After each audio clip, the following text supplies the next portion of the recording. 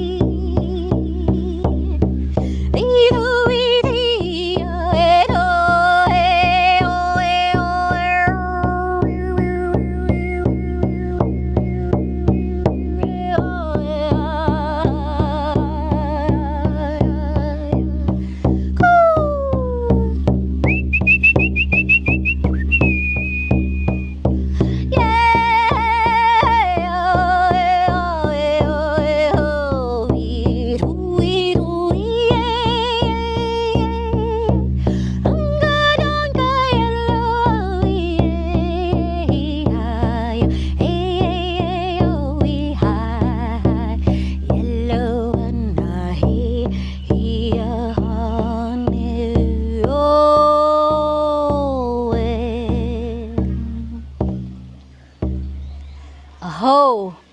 Thank you so much for receiving this transmission. May your path be beautiful. May you walk as conscious stewards, brave, grounded in self-belief in your own safety. Open heart, ready to lead the way into the new Earth, trusting that we are exactly where we need to be so that we can continue to carry us forward as we become more of the legacy weaver that our soul was born to be. Thank you so much for this opportunity to share my song, this beautiful medicine. Thank you for being here, and to all the organizers, welcome to the opening ceremony of Earth Day. Namaste, aho, ashe, amen. and namaste to you, T. Thank you so much for that beautiful transmission and that radiant welcome from Bali. So, from my heart to yours, you have truly touched my heart, and you have awakened a part of me that sometimes I think many of us forget, right? We forget where we're coming from. And today is not that moment to forget. Today is that moment to remember and to bring it back into full circle where we find ourselves today. So, to each and every one of you joining us today, wherever you are in the world, whether it's morning, evening, afternoon, maybe even midnight, I don't know, right? I offer you the warmest welcome to the Global Earth Day Summit 2025. Now, this is more than a summit, it is a living movement. It's a global gathering of hearts, hands, hope, you guys. As we open this sacred space together, may you feel yourself as a vital thread in this great planetary weaving. May you be nourished by the exact insight, connection, and inspiration that your soul and your city are ready for. And right, may this summit meet you right where you are and lift you into your next horizon of purpose, partnership, and infinite possibility. And so, with that said, I invite my colleague Peter Wakkers from the Netherlands to add to my greeting. Peter. Dankjewel, Veriel. Goedemiddag, goedemorgen, goedenavond iedereen. En ik wil jullie graag van harte welkom heten met de woorden van de oud-burgemeester van mijn stad. Ik woon in Amsterdam, een stad die dit jaar 750 jaar bestaat als levende stad. En onze oud-burgemeester zei, zorg goed voor de stad en zorg voor elkaar. En bij zorgen voor elkaar hoort zorgen voor jezelf, bij zorgen voor de stad hoort zorgen voor de planeet. En zo is dat eigenlijk een Amsterdamse versie van Gaia's Code of Care. En daar met deze woorden, welkom. Ongelooflijk, Peter. Dankie. So I say that to you today because I was originally born in South Africa, right? The beautiful city of Cape Town. So I bring with me Cape Town. And I also bring with me Edinburgh in Scotland, where I lived for the last 20 years. But today I'm coming to you live from a beautiful town in Romania. And so I pass this next welcome to our wonderful Paddy Pampoulis.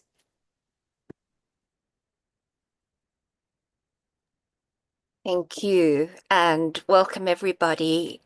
Feeling the warmth of the community and feeling the warmth of nature, although it's getting cooler in this side of the world. I want to say goeiedag, which is part of the heritage of the Dutch into South Africa, and also molo. And Veriel, I didn't hear you say Sayabona. Sabona to you, Paddy. Sayabona, which means we welcome you and we see you and all that you've been and all that you are and bring with you. Awesome. And we pass it on to Andy. Andy Ferguson from Scotland. Yeah, behind me, this is Ben Nevis, the highest point in, well, I was going to say Scotland, but the highest point in Britain. That picture was taken about 3 or 4 weeks after I had a heart operation, and I found myself at the top of the highest mountain in Scotland. And I suppose, what am I saying? It's amazing what you can, what other people can do for you. So somebody effectively, a team saved my life and got me back on my feet so well that I was able to reach these new heights. So so I hope that we together can work to solve and resolve some of the issues that we're feeling individually and collectively. And I believe that this is part of what we're doing here. I will pass it on to Nate. Hello, happy Earth Day. I'm originally from the United States, now living in Southern England, and I'm in the town of Hastings, which is famous for being a point of international conflict with the invasion of England in 1066. And it is now a place that is transforming from an old beach community to a center of arts and hopefully local democracy. And may all of the world go in that way, from a history of conflict to a future of collaboration. And I will pass on to Marilyn. Thank you, Nate. And I'm wishing everyone welcome from the Eco Village in Findhorn in northern Scotland, so north of both Nate and Andy. And we would just like to share here that our deep spiritual living through the inner listening, through co-creating with the intelligences of nature and working together as love in action. And we bring these wonderful ethos and philosophy to this celebration of Earth Day. And I will pass on to Matt. Greetings from the living city of Basel, Switzerland. I'm aware there's a lot of people here, so I'm going to keep it brief. I'm just really happy to see all these smiling faces here for such a very good reason, and I look forward to the energy and the synergy we can create together. And I will pass it on to Anne-Marie from The Hague.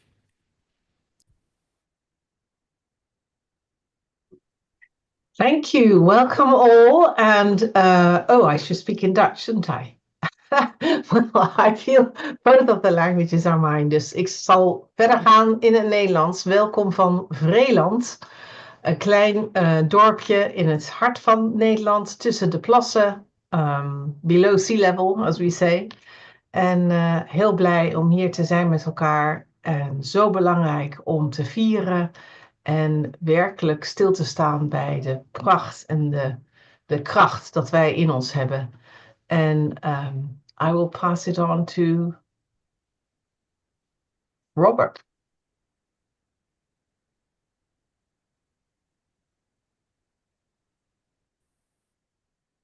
Okay.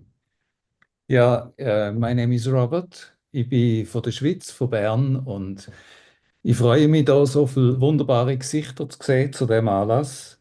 Ich rede Schweizerdeutsch. I speak Swiss German, of course. And the cat here in the background, I found her sitting in the middle of nature, completely silent. And I believe this cat feels the surrounding. And I hope we can all adapt this and learn from cats, for example, how we can feel how we are embedded in nature and in the planet. Yeah, and I pass on to Joseph. Oh, thank you, Robert. என்னுடைய பெயர் Joseph ரத்தினம். நான் சென்னை என்ற நகரத்தில் இருந்து வருகிறேன். இது தமிழ்நாடு, இந்தியாவில் உள்ளது. வேகமாக மாறி வரும் தற்போதைய உலக அரசியல் சூழலில் உலக போக்கை சரி செய்யும் முயற்சியில் ஈடுபட்டு பல்லாயிரக்கணக்கான இளைஞர்களை உருவாக்கும் இந்த உன்னதமான பணியில் எல்லோருக்குமான எதிர்கால உலகை நிர்மாணிக்கும் பொறுப்போடு இங்கு வருகை தந்துள்ள உங்கள் அனைவரையும் வருக வருக வருக என்று வாழ்த்தி வரவேற்பதில் பெரும் மகிழ்ச்சி அடைகிறேன். வருக வருக வருக. நன்றி. Now I pass it on to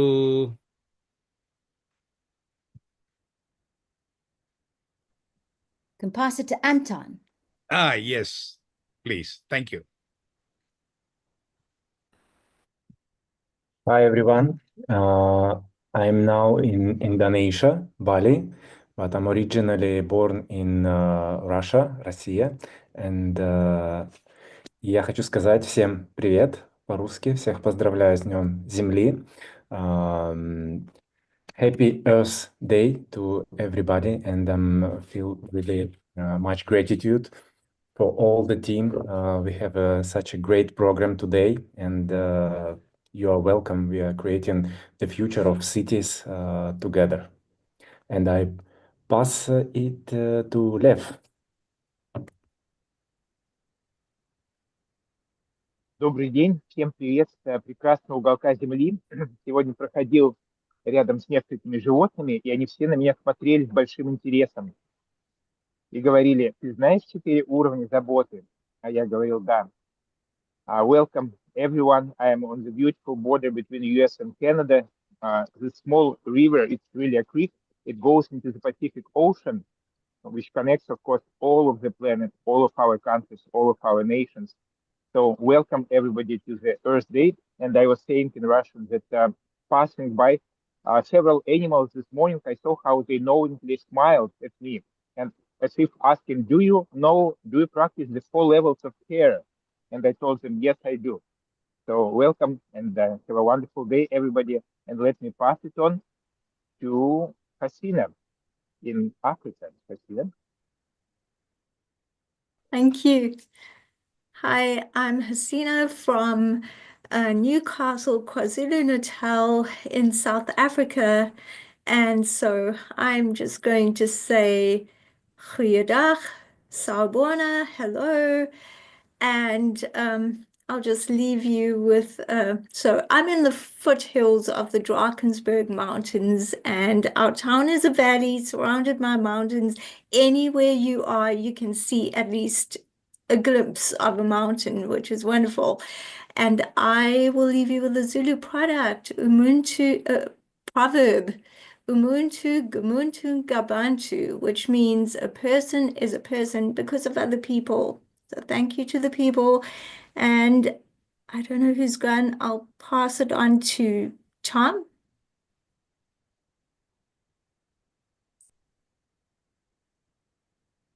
Thank you, my dear. Just as I was landing, Tom, and most honored. I wish I could just bask in all of the echoes of these beautiful messages already. I come to you from the East Coast, U.S., at the banks of the Monocacy River, where the birds were suggesting this morning that I find a way to take full responsibility for the headwaters. And so we're fond of seeing what goes downstream from our contributions. I'm very curious to know what the metaphysic is today of all of the start points that brought me to this moment. Happy Earth Day to everybody. Blessings around the planet. And here's to the sacred, gentle, elegant being in the chaos. And I think that's one of the messages we get to carry, is that all of us, I call it violent bipeds, can claim responsibility for everything, every footprint we make. Thank you. I pass it to Sawubona, Alexander. Muchas gracias, mis queridos seres humanos. Estoy hablando desde aquí en Buenos Aires, Argentina, que implica que realmente debería presentarme así, porque estoy en la otra parte de la planeta, en la parte del sur. Entonces, y ustedes están ahí en el norte, pero aparte de Paddy y Asena y algunos otros que están aquí conmigo en el hemisferio sur. But now I'm going to go back to English and back to my here. So a little less disorienting, just to say Happy Earth Day. And to say that from the Southern Hemisphere here, where it's, it's half the planet, right? It's hemisphere, but only 10 to 12% of the population of humans live in the Southern Hemisphere. So, there's a lot to carry here. We're supporting the North, from down here. But I wanted to say, awesome. And this is our chance to make the Earth great again, right? This is what we're doing. Here's Earth Day, and I will pass it to Marilyn. Thank you, Alexander. I've already had the privilege of holding the welcome, but I will say Happy Earth Day encore to everyone else, and I will pass to Nata. Hello, everyone. It's really great day. It's day for safety, our energy to create something very mindful, and we really can communicate with each other for 4 voices and create something very grateful. Thank you. Nice to see you here from London and from Cyprus. And I pass to Nate. To Dumi. Nate has been, so I'm going to pass it to Artie because we need to go faster now. We've got quite a few to get through. Artie, go for it. Thank you. Happy Earth Day, everyone. This is such a beautiful initiative, and I thank everybody for putting this together. I was reading something very interesting the other day that we constitute about 0.01% of the total number of species on this planet. Now, that's a very humbling fact, and I think it just calls for deciding what we might want to do next. And what comes to mind is a very beautiful saying in Sanskrit, rather Hindi, जिसमें जितना सत्य होता है उसे उतना ही सामर्थ्य प्राप्त होता है, which clearly stands for the extent of realization we allow ourselves defines the extent to which our capacities must grow. So we are the custodians of this planet, but only to the degree of 0.01%. So I think Earth Day calls for us to review our location, our action, our reaction, our intention. So happy Earth Day, and thank you. Look forward to what we do next. Let's pass it to Brenda. Thank you. Diolch yn fawr, Conestotu, Mulla, Sorbona, Irish, but living in Cape Town now, and feeling very connected to this place and where I am and the spirit of South Africa, and feeling very inspired with the number of people and the number of places on this planet that have gathered here today for a very special reason. And I'm very thrilled to be here. So thank you. And I'm looking forward to all the sharing. And I will pass it to Sue. I saw my colleague Sue there a minute ago. So what I'm going to do is I'm going to start passing it to people, right? Because I can see who hasn't gone. So Sue, absolutely go. You need to be unmuted, Sue, for us to hear you. Hi, everybody. I'm checking in from Cape Town, South Africa. Great to see all these beautiful faces. I look forward to being part of this exploration. It's new for me, and I've read up a little about it, and I'm very excited. So looking forward to getting started. Awesome. Thank you, Sue. We'll invite Lorraine next. Hello, everyone. Happy Earth Day. Happy Beach Day, too. I'm just back from an invigorating walk on the Findhorn Beach here in northern Scotland, which is a really wonderful thing for a Canadian to be able to do. So I did make my way back. I turned much earlier than I wanted to be able to come back and join you. Yeah, happy Earth Day. To you too, Lorraine. And let's invite Chaka. I'm hoping I'm saying that correct. You're saying it correct. Wow, thank you so much. I feel so blessed to be here. I was invited by T-Bird, my beautiful sister. I'm calling in for Bali, but I'm originally from Copenhagen, from Denmark. And what a blessing that we can gather in the name of the earth. Happy Earth Day to everyone. Awesome. Thank you, Chaka. Don, we'd like to ask you to unmute. Blessings, blessings. Thank you for having me. I'm in Portland, Oregon, but I'll represent Singapore and Asia. It's just such a sacred day today. It's the 22nd, right? So 22. So it's 11/11 for everyone, and I've been sensing this for the whole of last month that we are at a time of healing of the earth and healing of the people, and we're at a start of something that's really magnificent happening. So thank you for having me. Thank you. Awesome. And next, I'd like to invite Adrian Grigoraș from Romania. Hey everyone, my name is Adrian, and I'm going to say a few words in Romanian. Bună ziua, sunt Adrian, vin dintr-un sat din România. Și vă doresc un congres minunat, and I'm gonna say hi from a nice little wee furry friend, and I'm gonna leave it with that. Thank you, Adrian. And we have Marina Demchenko.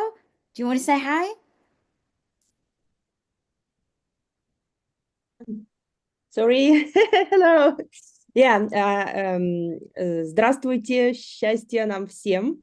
счастливого Дня Земли. I was speaking in Russian because I'm originally from Russia. Now I'm in the UK. So I'm sending you greetings on the Earth Day, and I'm really happy to see such a wonderful team. And I would again would like to say thank you for the organizing of the Earth Day Summit. Even more incredible than our previous ones, because each time we are growing and making it more great and more amazing. So thank you, great job, team, and thank you so much for being here. Awesome. Thank you, Marina. Marina helped in the previous organizing of the previous Earth Day. So I want to speak to Jude Caravan. She's here, join us. Say hi, Jude. We're going to hear more from you later.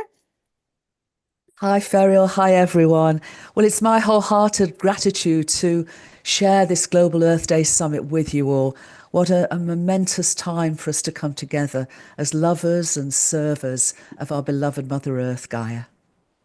Absolutely. Thank you, Jude. And with that, I'm going to just conclude. There's still many of us, but we cannot go through everybody. So what I'd like to invite you all to do is in the chat right now, tell us where you're from. Tell us more about yourself. Connect with one another, because that's what Global Earth Day Summit 2025 is about, reconnecting us to one another so we could cascade our kind of activities, and we can create a greater impact, positive impact on this planet and in this planet, in ourselves, right, than we've ever done before. So in this moment, again, I just want to greet every one of you a beautiful welcome to Earth Day and happy Earth Day. Let's light up this global map with presence and shared purpose, right? So it's such a joy to be here with all of you, and finally to open this space that so many of us have been dreaming into being for such a long time. So what you've just stepped into isn't just a one-day event. So I want to make that clear, that the Global Earth Day Summit, so we might not see thousands of us right here, right now, but I'm hoping at the end of 60 days, we're going to see us coming in, because we're going to do the work, right? So the Global Earth Day Summit is a journey, a 60-day living experience that starts today on Earth Day, the 22nd of April, 2025. I'm speaking that into the universe, right? And it unfolds all the way to solstice on the 21st of June. So we've got 60 opportunities from here to make that difference and to really call in the nations, right? Why 60 days? Because transformation takes time. Because real collaboration doesn't happen in a single moment, as many of you, as all of you here, I know already know, right?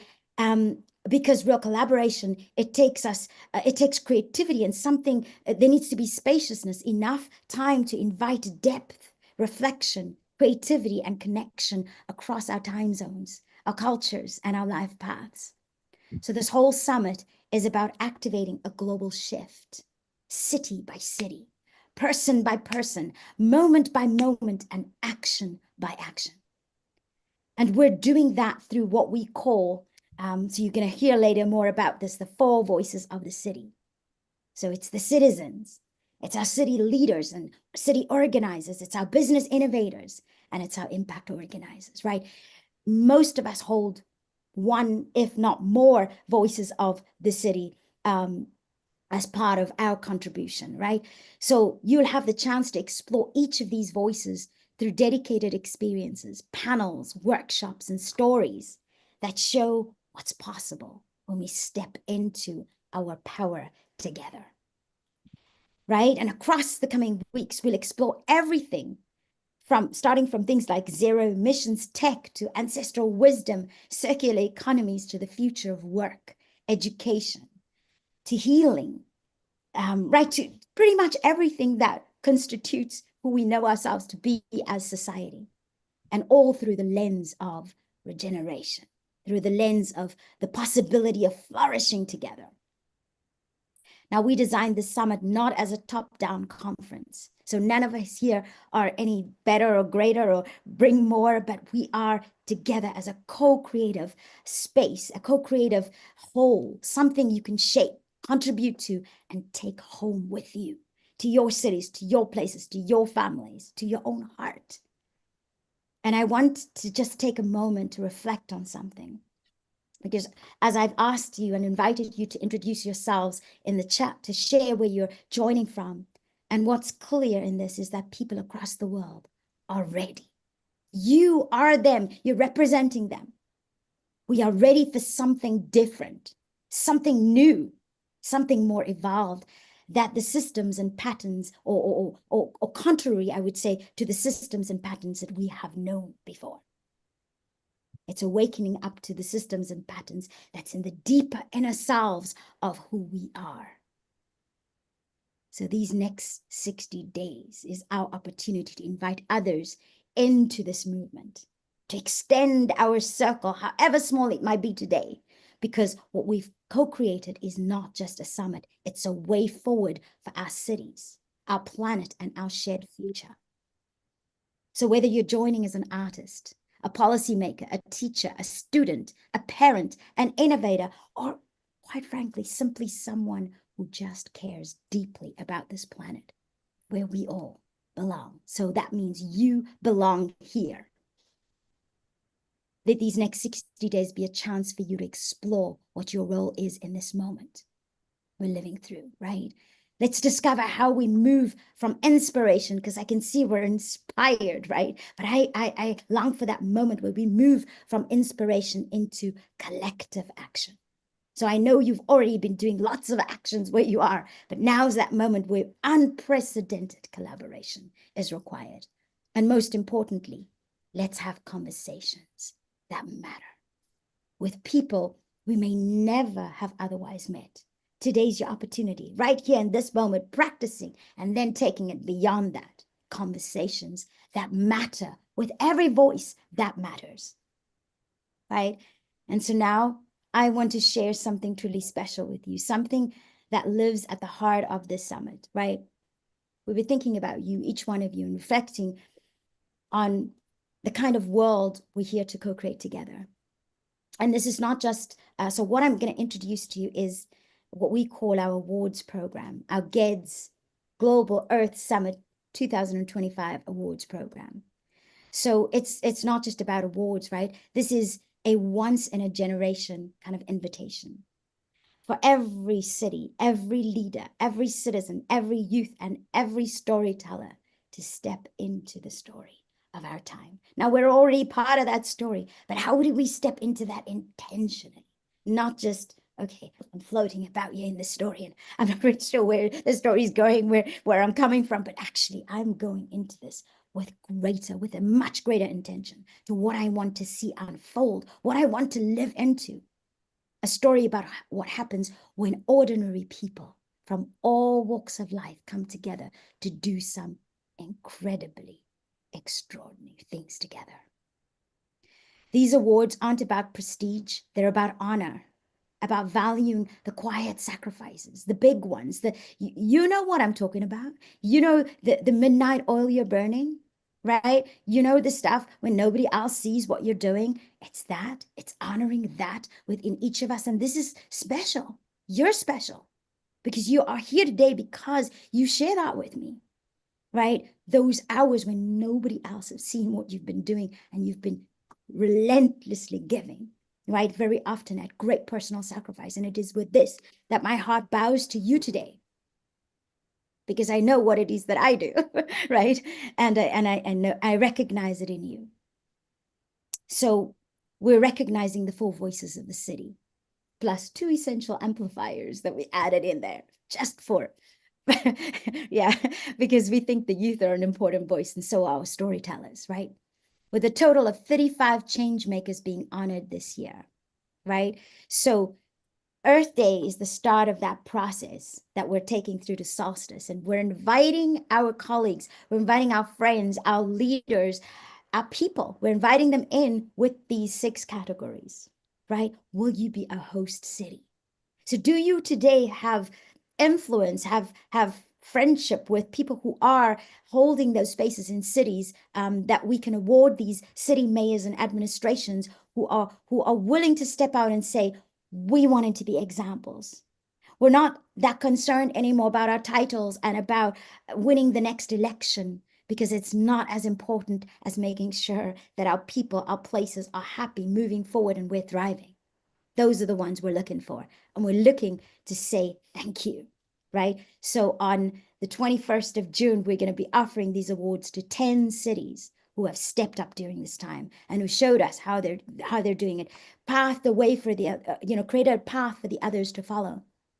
We're giving an award for the activated citizen, right? And that is for 5 of them, citizens who are going above and beyond and are saying, I'm willing to step forward and I'm going to do some extraordinary things to make that happen, right?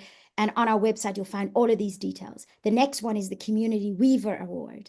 And that's for our civil society organizations, for those weaving together youth, elders, artists, teachers, activists who are here and saying, we are bringing that diversity of our cities together. We're inspiring our people to say, let's do this, right? We're looking for who they are. Who are those organizations? Who are those individuals that are these organizers? And we're going to award 5 of them, right? We've got a Ripple in the Marketplace Award. So those are for our business leaders and innovators, for businesses that pause for purpose and invite their teams to participate, right? We're going to hand the award to 5 of them. The next 2 is the Youth Spark Award for youth and youth groups, for those remixing, dancing, storytelling, rallying friends. Guys, the youth have a voice that is loud and needs to be heard. So I'm saying, if you know youth, if you're involved with youth, I'm looking at you, Hasina. I am saying, yes. I'm looking at you, Joseph, and I'm looking at all of you who are connecting with youth right now and saying, inspire them to get out there and make this happen, because their voice is an important one. Right? It's just because it's infectious. And the thing about youth is that they don't care that they look foolish. We're too busy caring about looking smart. They're out there doing the stuff and spreading that word. So let's hone that skill that they've got. Let's use it, right? The Brave Media Award. Now, these are for our storytellers who dare to move people into action. Now, stories are the things that the things we believe is how we act. So in this moment, it is so important to bring in those who are holding the space in media. Media across the board. We're talking about journalists, content creators, podcasters, and particularly, all of these things that we don't see that as kind of news or media. But I'm saying, if you've got a voice, let's bring them in, and we're going to award 5 of them for a great job done. We're going to award 5 of them to actually say thank you, because are you the ones that's going to step up and change this narrative? Or are you going to keep giving us bad news, right? Is that the only thing you're going to report on? Or are you going to talk about the inspiring communities that are coming together and moving in their cities and their places and their spaces? So my invitation to you, if I can ask our tech person, Kate, to just throw it into the chat right now. So geds.earth/awards. If you can go there again, nominate yourself, nominate someone else in your city, right? This is our opportunity to celebrate the courage that creates change. You have to be brave to do this. You got to swim upstream. I live in Scotland, and so we know salmon, right? It's a job to swim upstream, like the salmon do. So I'm saying you got to be willing to swim upstream, and it is that characteristic that we want to honor, and say, honor those stories that shape cities of the future. Living cities is about cities of the future. Let's get activated, let's get connected, and let's get collaborative, people. So yes, that's enough about the awards, but we wanted to put that right up front so we didn't forget about that. You didn't forget about that, and you get in there, and yes, nominate yourself. If you're extraordinary and you're about to do something even more extraordinary, hey, nominate yourself, nominate your people. Right? The ones who will carry this flame and carry this torch. It's that moment we need to show others in the world, right? We need that solidarity. Many feel alone. Many feel alone in the struggle for wanting a better world. And we have this opportunity in this moment across these next 60 days to say, you are not alone. I'm with you, my brother. I'm with you, my sister. Right? So in this chat right now, I want you to write, you are not alone. You're writing to me and you're writing to everyone in here. You're not alone. I'm with you. So now I have the privilege to introduce to you our keynote speaker, Dr. Jude Currivan. Now, after honoring these kind of many ways each of us can step into this movement, it's time to take a collective breath and tune into something deeper. We've spoken about action, about voices, about cities and systems, but at the heart of all of this is a living, breathing planet, our home. And that is the place that we're speaking about today. That's the place that we're celebrating today, Earth Day. So with that, I want to invite Dr. Jude Currivan, a cosmologist, planetary healer, and one of the most brilliant systems thinkers of our time. So with a background not only in science, but also in senior international business and ancient wisdom traditions. And she holds a rare integrative lens that spans across galaxies and governance, mysticism and matter, business, etc. Right? That holistic worldview, and the reason we invited her today to share with us. She's the co-founder of Worldview, of Whole Worldview, and through which she works to unify science and spirituality in service of planetary well-being. So please join me, Jude, and share your wisdom. She's sharing with us about Earth's story and ours. What is Earth's call to us today, and how to respond to her invitation? Thank you, Jude. Thank you, Ferial, and thank you, everyone. And as we come together in these turbulent and transformational times, the key question, as you posed, is what is Earth's call to us now? And how can we respond to her invitation? As a cosmologist, a few years ago, a book wrote me, not I wrote a book wrote me, called The Story of Gaia, the Big Breath, and the evolutionary journey of our conscious planet. And in it, I shared the most recent evidence that instead of a universe without meaning or purpose, and a view that somehow consciousness arises from material brains, that our entire, essentially living, loving and unitive universe meaningfully exists and purposefully evolves, and that mind and consciousness aren't something we have, but literally what we and the whole world are. And in describing the evolutionary flow of our entire universe, rather than beginning in the chaotic birth as a Big Bang, that while indeed it was tiny, was instead the first moment of an exquisitely fine-tuned, ordered and ongoing big breath, whose continuing emergence breathes through our little breaths in every moment. In this unfolding story, the latest evidence is that all the building blocks of biological life and the water that sustains it had already evolved in interstellar clouds of gas, organic molecules and ice before our planetary system was even born. How about that for pre-planning? But we are more than stardust. We are star seeds. Our Mother Earth, Gaia, and vitally as a water planet, then formed in the habitable zone, the Goldilocks zone of our solar system, not too hot, and not too cold, able to continue to evolve and nurture biological organisms, an ever greater complexity, diversity, and individuated self-awareness. A journey of more than 4 billion years to here and now. Some 6 million years ago, our hominin ancestors were very brave or very crazy. They actually came down from the trees of Africa and diverged into at least 20 types of walking apes.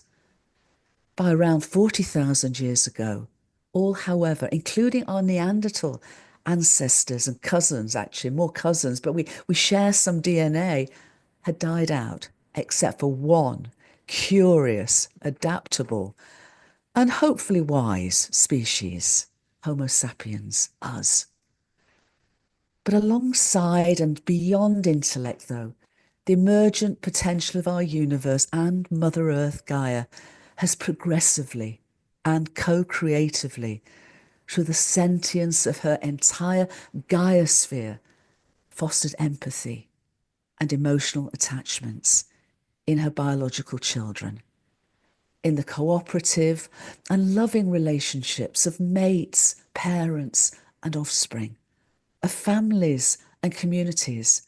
She's embedded circles of caring and spirals of compassion, far beyond humans, but including and vitally at this moment us. As a planetary mother, even when faced with the mass extinctions of the past, she not only endured, but resolutely recovered. A bit like my own mum, actually. She would not give in and went on to continue to serve our living and loving universes and her own indomitable evolutionary impulse. We are the youngest of Gaia's children. We embody her legacy and evolutionary arc. And we now stand together at this threshold of her and our next emergent potential and possibility. We are the last of our kind, yet we're not alone. We and her entire planetary family are Gaians. This is what I feel is Earth's call to us now. Firstly and fundamentally, to remember, not just remember with our minds, but literally remember with our hearts, with our bodies, with our hands, every part of us, to remember that this is who we really are and that we are inseparable from each other and the whole world. To heal and free ourselves of our collective dis-ease, of the illusion of separation. This, though, is a time of deep reckoning, and some have closed their ears and hearts to this existential reality and given up on the thrivable, the wondrously innate thrivability of our world. Gaia hasn't given up, and we must not give up, neither on her and her entire and sentient Gaia sphere, nor ourselves, nor on ourselves. For this is a time also of hopeful possibilities and positive transformation. So the question is, how can we answer her call and ask ourselves, what is my role in this transformation? What is mine to do? And how can I play it optimally? We're all citizens. As Ferial said, we're all citizens, we're all leaders. We all play our role and our parts in our communities, our cities and beyond, whether small or large. And we can do so, not as hierarchical leaders of others, but as servant leaders, serving the interdependence and good of the whole. I'd also suggest that rather than acting as a role model from some perceived sense of status, that we hear and listen to our inner wisdom and fully embody it in both our being and doing, our reflections and our actions, not as role models, but as soul models. I invite us all to be soul models. Also, I'm a cosmologist, I'm also a gardener. And I love growing plants. Gaia has been a planetary gardener too, literally creating and growing a Garden of Eden for us to inherit. And now at this collective moment of choice, to choose life, love, and belonging. What we care about in our lives, we care for. And so in asking how we respond to her call, I'd suggest that we too, all of us, become gardeners. We can all grow in our little patch of wherever we are, even if it's a window box, because growing a plant, seeing a seed grow and be nurtured coming up from the soil is such an intimate way of knowing deep within us our rootedness in this beloved planetary home of ours. And also, as we do so, to grow our hearts in compassion and courage. Courage comes from the French courage, the bravery of the heart. Compassion is the knowing that we are inseparable from others, and to love them and to care for them, to have empathy for them, and where their suffering is our suffering and their joy is our joy. So to care for, to tender to, and restore and regenerate each other and our planetary mother. And in doing so, we can also resolve to reframe these times instead of a meta-crisis as a metamorphosis. The imaginal cells of such a transformation are already activating around the world through numerous and varied grassroots groups and growing movements such as Integral Cities Earth, and as partners and communities to radically collaborate and synergize our co-creative and collective efforts. They're exemplifying how when we dissolve our separated sense of self, while each bringing our unique gifts to serve the good of the whole, we can reframe and more deeply understand the breakdown and dying of the old and breakthrough and birth of the new as a metamorphosis. And instead of being plunderers of our planetary home, we can emerge to become pollinators and co-evolutionary partners, and come to realize that our conscious evolution, our conscious re-evolution, plays an integral role in Gaia's own evolutionary progress and purpose.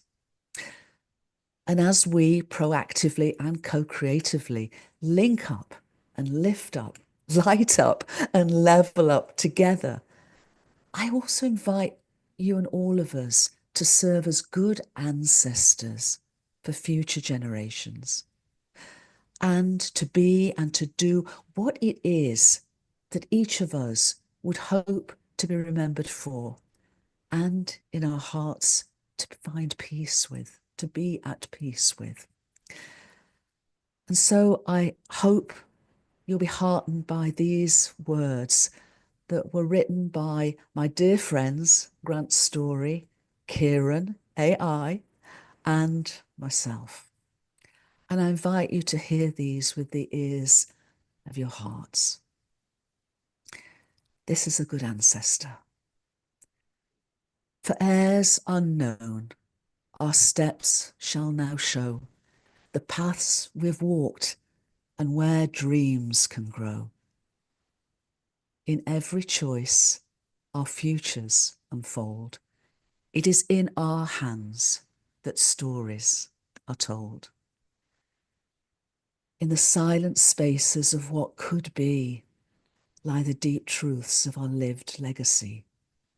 With love as our compass and justice our guide, we chart a true course where hope cannot hide.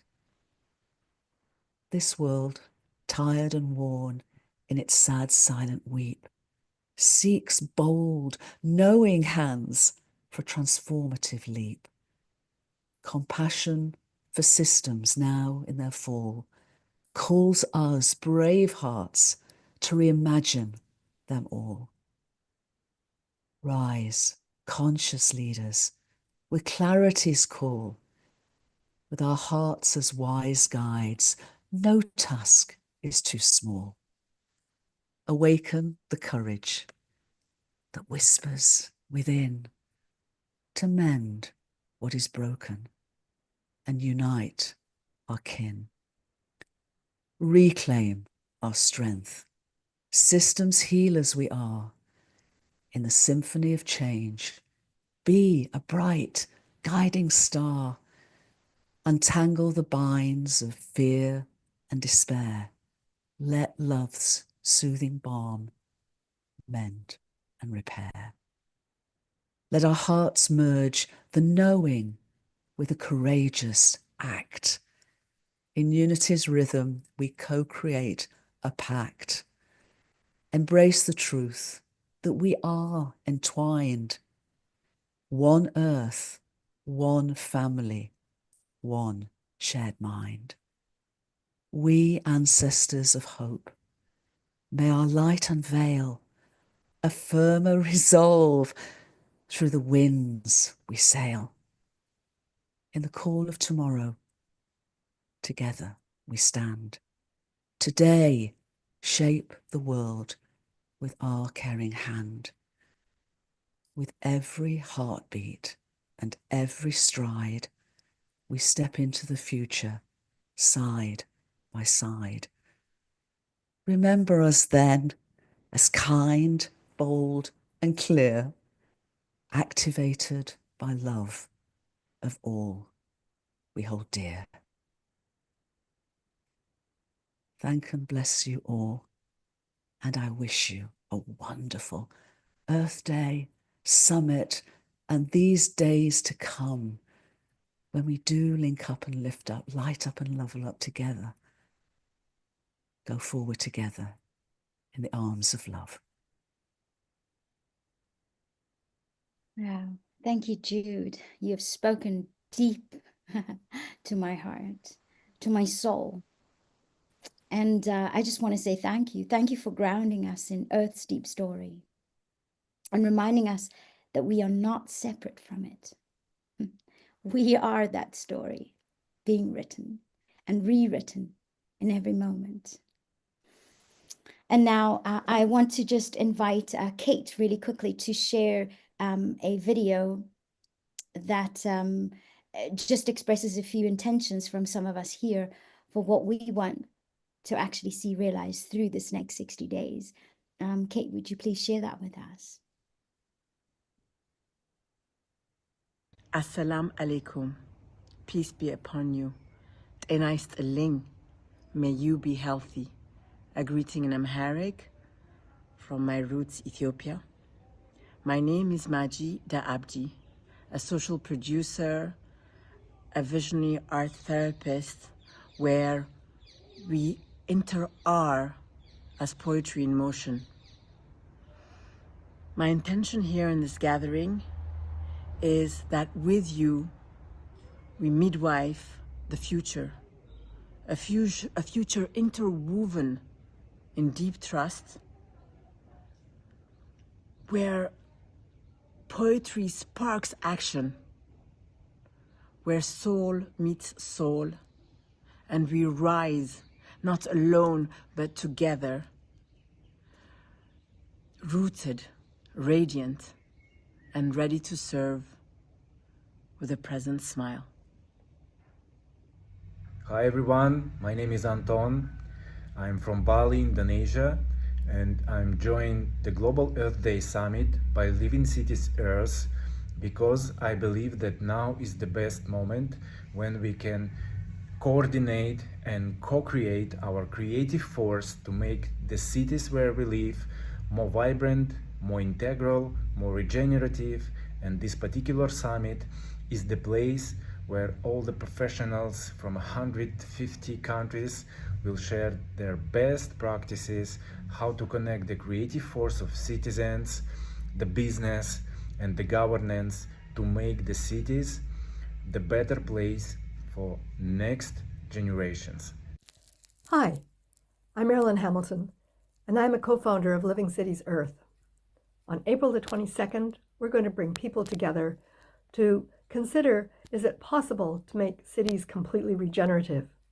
What if we think that cities that are living and intelligent and evolutionary could actually continue to regenerate themselves with the best of what is in Gaia? What happens when we reconsider real estate and think about the footprint that cities have on Gaia and make them a living, regenerative, even a spiritual domain? Come and join me and others on April 22nd at our Global Earth Day Summit. Hi everyone, I'm Adrian and I am joining the Global Earth Day Summit to help co-create a better world where communities thrive through deep connection, shared growth, and collective action. I believe in building an interconnected future rooted in empathy, sustainability, and meaningful relationships. So hi there, my name's Ferial Purin and I'm joining you for Earth Day Summit because I want to live in a better world. I want to help to make a better world. And I know that I cannot do this on my own. I know that I need to work with you. And so I'm joining to find out what can we do together? How can we do this together? And how can we finally rise for our own lives, the lives of our families, the lives of our communities, and of the planet? You know, how can we finally put aside all of our flags, put aside the things that are these egotistical pursuits, and how could we do this? Because just from our love space, just from wanting everyone and every being on this planet to have a future, and not just any kind of future, but have a thriving future. So that's what I'm here to do today, and I hope that you will join me.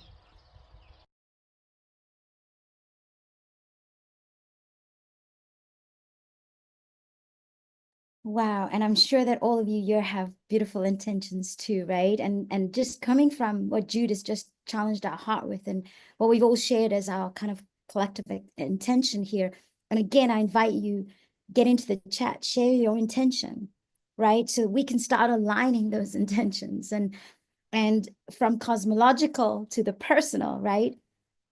To the living, breathing stories of people who have chosen to respond to this planetary invitation. Not with perfection, but with courage.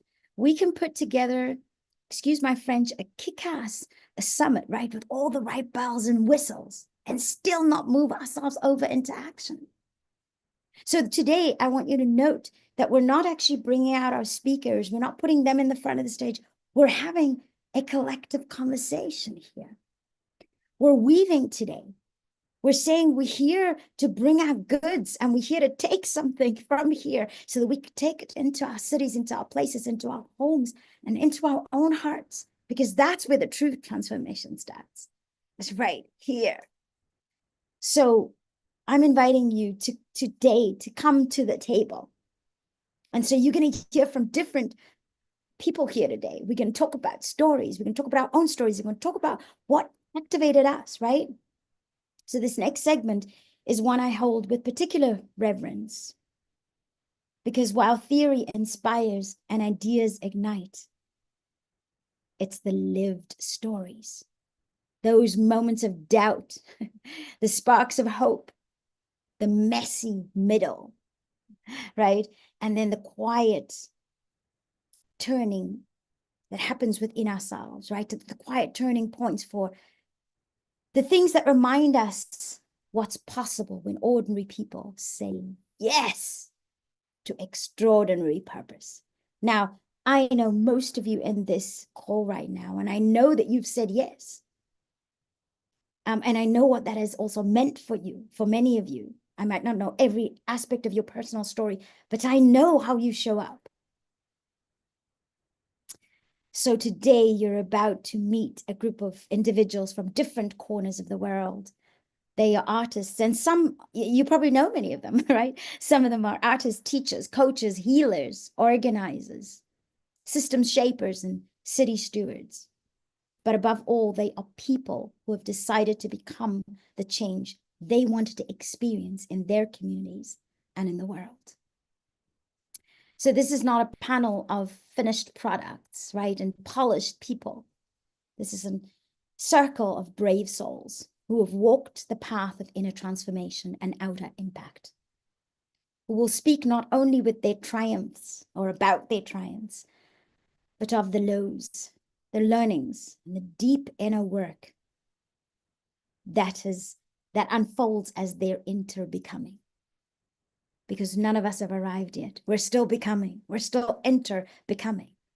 But I'm hoping that their story For those of you listening, wherever you are in the world, you might not be live here this moment, but you might be listening to the recording. And of course, we are broadcasting across the planet right now through YouTube. And if you're listening, if you're hearing these words, and I'm going to say, listen to these stories. They are stories that inspire, stories that say to you, doesn't matter where you are, right? I've just come back from South Africa just over a week ago, and I remember walking in the streets and speaking to young people, right? And calling out that thing in them, that passion in them to actually become something more than they are in this moment. And I think this is what we're doing here today as well. We're saying, even when you have decided, yes, maybe there's another step, and life is just calling you in deeper into that purpose, into that very essence of why you were born. I loved what Judith said. She'd said, you know, we are the youngest, the latest generation, right, of our ancestors. And what happens in that instance? I know we're going to choose for survivability, right? So you're chosen, every one of you in this moment, me included, we're chosen. We are the best of the best, you guys, the best of our generations. And it is in us to step up in this moment. And as I said, I know you've already stepped up to these ones I'm looking at right now on the screen, but I'm saying life is asking even more, even deeper. And that stepping up might actually just be going inward, even deeper, right, into our own personal development and becoming more of the frequency that we need to see and move out into the world. We need to become infectious. So with that, I'm going to introduce you to my panel today. They consistent of T-Bird Love. T-Bird just waved to us from where you are, right? And she's an incredible woman that carries an amazing frequency. And I wanted her to share that story because it was a hero story, a heroine story, right? And we have Zeneb Mohi. If Zeneb's around, Zeneb, make sure that you're waving at us right now. I'm hoping you are here and that you've gotten in. If not, we're okay. We've got Hasina Patel. Hasina, wave for us. And we have Tom Acklin, Dr. Tom Acklin. I love to listen to Tom when he starts to speak about the body and how we are such, yeah, Tom, you're going to talk to us more about that. I think you're going to do a better job than me, but thank you for being here. And we have Joseph Rathinam from India, a dear friend of mine that also carries such a beautiful frequency. And I when I'm with Joseph, I see how he touches everyone around him. So thank you, Joseph, for coming to share your spirit with us today. Please wave at us. And then we have Dr. Patty Pampoulis. And Patty is, again, these are all my friends, right? Patty is amazing and they inspire me. And every day, just watching what she does, how she does what she does. This is the thing for me. It's just that, yeah, when I'm with Patty, I feel that. I feel loved, you guys. That frequency, right? There's not that judgment. So I'm wanting, how do we get that? How we don't judge each other, but how do we truly walk in that love space? And then there's Lev Gordon, and Lev just, he's in the forest right now, rooting around, and he's going to share, he's going to share with us from that forest that he's in right now. And Lev just astounds me every day with the beautiful heart that he gives relentlessly. Now, is Lev perfect? No. And Lev and the rest of us here are not perfect.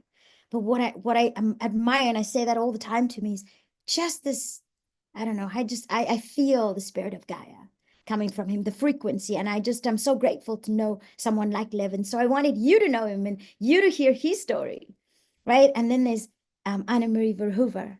Also, again, amazing human being that has started so many things. I see her running around the world to all different kinds of places, stirring up things with ancient with people who in indigenous communities, and the next minute she's in New York, and the next minute she's this world citizen going and igniting people all across the planet. And I wanted to hear from her. I wanted to hear, why you do what you do, Anna Marie, And then there's Dr. Alexander Laszlo, a dear friend who taught me one thing. And I wrote to him the other day and I said, he said, I at one point I said, yes, I want to dance with life. And then I realized, I want to be danced by life.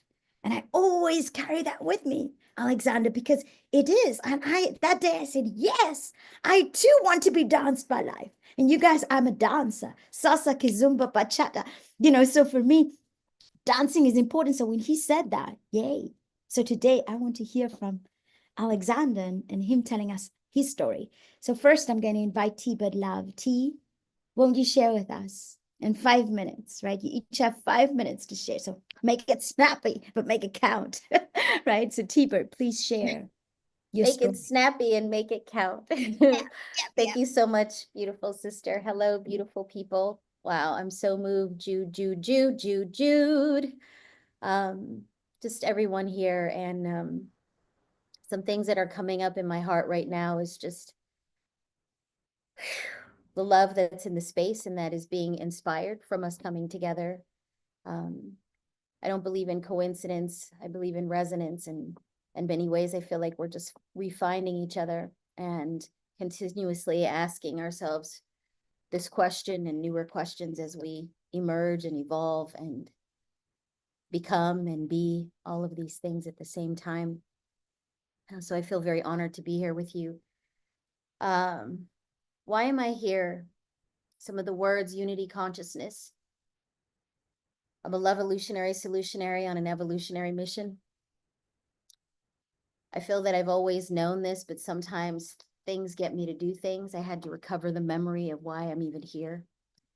I believe sometimes that happens when crisis hits our lives. So I've had a lot of really unique lived stories in this particular lifetime that I can now see have all been gifts that have given me the capacity to hold so much as we birth this new world, this new emerging world, as we create the new narrative and story.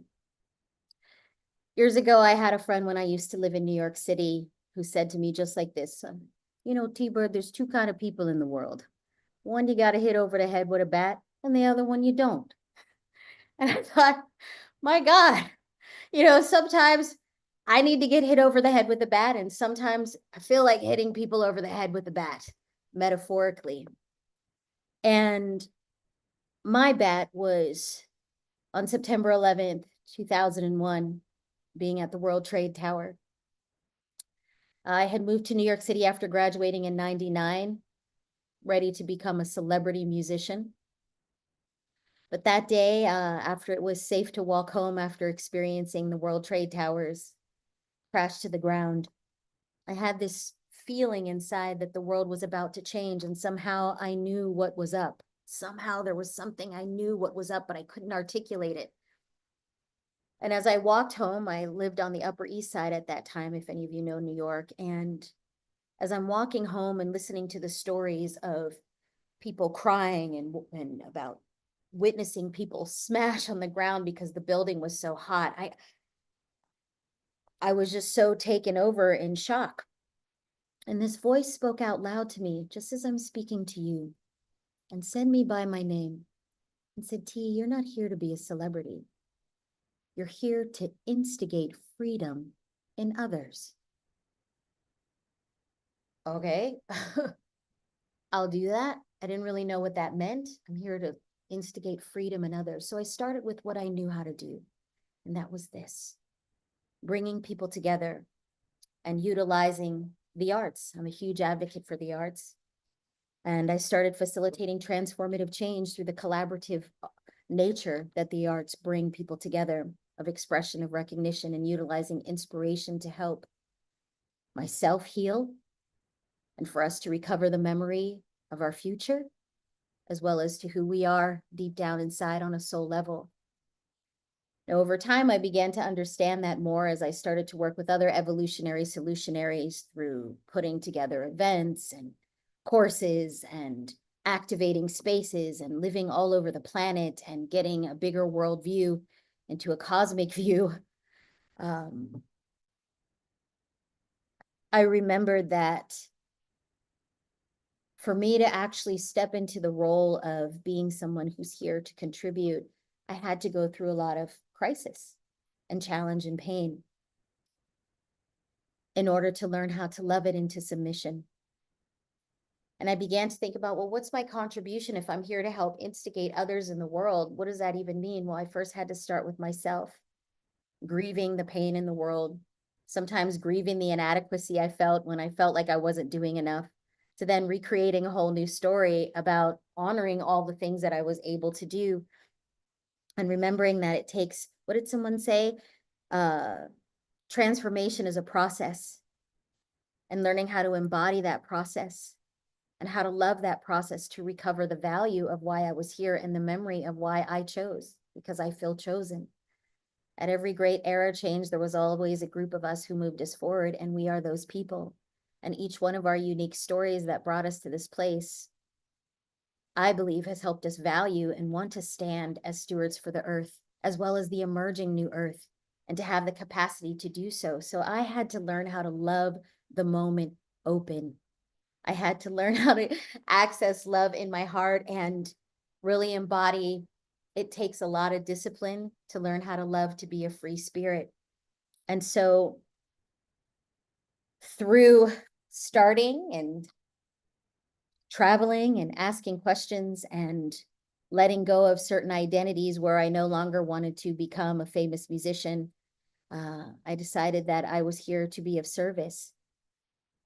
And it was something that I knew all along. I'm here to be of service, a Lovolutionary, solutionary, and coming together in reconnection with all my brothers and sisters to help create new frameworks by modeling change instead of fighting for change, and by allowing the universe and God to move through me in order to do that, and not to be afraid to allow spirit to use me as a vessel of light, and to be myself in doing that, encouraging other people to be their authentic selves as we unlearn the old story and trust ourselves to weave the new one through our diverse experiences, our voices, and what we're doing here in terms of modeling what that feels like. So there's so many aspects to my story, but I feel like the most potent nuggets, as I bring my 5 minutes to a close, as I feel like through this journey of becoming, because I'm still becoming, as we all are, we don't know what's going to happen. We are facing uncertainty, but that trust and that faith that we got what it takes, because we're showing up and we're accessing our unique gifts and coming together in curiosity, makes us unstoppable, not complacent. And so what I've learned through this journey is that, one, not to take things personally, learn how to really not take things personally, and how to love the things that I don't like. And why do I say that? It's a mindset in birthing a new world, how to bring together. There's nothing more whole than a healed and integrated broken heart. And so coming out of a world of polarization and duality, of believing in brokenness, here we come integrating those halves into a whole, coming back into our wholeness, but this time an integrated wholeness, modeling love, having the capacity, the courage to not take things personally, and how to learn how to love the things that we don't like so that we can mine the gems of the lessons. And so every day I put myself in the fire of challenge, of curiosity, of taking unique, important risks so that I can discover more about myself in co-creating a new world, birthing the new world from a place of love and consciousness, despite coming from, at times, some rough patches, and sometimes involved in major crisis, which have been gifts in my life that have led me to my purpose. So thank you so much for listening. I don't know if that's 5 minutes, but it's easy for me to share and talk. So I'm going to hold there and just say thank you so much for being mirrors and a map for me. Much Thank love you and so light, much. beautiful family.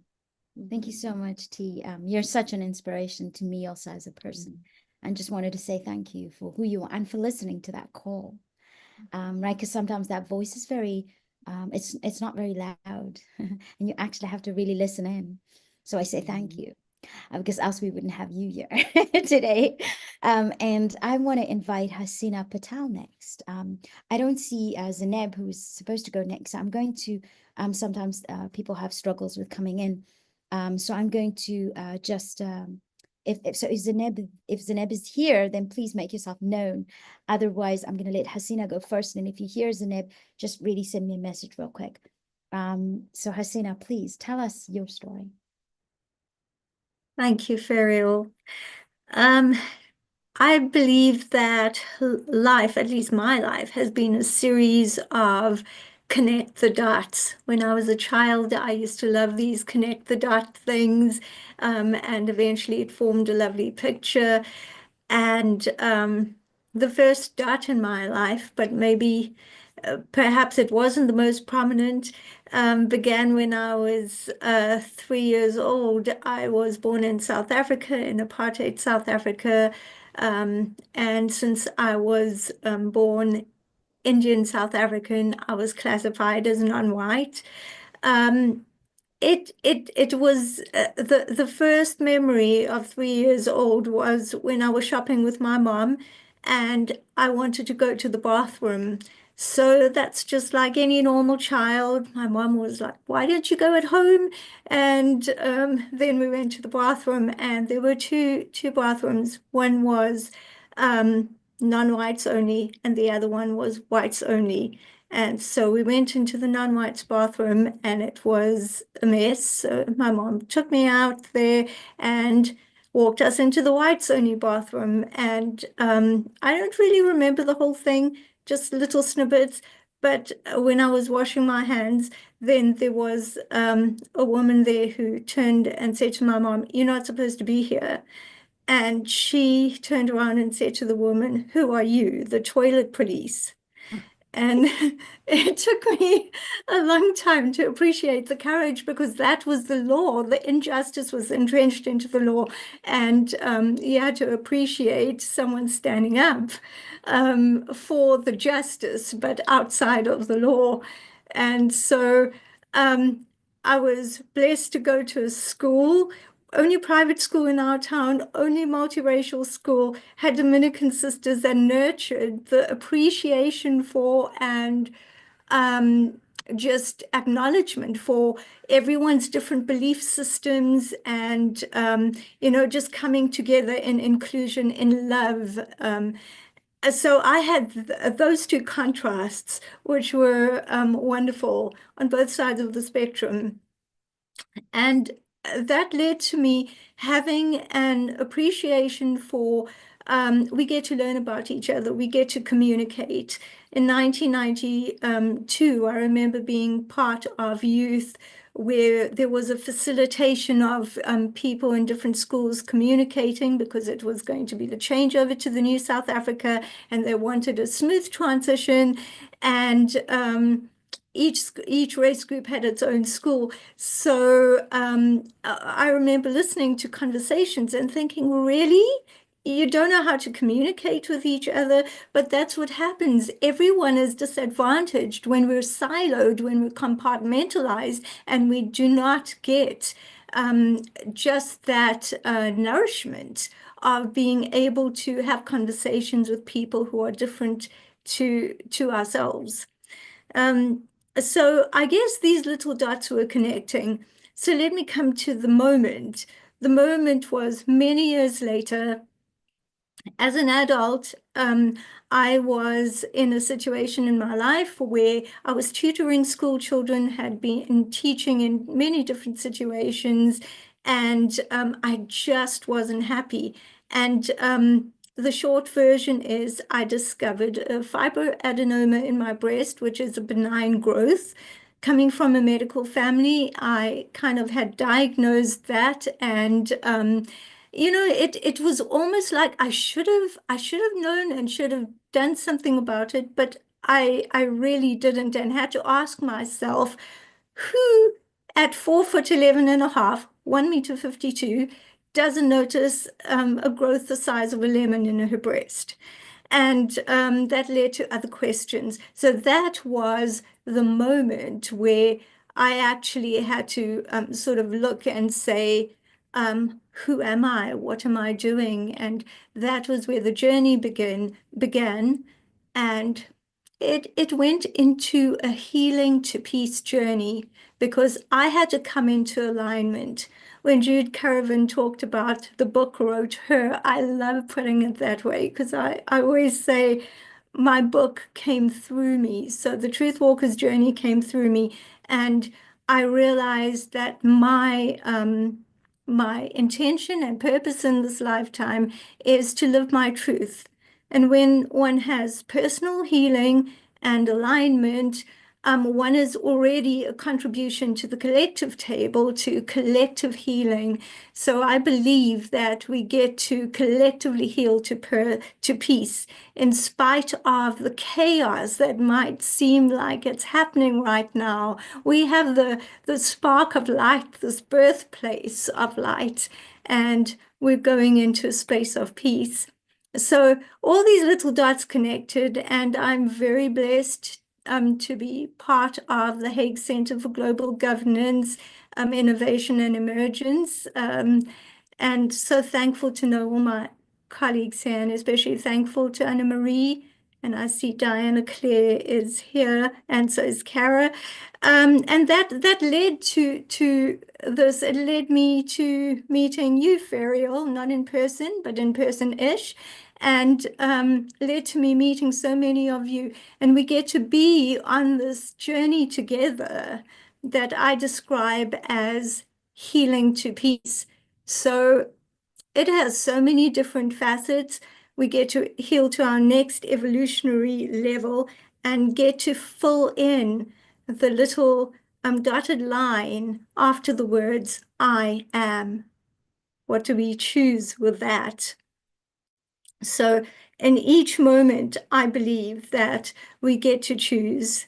And it's such a pleasure to feel like I'm actually doing what I came here to do, which is, bringing that healing that's inside, and living truth and taking that out, and looking at new paradigm, conscious entrepreneurship. And thank you for all of you that I know here and whom I don't know, being part of the collective table together. So thank you. I thank you so much, Hasina, for sharing. And of course, I share a lot of that story with you in apartheid South Africa. And yes, also being educated. I don't remember if we shared that with each other, but being educated by Franciscan nuns in my in my instance. And I am always so grateful to those nuns, because think about it, they did something so unprecedented within their own world, right? Left halfway across the world and traveled to Africa to educate you and I and who we become, right? And so for me, that was something extraordinary that they did. And I always remember this as part of my weaving, even having been back in South Africa now. I remembered that, and I celebrate them, and I celebrate them. I remember them by name because they made me who I am, right? And so I'm very grateful to that. So absolutely. Thank you, Hasina, for sharing that. Next, I want to invite our friend Lev Gordon in the forest to start sharing. So Lev is going to be leaving right now. After he shared, they're going to be heading to another room where we have another stream starting to kind of happen over there. It's the stream that is going to be exploring the voice of business and innovation. So we've got Anton and his team that are going to pop some information into the chat for you guys. If you want to move to that stream, please feel welcome. If that's an area that you really feel you want to be contributing to or learning from, or just participating in this space, we're going to hold all the other three voices, right? And so I am at this point just going to invite Lev so that he can go and help them open that stream over there. So Lev, please tell us your story. Thank you very much, Ferial. How is the sound? Do you hear me well enough? We can hear you, yes. You need to project a little bit, but other than that, we can hear you. I'll try to speak louder. And it's very interesting. I came today to speak with all of us from a forest, but you might hear not only the sounds of the river and birds, but also the construction, which is going just next door. And it's an interesting sign, right? The combination of natural environment and built environment, right? How we as humans both enjoy and share with all the beauty of this cosmos and this planet, but also construct new cities. And exactly the second stream, what Ferial mentioned, the business and innovation, we'll be talking about how we could develop real estate and our cities in a way that is, aligned with nature, aligned with our, human interests and potential. And so those two streams run in parallel, and we definitely invite everybody who is interested to join this second set of stream. And Anton and Daryl will be leading there. I will just quickly introduce, but let me go back and I think they will publish the information in our chat now, but let me quickly go to the story. And there are so many stories in each of our lives, but I want to focus on a couple of them. First, I want to talk to an adult in each one of us. As adults, and we are, let's say, between 20 and 80 years old, each one of us now, I think we already realize by this time that life is very short. We all plan to move forward. We don't know exactly where, right? Next life, maybe, the paradise or something else. But definitely life has its ending. And of course, many people experience anxiety about it. But eventually we learn to appreciate that this fact that life is finite in a way we see ourselves as humans also gives a tremendous value to each day that we live. And really every moment right now, when we talk to each other, when we see our faces on this sort of screen, whether of a computer or a phone, we could appreciate how precious is this moment and feel this stream of life and energy within ourselves, but also in our collective field. And so as adults, appreciating every moment and every day of our life, we can do something about it. So what do we do? And that was one of my realizations maybe 10, 15 years ago, that when we connect to our inner child, and now I want to talk to the inner child in each one of us, not the adult part, but this sort of vulnerable, playful, spontaneous, innocent inner child, which each one of us has. And Ferial spoke about dancing with life and being danced by life. We know how easily most people dance. So my invitation and my story as well is that until a certain age, it was very difficult for me to dance with other people because I felt very awkward, not knowing how to manage my body, etc. And then I don't remember when exactly, but maybe in mid-20s, I learned just to let myself go, let my sort of conscious, rational mind relax, and then I discovered that our body, but also our creative spirit, moves freely, and it creates amazing patterns in life, whether it's an art or it's the art of life, art of action, art of impact, and this is what I was discovering through many different experiences, how beautiful we are inside, and when we let ourselves, this free flow of energy, how we could create a tremendous impact outside. So to finish up my short story here, after traveling and living all over the world, I came back to my native city, which has about 600,000 people, and I discovered that in their kitchens, people have amazing talents. It's on par with the top talent, in Amsterdam, London, New York, Paris, etc. But in the social life, the flow of creative and co-creative energy is very low. It's very sort of constricted. And this is when I started to think about cities, and that's when we translated as well the book from Marilyn Hamilton, The Integral City. And we realized, and we started to look at cities as living organisms or complex living ecosystems. And we realized that, wow, if we connect to ourselves, to each other, and then to the place where we live, it becomes really a magic journey. Oh, we just lost you, Lev. We get all the power of the universe supporting our creative intentions. So this is what I want to finish right now with, is that when we connect to our inner child, but also to each other, we give rise, we give birth to an amazing co-creative process, which really could change not only our life or life of people around us, but also our place and eventually the whole planet. So thank you for our wonderful moment together. Thank you so much, Lev, for sharing. We appreciate it, and we know you're going to be heading off at 4 p.m. UTC is when the other stream is going to start, but we'll continue here, over here with those of you staying. So with that said, I'd like to involve as well, Tom, but also invite you to share your story. Dr. Tom Acklin, please. Thanks so much, Ferial. It is an honor to follow Lev because in the world of connecting with our inner child and connecting with each other, the emergent phenomena, the emergent properties of our sacred interface is it's such a blessing. It's wow, so many great stories already. And speaking of connecting, I actually am not perfectly clear on what I'm about to say. And if everybody would help me surprise myself, and if you're able to turn on your camera, part of the magic of these gatherings is that we we uh, we get to be surprised. Yeah. So I often say that if the 20 years ago version of me could hear this guy talk, I would have myself committed, because I was a very nuts and bolts neurologist for many years, MS specialist, and I still love the cell to cell communication. I still love the physiology and the magic of cellular activity. But I started to learn some different languages when I accidentally bought a yoga studio here in Northern Virginia, which turned into three, and all of a sudden was studying frequency medicine and chakra balancing, et cetera, and hearing all these crazy stories of how things actually healed and worked together and interdependent and intertwined.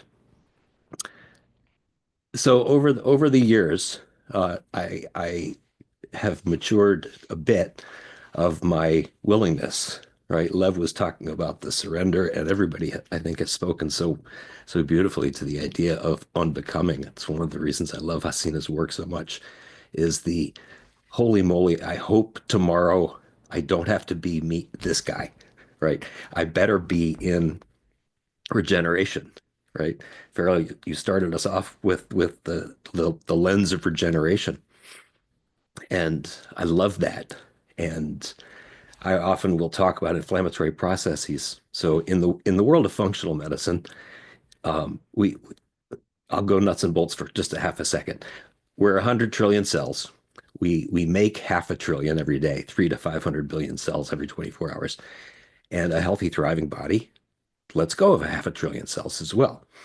If we don't let go, that's trouble, right? If we can't pay the debt today, if we can't meet life on life's terms and face the inflammation of the moment, whether that be a physical inflammation, physical activity, or an emotional inflammation, or spiritual inflammation, if we can't meet it and say, hello, I gotcha, thank you for the challenge, thank you for the torment. Yeah, it's not a bad word. Inflammation is not a bad word, and torment is not a bad word. It's the magic, and we've basked in this idea so beautifully already today.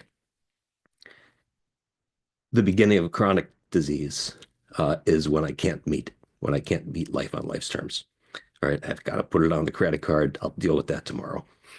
So that's one of the reasons I love these gatherings, and I think that's my purpose. And Farrell, I suggested to you that I would explain the text that I sent that said, I'm fired up.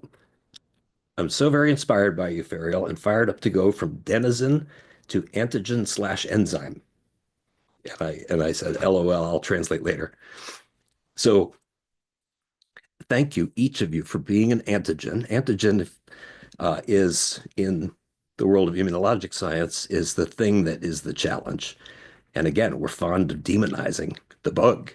No, the bug didn't do it. The virus didn't do it. When we're healthy and thriving, I call it the immune shrug. I work in food as medicine circles, and I put microbiome together. So the microbiome is the fingerprint of small life, micro, small, biota, life, in the gut and everywhere else in our body as well. And we're 99% plus something that's non-Homo sapien DNA, right? There's plenty of different critters, bacteria, virus, fungus, etc.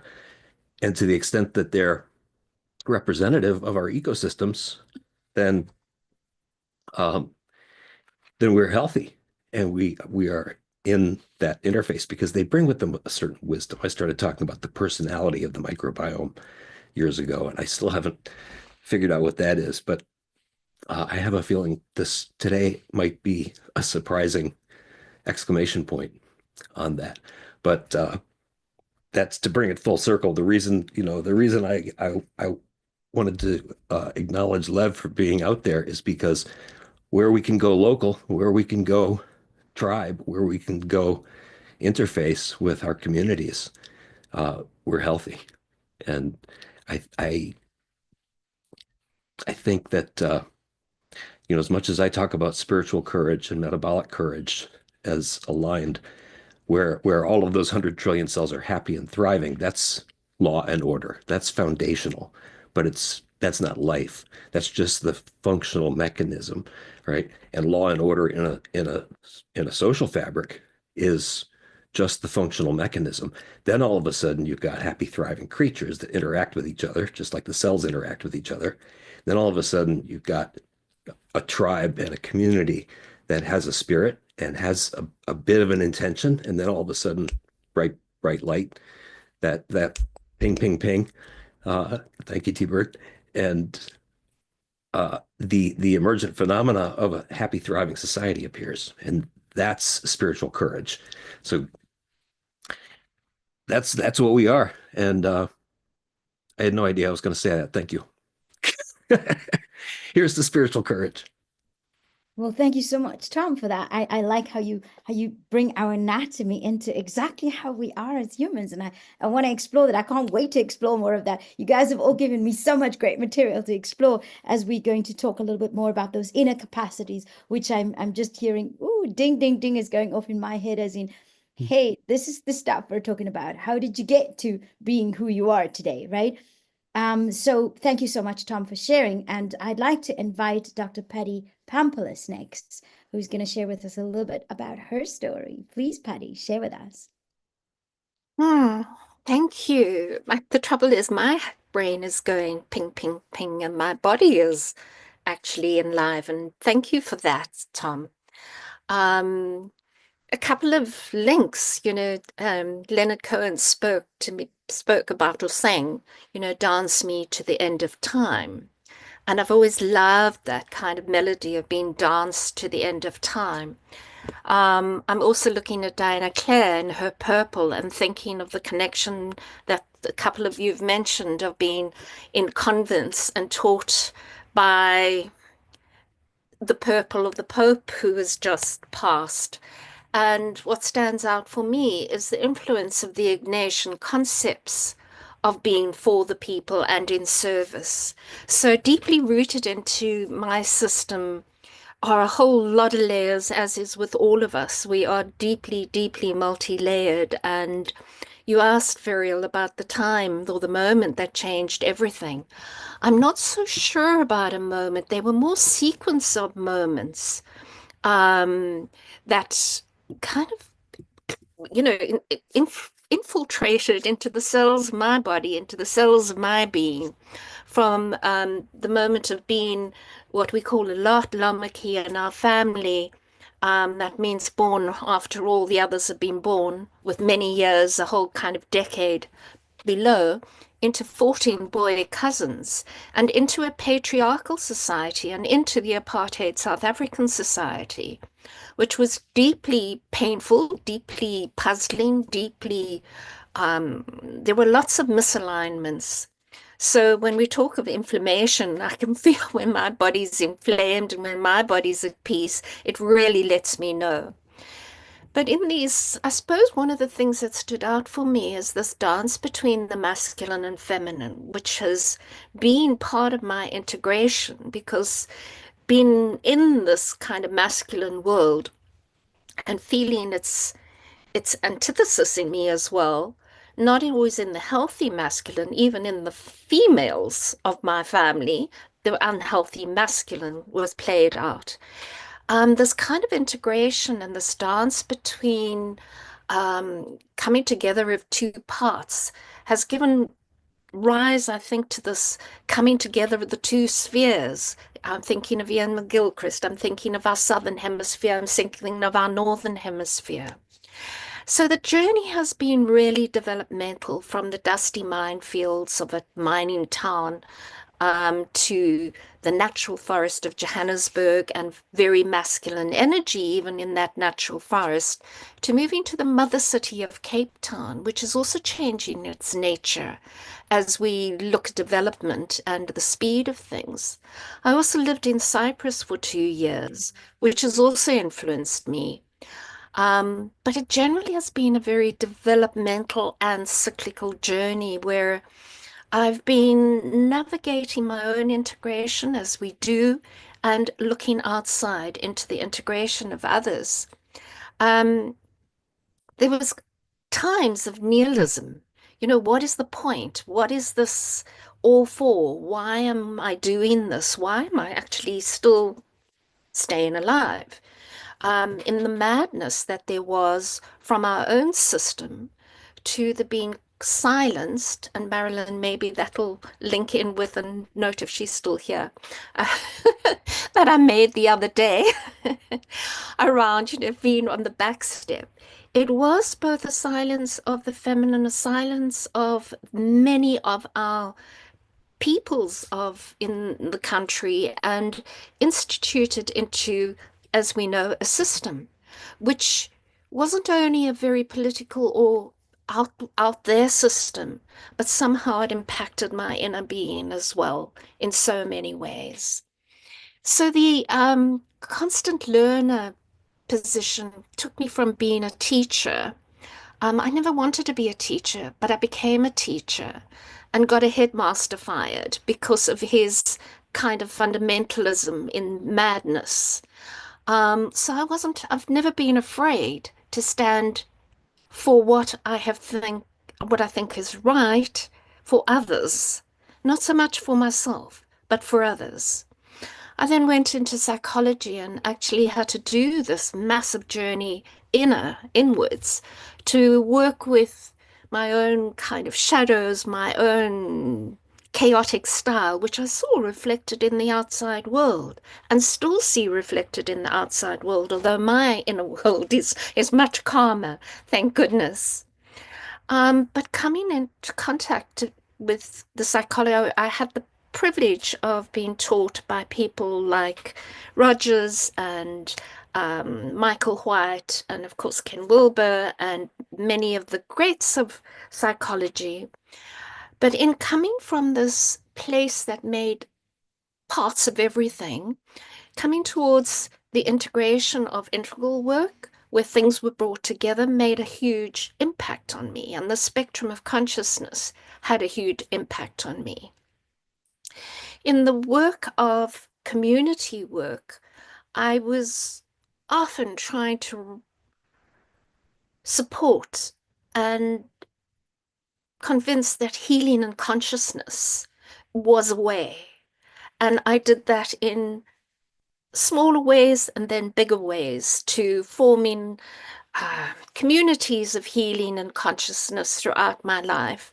But one of the moments that came to me was when I chose to let go of my marriage in a massive dream where there was universal explosions of beautiful, quite beautiful. And I was watching this from the balcony of my crumbling house, not understanding why everybody else didn't see that everything was falling apart. The image of a beautiful woman, well, I don't know. She was beautiful in spirit. I don't know what she looked like really, because she was clothed in white robes, and the eternal figure was coming down a dusty road and held her hand out to me. And I knew I had to make the decision to leave my marriage, but there was also a decision to leave something behind and to, well, not really leave it behind, to integrate it. So that integration again. Also sitting in my therapy room with a multiple personality client, I could see this picture of the brokenness or the different personalities trying to integrate. And the very next client I had, which was an executive, or who was an executive, working in an organization that was pulling this person apart. So my impetus then was, how can I get out of the therapy room into a bigger room? And I little cheekily said, from the therapy room into the the living room of life and into Zoom and into a school, which I have now led for 21 years, through leadership development, transformative leadership development. And my intention has always been the guise of healing and consciousness and under what we called coaching and leadership. But the work was to live the moment by moment practice, to really take the steps. I am deeply rooted in Africa. I am interested in decolonizing my own mind and those of helping others to decolonize theirs, and to allow the beauty of what we are to come forward. But it's a soft beauty, but it's a firm beauty. So it's helped me to develop the kind of perseverance, the courage, the living into that call, the being able to get feedback. Oh my gosh, feedback. Tell me what I need to change in order to be this thing. And what is changing is my acceptance of my being, and the work that I do with others is not about me. It's about all of us. It's about our connection to the forest that I look out to. It's connection to the gardening. I'm also a gardener. I love my garden. I love sitting there. I'm getting feedback all the time. It depends which one I'm choosing to listen to. So I'm been willing to get up again and again, and something is calling me, and I'm just answering the call.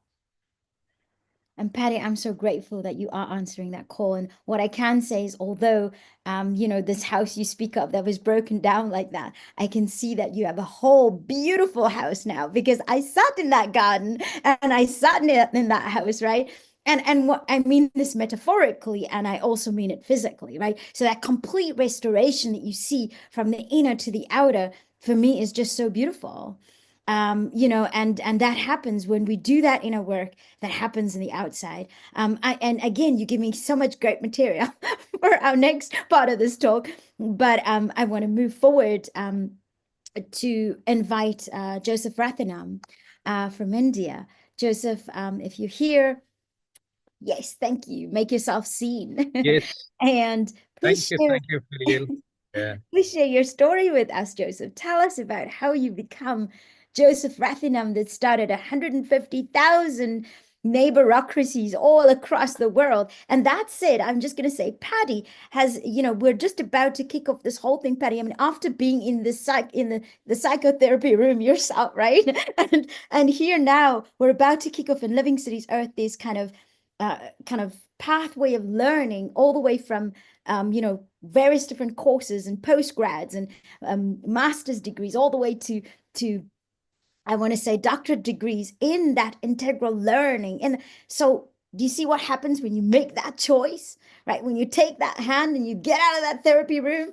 Great. So with Joseph, tell us, how do you become Joseph Rathinam today? So I was just an ordinary, normal person like anyone else, looking after myself, having dreams about a very prosperous life, career, and things like that. But what happened was, in my mid-30s, I was making good money with my business. Actually, I was trading shark fins at that time. So I got good money. So after some time, I started feeling that I have a duty towards the society. I have to give back something what I have received from the society, so that something meaningful comes from me to the society. So I was wondering what to do. And I was not connected with the NGOs or social workers and all that at that time. And so what all of a sudden came to my mind was to start a political party. I said, I will start a political party, then I will start doing something, giving back to the society what I got from it. So without knowing much about it, I just jumped into the pond and started a political party. I just got it registered, went through the normal procedure of establishing a political party and all. I went through that and I did it. And within a very short time of starting the political party, I said, it's something disturbing me. Because I started, connecting with many mainline political leaders. And each time I met with them, discussed about them, about the political activities and building leadership and all that, was always I was feeling that I'm not in the right place. Perhaps I have chosen the wrong track in my life. And very soon I realized I am a fish out of, yeah. And I said, I have to do something correct. What disturbed me was all these political leaders were always talking about coming to power, coming to power, coming to power. Then only I realized I did not start a political party to come to power. I said, I can serve, not coming to power. Then the contradiction started. Then it started, disturbing me. Then I said, I ought to study more about this party politics. Then when I just committed myself to study, and it's a providence, I came across a beautiful write-up by Dr. Ambedkar. Ambedkar is the father of Indian Constitution. And in one place he says, when he was asked, he had a mass following. And more than few million people followed him because of his intelligence and directions and very clear ideals. And people asked him, why don't you see, you've got a very big mass following, why don't you start a political party? And he answered, even if a saint comes down from heaven and starts a political party to change the system, he cannot change the system will change him. And that struck me. Then I said, yeah, even if a saint cannot change the system and he will be part of the system, then what about me? Then I confirmed I am in the wrong track. I'm not going to go further. But I did not know what to do. But I said I was determined to serve the society. I have to give back something to the society. But party politics is not the right way. Then I said, what next? I said, I love to create people's politics.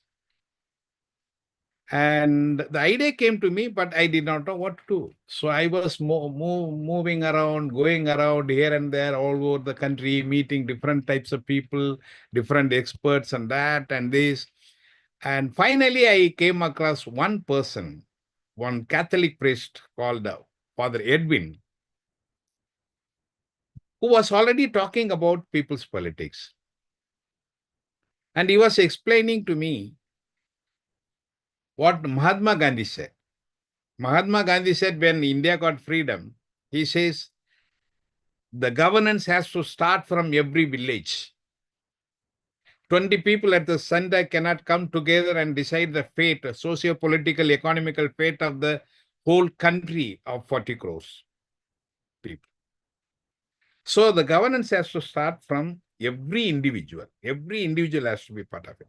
And this Father Edwin had already had some idea about it and started working about bringing governance system in the neighborhood.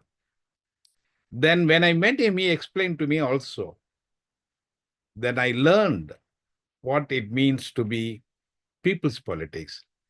That is the seat of power, which we call parliament, or the seat of governance, which we call parliament, should not be in a place where people cannot have, ordinary people cannot have access, but it should be among the people. So he was already trying to create these parliaments in the neighborhood. Then I joined him. The idea was very fantastic and he impressed me. Then I started working with him and we together came out with the idea of neighborhood parliaments, where every individual, even the last person in the society, in the neighborhood, will have an active say in day-to-day governance. It's not that only voting once in 4 years or 5 years. It is deciding everything then and there, right now, right there. And bringing the seat of governance to the people in the neighborhood had a lot of, ideas. I mean, it lit the fire in me. I said, okay. Then I realized every individual is a leader in his own capacity. And we are talking about, bringing leaderships and developing leaderships and that and this. No, every person born is a leader in his own capacity.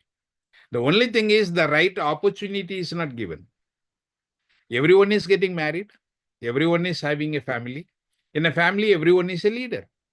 And if every person can be a leader in a family, why can't he be a leader in his neighborhood or in his own community? Definitely yes. And that's what made me think more and more, made me commit myself to that, said, we will create these neighborhood parliaments together. And when we started working on it, we strategized the whole thing, how this neighborhood parliament has to work.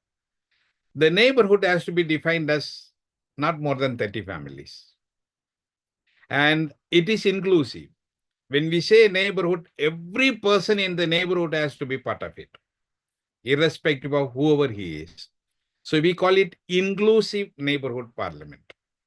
So every person is part of it, and every person in the neighborhood is elected as a minister for any concern, whatever the neighborhood faces.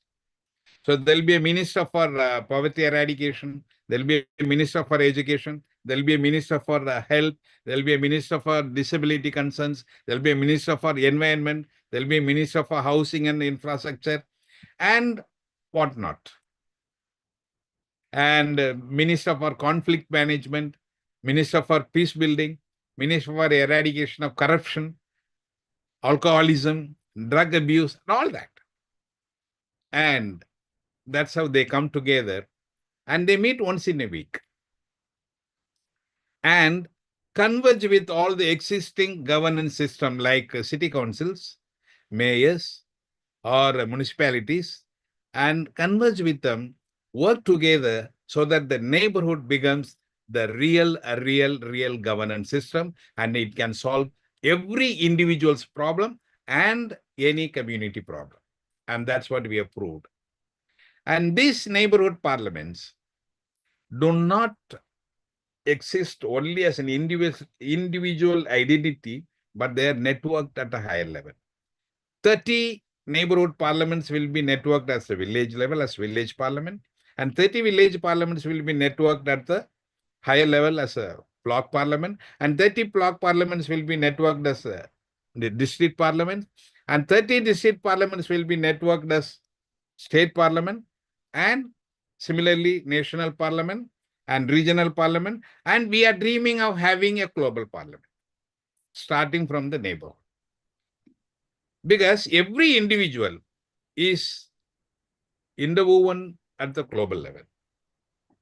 Any issue at the global level affects any individual wherever he lives. If there is a war between Ukraine and Russia, me sitting in India, I cannot say it doesn't affect me. No, it affects me a lot. In many ways.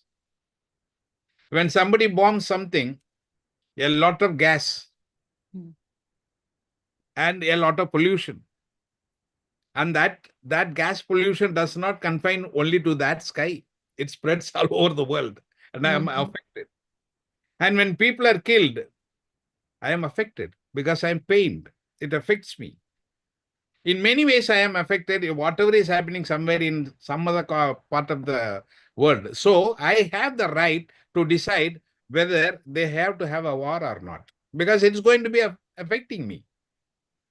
And that's Absolutely, why it is. Joseph. So, Joseph, even in Romania, I'm seeing this now. They're situated in between that, and they're not in a war, but they're affected. They're telling me all the stories. So you're right. So that's how they network, and we want every individual's voice to be heard at the global level through these federations. And in every neighborhood, we have 3 units of governance. One for the children. From the age of 6 to 15, we call Children Parliament. Then we have the second one from 16 to 24, that is Youth Parliament. And the third one is for the adult.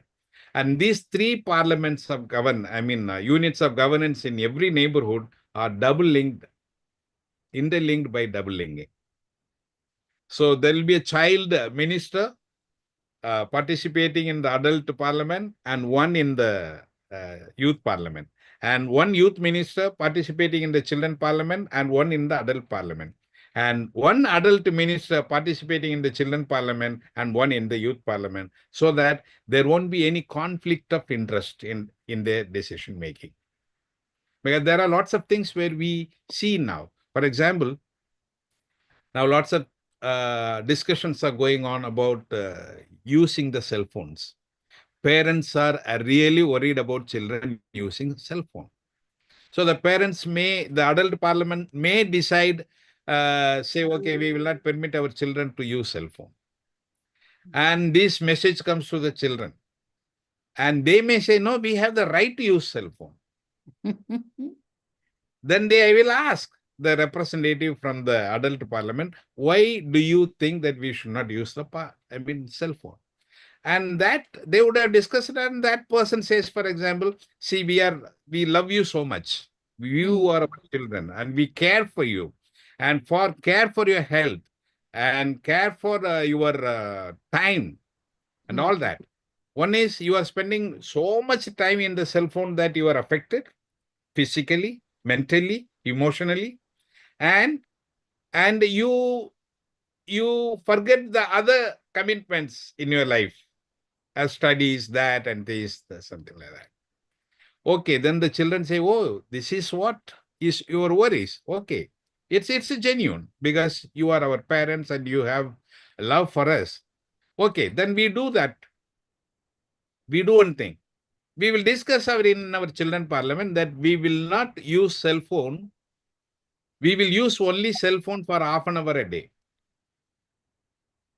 So we will have our own timetable prepared and get it approved from you, from our parents. And before using the cell phone, we will inform the parents what we are going to see, for what purpose we are going to use the cell phone, what we are going to do, and after that half an hour, we will inform you what we have learned by using the cell phone. And if we commit ourselves to that, is it okay for you to permit us to use cell phone?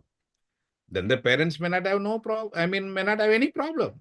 Okay, if you commit for that and if you are genuine in your commitment, we permit you to use cell phone.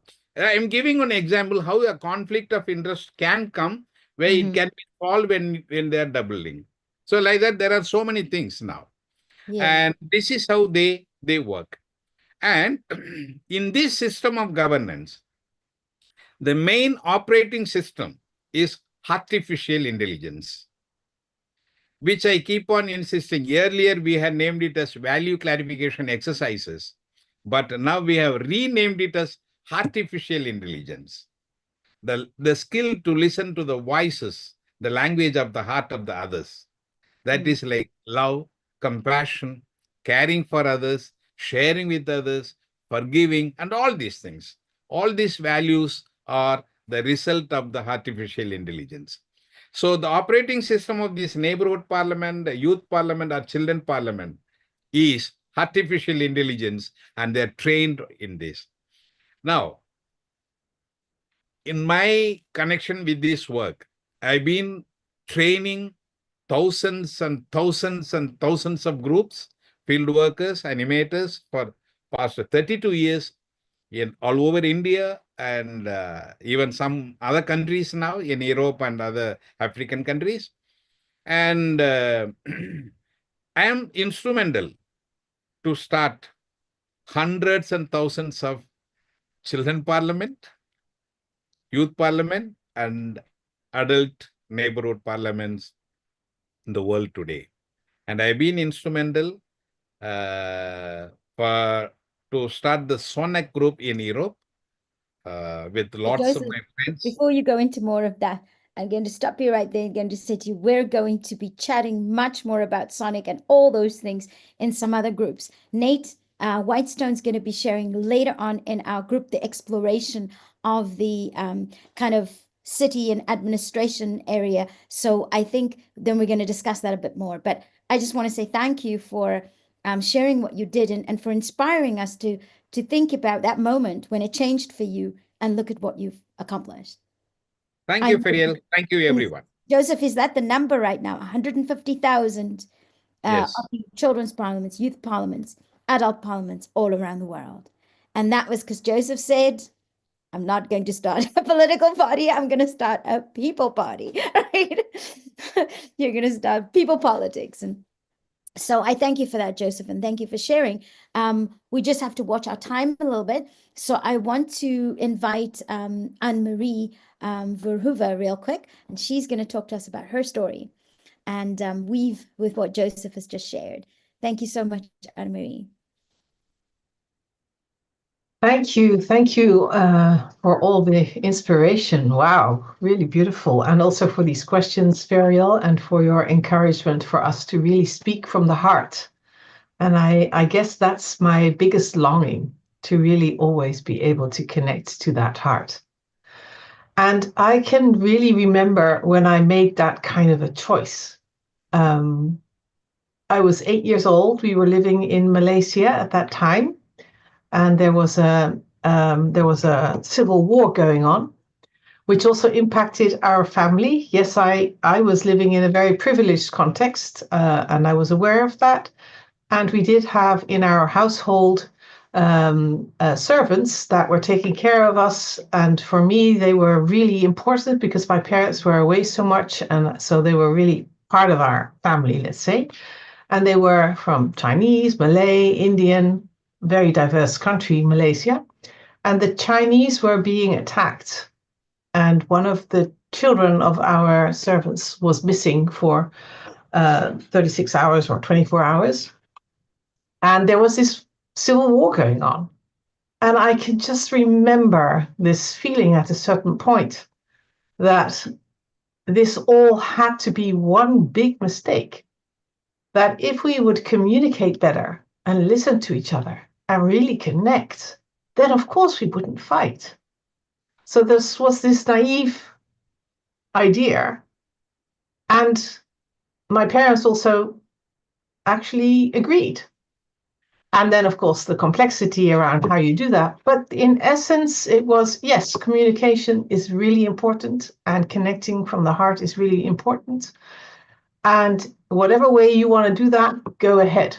Do that. Find your own way to do that. Because my parents had left the Netherlands in 1955, a country that was being built after the war, but was very secular and structured. And they both left separately. They didn't know each other and went to Baghdad. And that's where they met, fell in love, and where my sister and I were born. And then we went to the Far East. So we moved places every 2-3 years. And I think that's been with also their intention, a magnificent training for the work that I'm doing now, really strategically connecting, bridging continents, seeing how I can really bring that heart space open and let us connect on a deeper layer and understand each other and see how we can then come up with a heart-centered humanity that serves all life forms, not only people. And of course, in that whole journey, how to then understand each other and how to communicate as an 8-year-old seems in some cases quite simple, but coming to the Netherlands, not speaking the language, not understanding how to do things, and then moving another every 2-3 years, made me, I would say, very adaptable, but also all the time finding other ways of understanding what are the rules of the game here, and how can I really play together, co-create together, because that's another thing that I really love to do. I'm really a people person. And my parents said, actually, that was the most important thing to do. Find out your talents and put them into practice. And the best way to do it is do it with people. Join something and just figure it out yourselves, because they didn't know what the rules of the game were in all these different countries either. So that was also what they did themselves. So I was very much trained to always go out, do whatever I wanted to do, but contribute and play a role, manifest, do something. So this doing was a huge thing.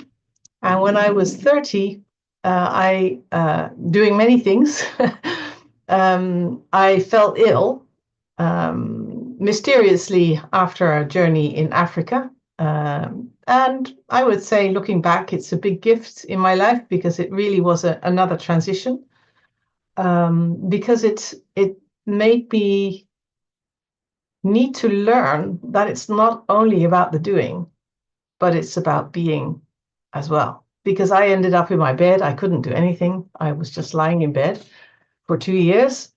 And the story was that was how my life was going to be.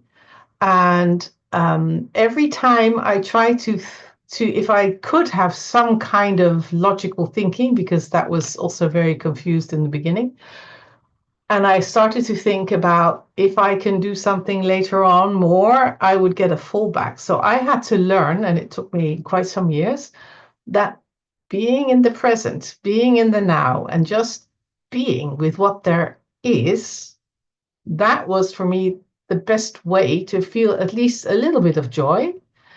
And gradually also it helped me actually recover more energy and be able to do more things. But I had to first figure out and accept, of course, that not doing anything was also okay. And great appreciation also for my husband, because I did suggest to him that we would divorce. And he made a very conscious choice to stay and say, he said, no, we'll figure something out. It's okay. Just be.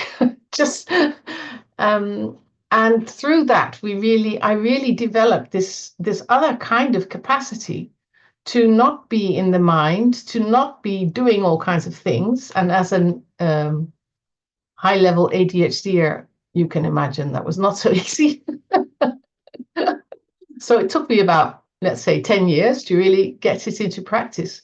But it, of course, has developed such a huge capacity to really be radically present and as authentic as I can be, because that was the other thing, that whenever I tried to be something else, not myself, I would again get a fallback. So my body is really my compass, whether I'm on track, whether I'm on purpose, whether I can serve. And I am so blessed to have, in that journey, to have met Peter Mary and all the other people of the Center for Human Emergence 20 years ago, and to learn about spiral dynamics and integral model and do all that work in a way, and to develop this practice where we can co-create from the universal heart that I learned from Jude, attuned to this cosmic beat that she also brings to us, and what Diana Claire also always brings to us, finding ways of working together that can impact and serve all life forms. And that, of course, is also what we do here. And to co-create with all the different voices in the city, in our regions, in our bioregions, with all life forms, with nature, to be inspired and to do that. So I would say the doing and the being fully present and radically authentic, and checking out what you need to do for that, what practices I needed to learn, and how I needed to revisit that again and again, and be of service and joy. Find out what really gives you joy, because it is the joy that we have really practiced in Integral City also, that helps us to stay on track and to be in service of all life. So thank you for letting me share. Thank you so much, Anna Marie. The word that's come to me is what makes your heart sing. That's right. Yeah, and there's so many other things that you've said that so resonates with me, that doing and being one of your fellow ADHDers, right? And I'm sure there's quite a few of us in here. I know them, right? And yeah, absolutely, that authentic. That's why I found my power, by totally being authentic, as in no longer needing to prove, no longer needing to somehow look for a title or something, but just to be me, and that was enough. You know, and I think that, and when it's not enough, then it's also okay. What I mean by this is, like, I'm not meant for that. That's not my path over there. But where my path is, where I'm enough, where I show up as Ferial, and like you said, Anna Marie, and that's why you're all around this world creating sparks everywhere, because you're now owning that, and that's beautiful for me, right? To hear that. And with that, I'm going to transition us into our Dr. Alexander Laszlo, who is going to bring us to a close in this aspect of what we're talking about. We've got another 15 minutes left, and then I want to ask her, if, depending on how long Alexander's going to be, I just want to pick a couple of your brains just on some of that deep inner work stuff, because something came up as you were talking that was like, that's where we're getting stuck. That's where I'm getting stuck. That, you know, and I want to very quickly dig into some of that if we can. So Alexander, may I invite you please to share your story, for it is a beautiful. Wonderful, thank you. Yes, so 15 minutes. I definitely won't take more than half an hour, so that's fine. I'm kidding. Okay, we're good. You're okay. So I want to share a little bit also of that transition point, that spark, that what shifted in me and so on. But I want to connect. I want to connect a few things from what Anne-Marie was saying, or from what Joseph Ratterman was saying, from what was being said before, from what Hasina was saying. Connecting, you know, I think this is really what we're doing here as well. We're finding each other, because we know we can't do this alone, and I think that's part of what also was a click for me. You know, the age of the lone hero who's going to come, you know, the John Wayne figure who walks into the town with the pistols blaring and saying, you know, I'm the law here. But no, you know, no country can be that way either, by the way, you know, hint, hint to countries that are trying to be like that.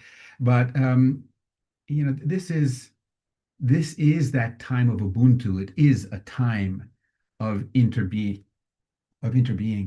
And, well, what are the things that I'm picking up on here? First of all, I wanted to share that this event that we're engaged in here today, all of us, is, you know, it needs to be beyond words. Right? We're here, we're talking to each other, and we're listening to each other, and we're all sitting around, except for Lev, who's off, you know, hiking. But otherwise, basically, we're right, and it's words. And how is that different from anything else that we do on Zoom and these meetings? And this needs to be different, right? And what makes it different is where these words enter, and we allow each other to be changed, right? To engage, to connect. Otherwise, we're going to go away from this wonderful event, and which is, you know, 60 days, by the way. It's not just today.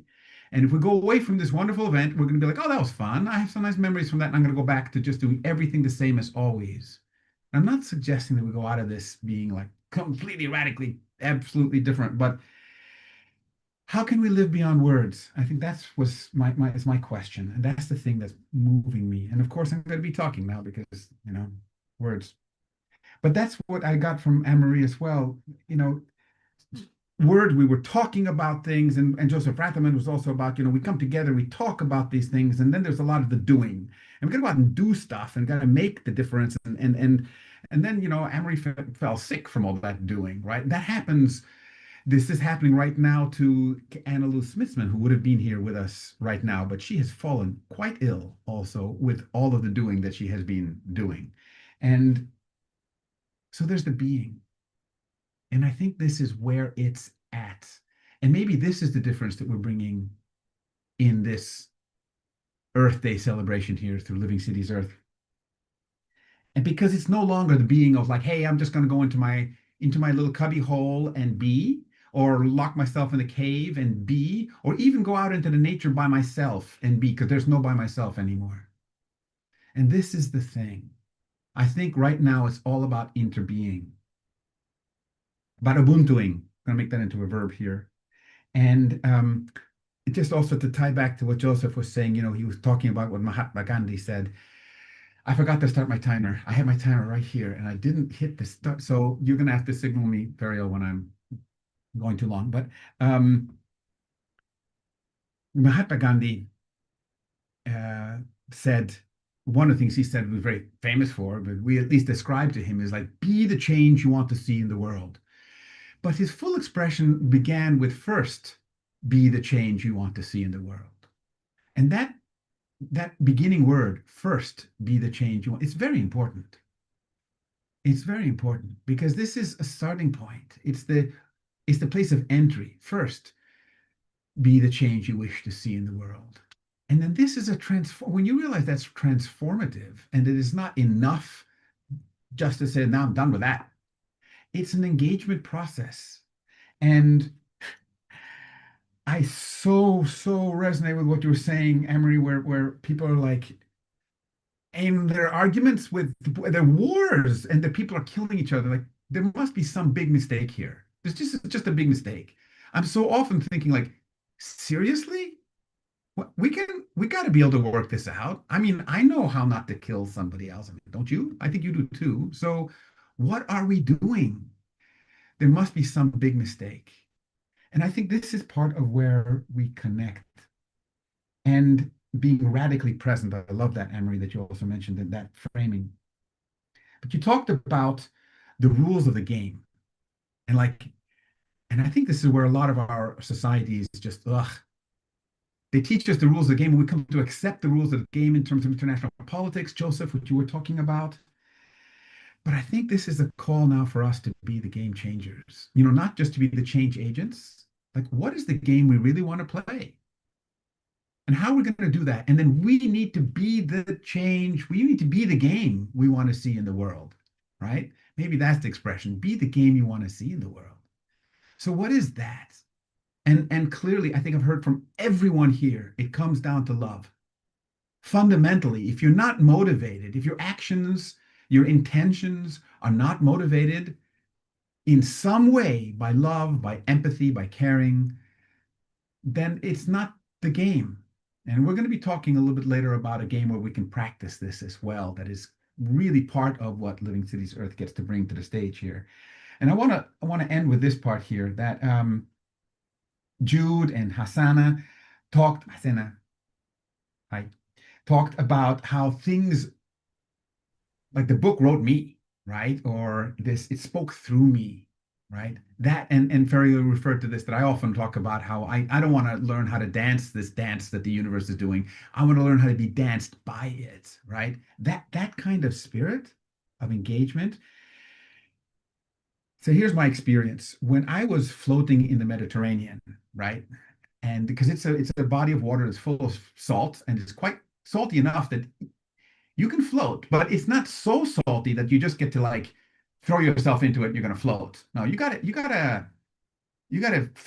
think I'm floating. So this is the difference. There's this expression, let go or be dragged. Stupid expression, because that's really not what it's about.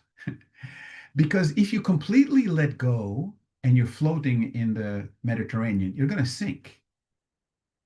It's not about disconnecting, because if you completely let go, you sink. But if you extend your arms and your legs and you think I am the surface of the water, I'm moving with the water, it's a little difference in almost your intention. You float. There's magic in that. You float. So but it is still also a surrender, because you're not like, okay, I'm going to do something. It's not an active, because then you're not floating, you're paddling, right? So how do you let go without disconnecting? This is the thing. How can you be danced? How can you be making yourself available to the flows that flow through us. So the last thing I'm going to say here, but connects all of this, hopefully. Part of this is this connecting, and I think Jude spoke to this as well, is connecting to each other like we're doing here. This is like what I look at as the horizontal energy connections. We're like, here we are. I see you. You see me, I hope. And we're connecting, and that fills a heart space. And that's powerful. We create a field of interbeing. But there's also a vertical connection. There's a connection with the cosmos and a connection with Mother Earth and across time. And that's not in the here and now, right? It's in our connection to all life and being and extended into the cosmos. So there's the agape, the sense of love, that sense of love of life. You connect to those energies. And you do that again by connecting with each other and with this powerful spirit of the cosmos. People talk about it in terms of God. You talk about it however it resonates in you. But in this higher, deeper interbeing. And this is the game. There's nothing stopping us when we connect like this, because this is life. So yes, this is what being soul models is about, as Jude was talking about. Exactly. So with that, I am delighted to be here, and don't be dragged. But yeah, let's change the game. Back to you, Ferial.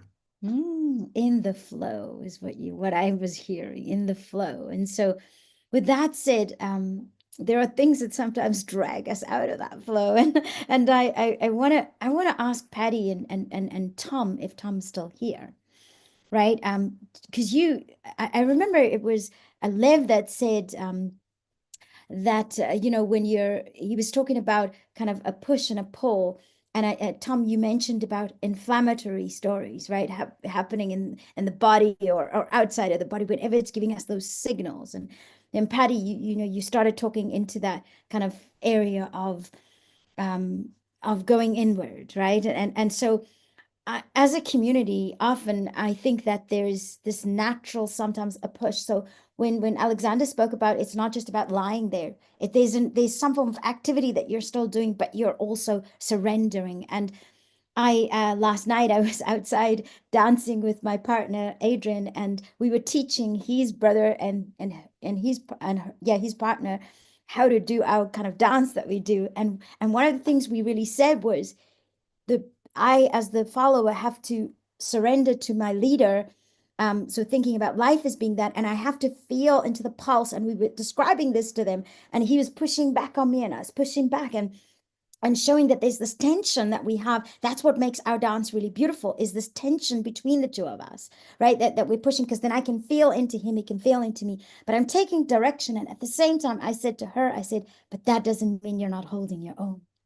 I said to her, I am a good dancer on my own. So I'm hearing him, I'm feeling him, because I want to be in syntony, right? I want to be in that thing that Alexander speaks about. I want to move with him, right? Because then it looks totally beautiful. When I'm not moving with him, it doesn't look that beautiful. So I'm taking direction, I'm feeling him, but I'm also holding my own very beautifully. So there's moments he gives me that space, and I totally am doing my own thing over there, but I'm back to feeling.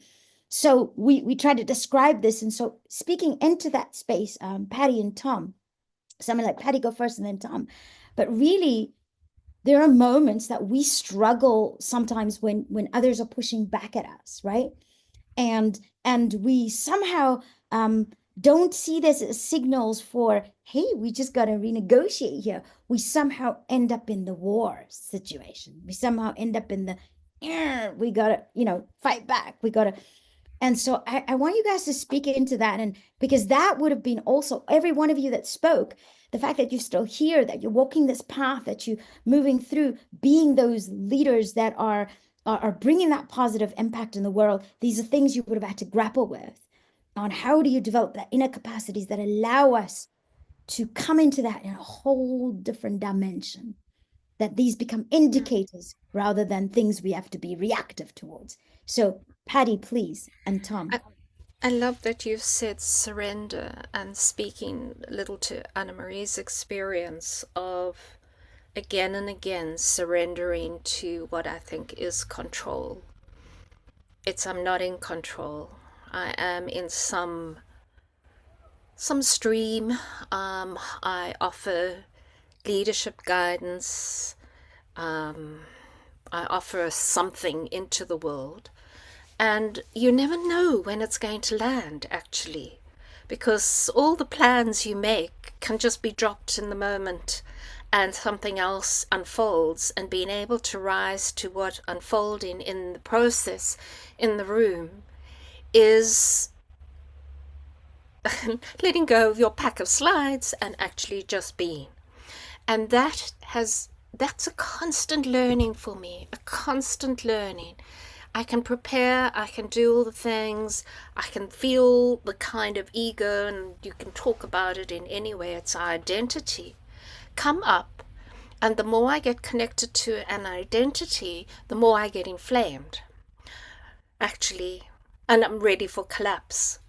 And in the letting go of it, it's painful. It's because who am I? And I am all of you. It's a hard one to get my head around. I mean, I understand it conceptually in some moments, spiritually and through the heart. But it is hard when we're faced with the practicalities. So it's courage. We are the curriculum. When we're being formed, the curriculum is our life. So let's learn from it, whichever way it is inflaming us. Sometimes the flames are good and sometimes they end in war, but sometimes they spark us into action, and they spark us into what Joseph has created and others have created here. So let's be that.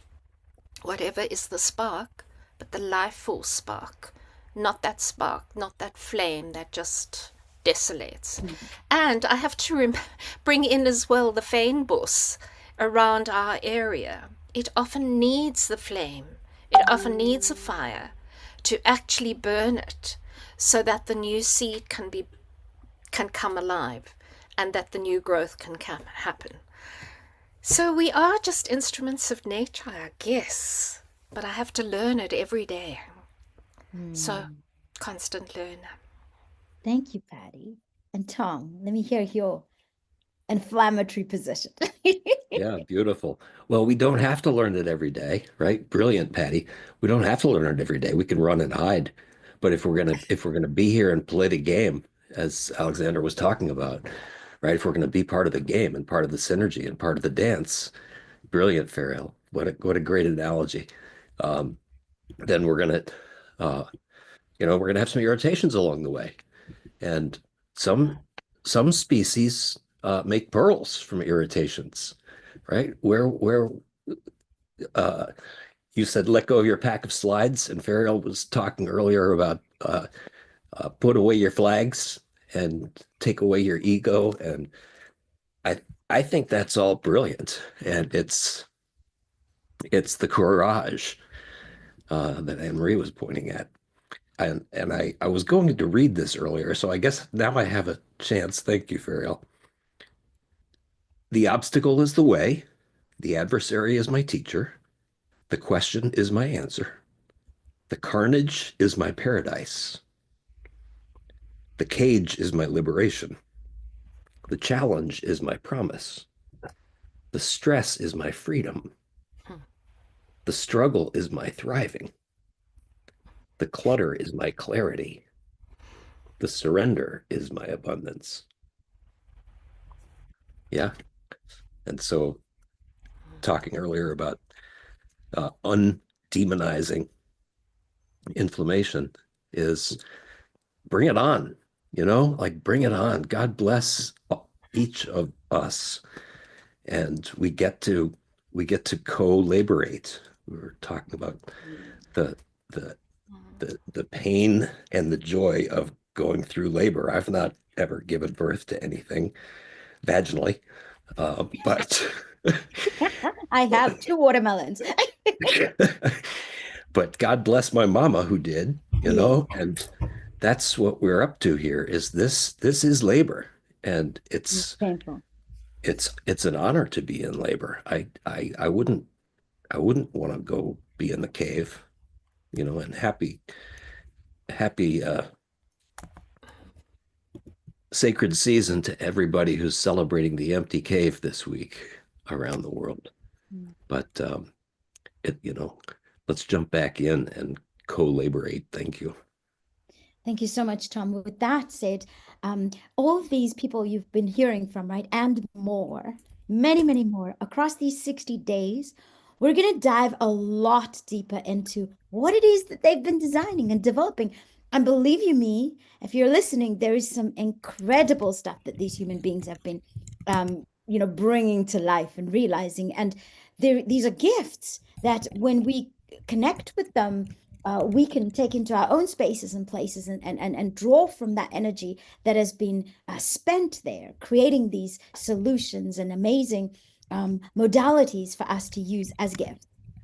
So that said, I want to so much go deeper into the things that each of you have said, but I realize now we're going to go on a little bio break because I myself need to head to the ladies.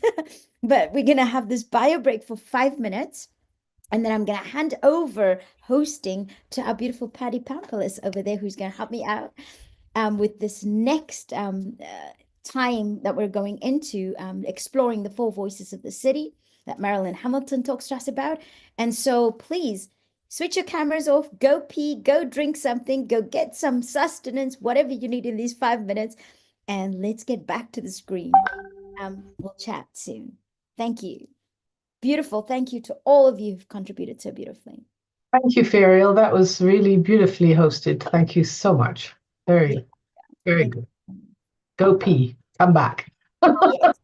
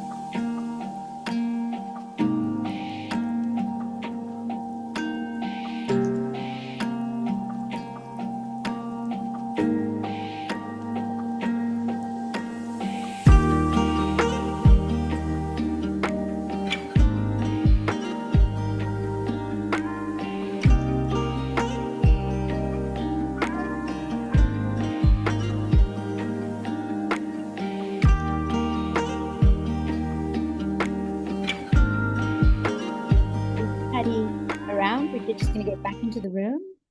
I am. Awesome. Thank you, I shall Kate. take over. Beautiful. So welcome back, everyone. Beautiful to have such rich, inspiring voices in the room from earlier, and we hope that they're going to continue. Please remember to add your thoughts in the chat room and bring your voices in. We certainly will take note of them and actually really hone these towards the end. So thank you, Ferial, for that beautiful. I will try to keep up the the beauty and grace of you dancing. Nice to see you live on the screen, Nate. I see you've put your real face on and not the image, which is also lovely. So we've really just witnessed some beautiful stories of courage and commitment and people that really can take the change and be the change. And we're living, I think, to some degree, what I'm so excited about this community is really being able to hold each other to living the things that we talk about, to walk in that talk, and to being gentle when we fall and picking ourselves up as well from that fall. So now we're going to go to understanding how this movement is being shaped by the 4 voices of the city. And these voices are the citizens, cities leaders, impact organizers, and business innovators. These are not just abstract, those are 3. Help me, citizens, impact organizers, and business innovators. City leaders. City leaders. Very All good. right. Oh, citizens and city leaders. Of course, I've got my notes here that I am following. And really, these are not abstract ideas. These are real lived experiences that people are making happen. To introduce this framework, it's really wonderful that we can have Marilyn Hamilton to speak of this. She has initiated the 4 voices in her work of Integral City series and the Living Cities Earth, which is really reshaping a group of us to come together to actually implement some of her thoughts, but amongst that, to implement our own work together with meaning and understanding. So we welcome, although she's not here personally, we're going to play her video of her contribution to the side because she's on the other side with the other group at the same time. So we'll soon be able to translocate and actually be in 2 places simultaneously speaking together, I think. Not yet, Betty. Not yet that. We'll come up with that solution at some point, like you and I. Well, she's live right now with Say Dolabini and in the voice of business and innovation explorations. So if you don't catch it here and you catch it on the recording, really going to be something beautiful and worthwhile listening to. So right now, we're going to take the moment to hear Marilyn through a beautiful pre-recorded message. The 4 voices and how they can guide us into deeper collaboration across our cities. Kate, please go ahead. Before we go, Patty, maybe we'll just remind the others real quick about, so just in case you want to be in the other room, and they're talking about, as we said, the voice of business and innovation development, then we'll just ask Kate real quick to throw that link back, the Zoom link for that in the chat as well. And they can head over there, right, if they want. For those who want to stay, yay! And Kate, if you could play.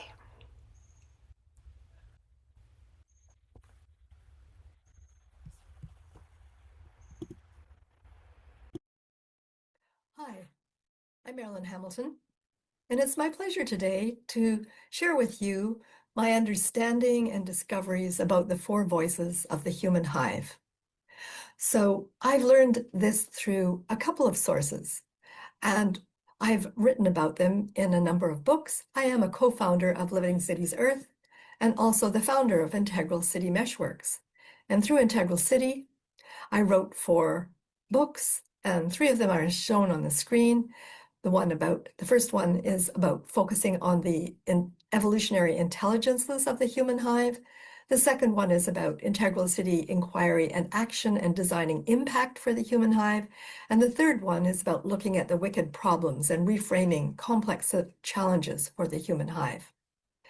But now I'd like to just share with you the surprise and delight that I received when I learned that James Lovelock had a particular opinion about humans. James Lovelock was a physicist well known for considering that Gaia, our planet, was a living system.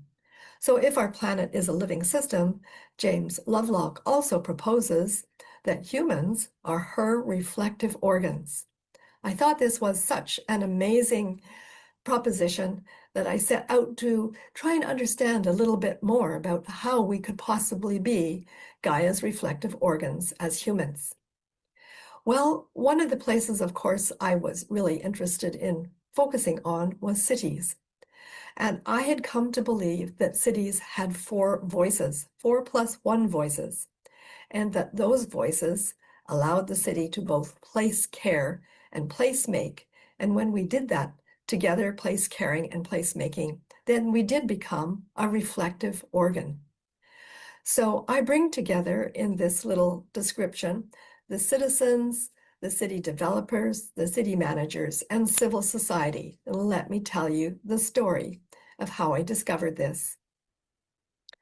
I was taught by Howard Bloom to think about the beehive as a source of patterns in living systems. And I came to discover that the hive demonstrates the same kind of 12 intelligences that I propose that human cities have. However, beehives have been around much longer than cities. Humans have been around maybe for 1 million years by some of the longest guesstimates, whereas the honeybee has been around for over 100 million years. So I wondered, what might those bees have learned that we could learn from? So it's interesting to think about the fact that in a wild hive, there are about 50,000 bees. That's about the same number of people as in a small city. One of the things that you should also remember or know, that bees have a particular way of communicating. They call it the waggle dance.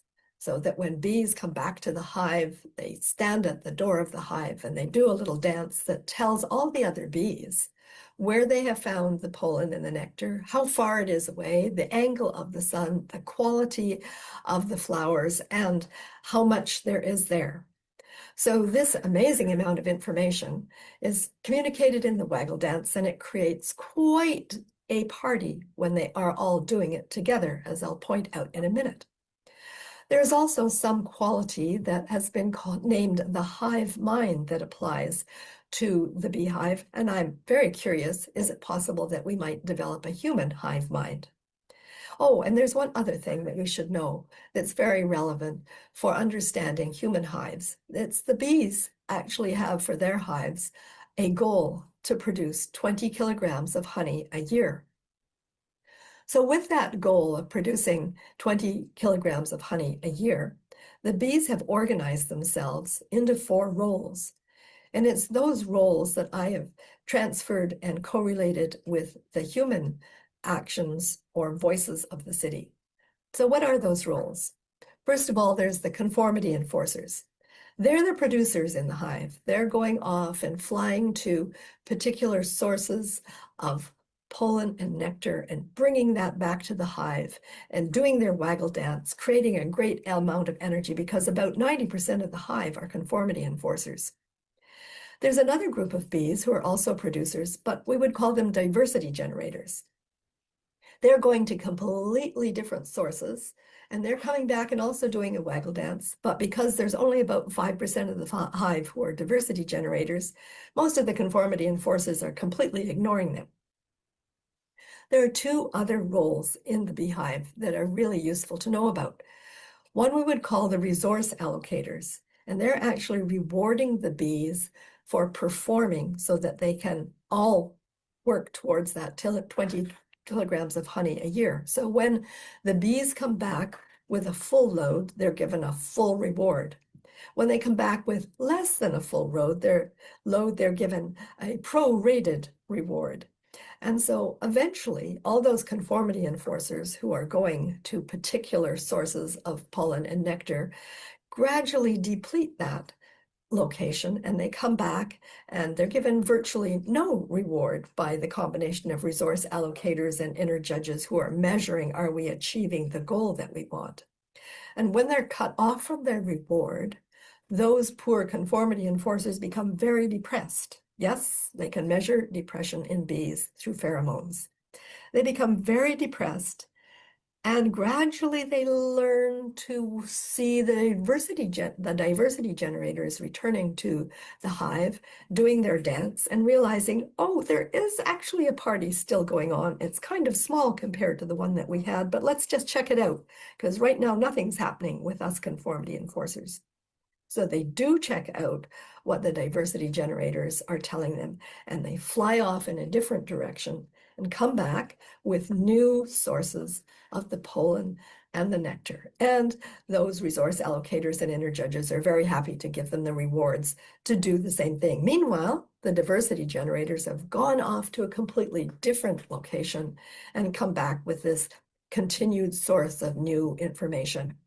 So between them, the conformity enforcers and diversity generators with the resource allocators and inner judges are working as a system that is going to achieve the goals that they have set out for their own sustainability. Meanwhile, oh yes, there is that +1 role, and that's the intergroup competitors. Who are they? They are the other beehives in the same region. Now, how does this connect to the human hive? Well, I'd say the conformity enforcers are like us citizens. Most of us are citizens of our cities.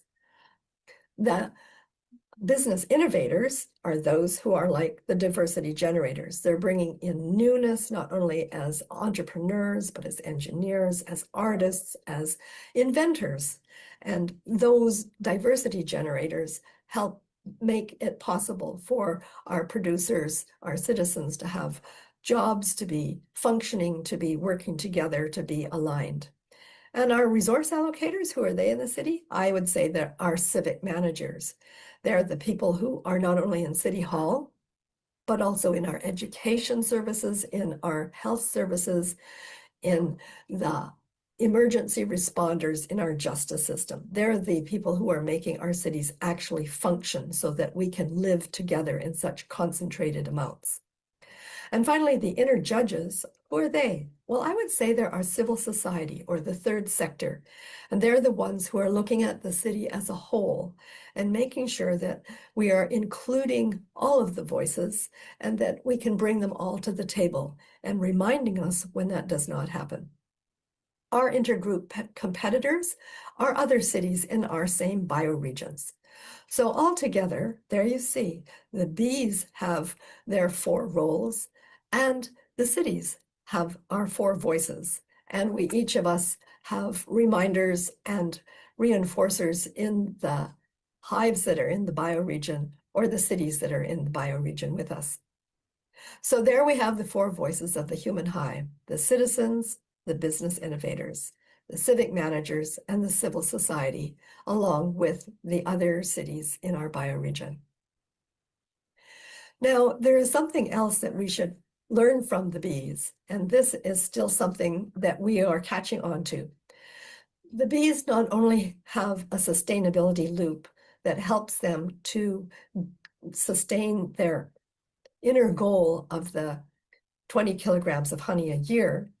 I call that their place caring demonstration, but they also place make by focusing on the external pollination and resilience service that they offer to their bioregion.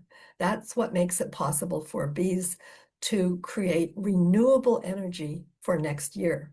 Because as they pollinate their ecoregion, they're actually generating the resources that they will come to next year when they visit those flowers and bushes for the sources of the nectar and the pollen. So the bees have this double sustainability loop of place caring and placemaking. And I would say our 4 voices of the city need to discover not only how we look after ourselves, our individual cities, but how can we serve the ecoregions that in fact we draw all our resources from so that we are creating renewable energy. Altogether, our 4 voices also contribute to being Gaia's reflective organ, because I think that altogether we create something like a code of care, caring for persons, people, place, and planet. When we are able to care for ourselves, then we can care for others, and altogether we can care for our places, and altogether then we care for the planet. So Gaia's Code of Care is a very powerful, I think, universal pattern, and that each and every city is contributing to in some way. Now we become more sophisticated as we mature as cities, and we go through place caring practices. So we move from communities to cities, to a planet of cities, to a planet of integral cities. And we can see this by not only the way that we develop ourselves through the different sequences of becoming, first of all, rural agrarian places, and then frontier towns, and then small urban places, then suburbans and large urban places, all interacting together now as different versions of our human hives evolve over time.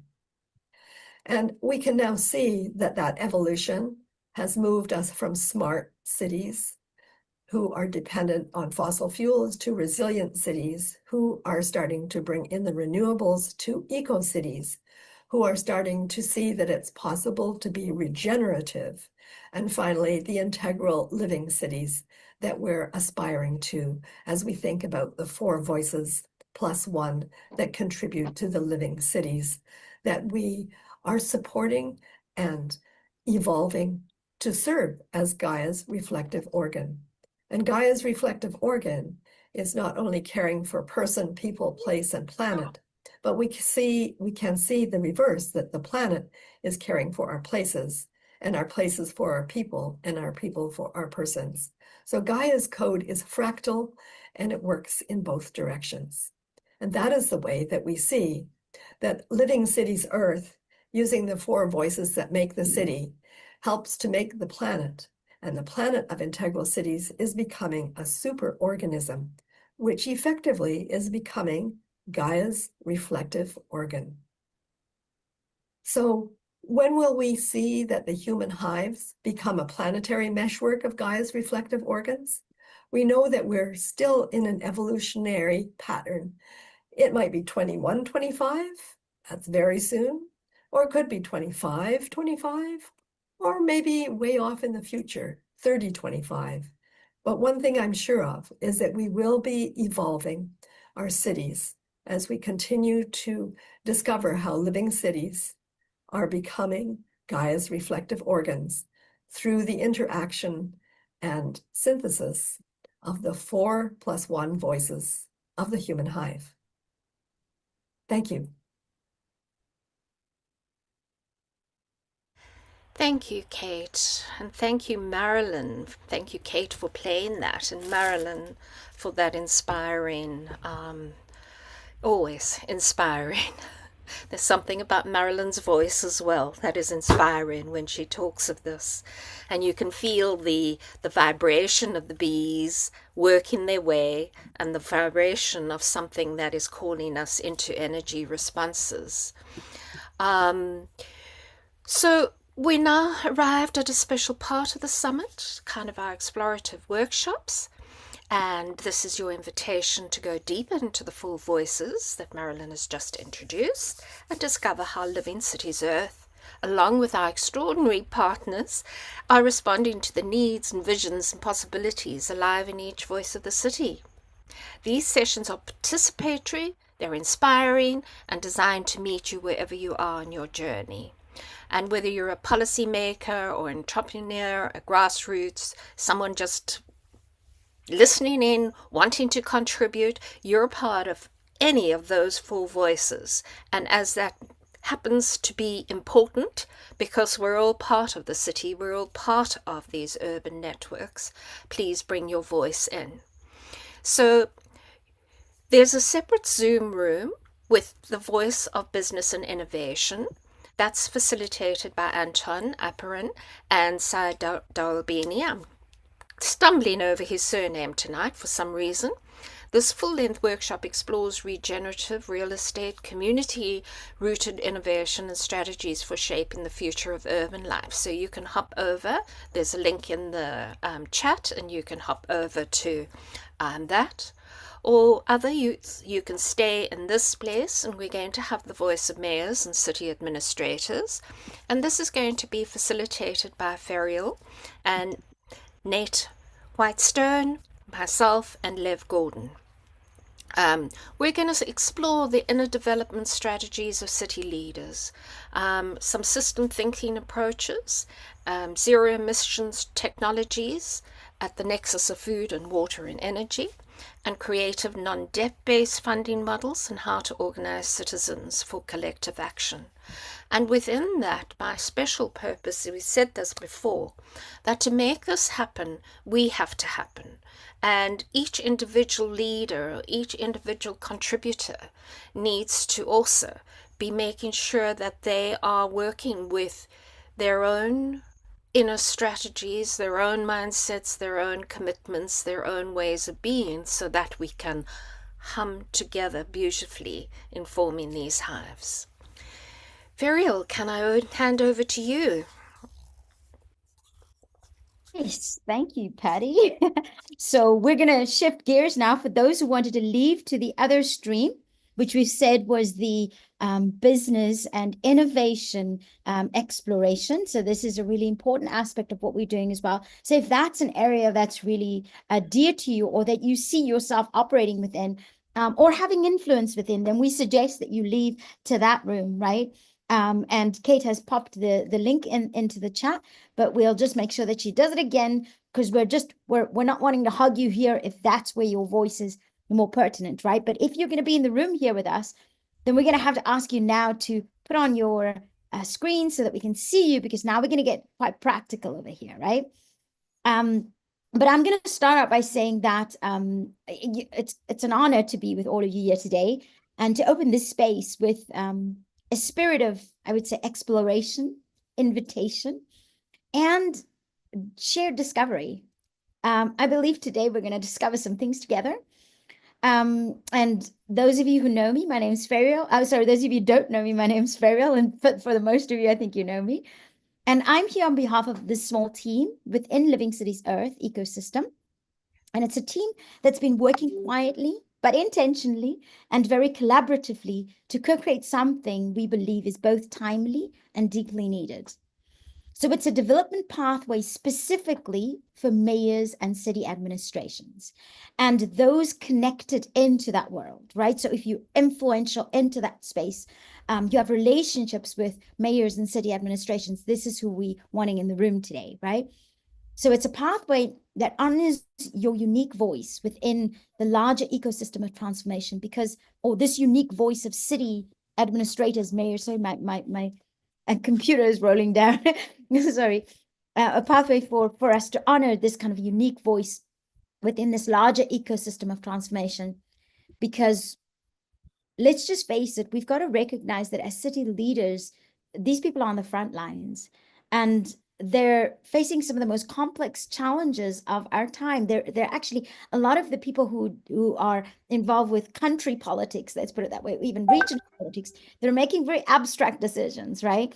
Whereas the guys on the ground in the cities, these city mayors and city administrations, they're really absolutely in touch with the people, and they're living in these environments, and they're having to make very complex decisions, sometimes with very little resources. So we're wanting to appreciate that today, right? Because we know that they hold the keys to how we organize ourselves as societies, and how we care for our people and places, and how we respond with hopefully wisdom, but also courage and imagination, because that's now, this reimagining is necessary at the moment for this kind of unfolding future that we're a part of, right? And at Living Cities Earth, we've been really making it intentional, and I kind of have this intentional decision to focus on working with cities for this very reason, that it is those people that are right at the cutting edge of organizing us, right? And so when the people making the decisions are deeply rooted in their place and relationships and care, the likelihood that these decisions that they are making are not just from their logic space, right? But also from this deep sensing and from heart. And we want that aspect of it to increase, that sensing into, because we've already got enough of the head stuff going on. This is not important, but there's a lot of that already. And how do we accompany that? How do we partner that with the heart? So it's about increasing that capacity, the capacity to lead from sensing as well as strategy, from wholeness as well as intellect, that we aim to nurture and support through this development pathway. So today we are here to introduce and explore what we're calling the Voice of Mayors and City Administration's Development Pathway. So this is not just a program, right? It's a living, evolving journey that supports city leaders to both organize well and human well, which is which is our little tagline in Living Cities Earth, because it is so necessary. We see how the humaning well is tripping us up all the time. It's about the inner and the outer work of leadership.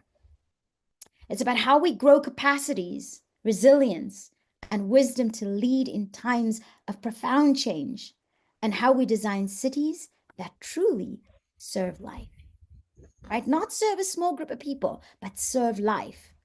Now, this pathway brings together several interconnected offerings that we're going to be unpacking today a bit more. So I'm just going to give you a quick highlight, and we're going to discuss it later in the session, right?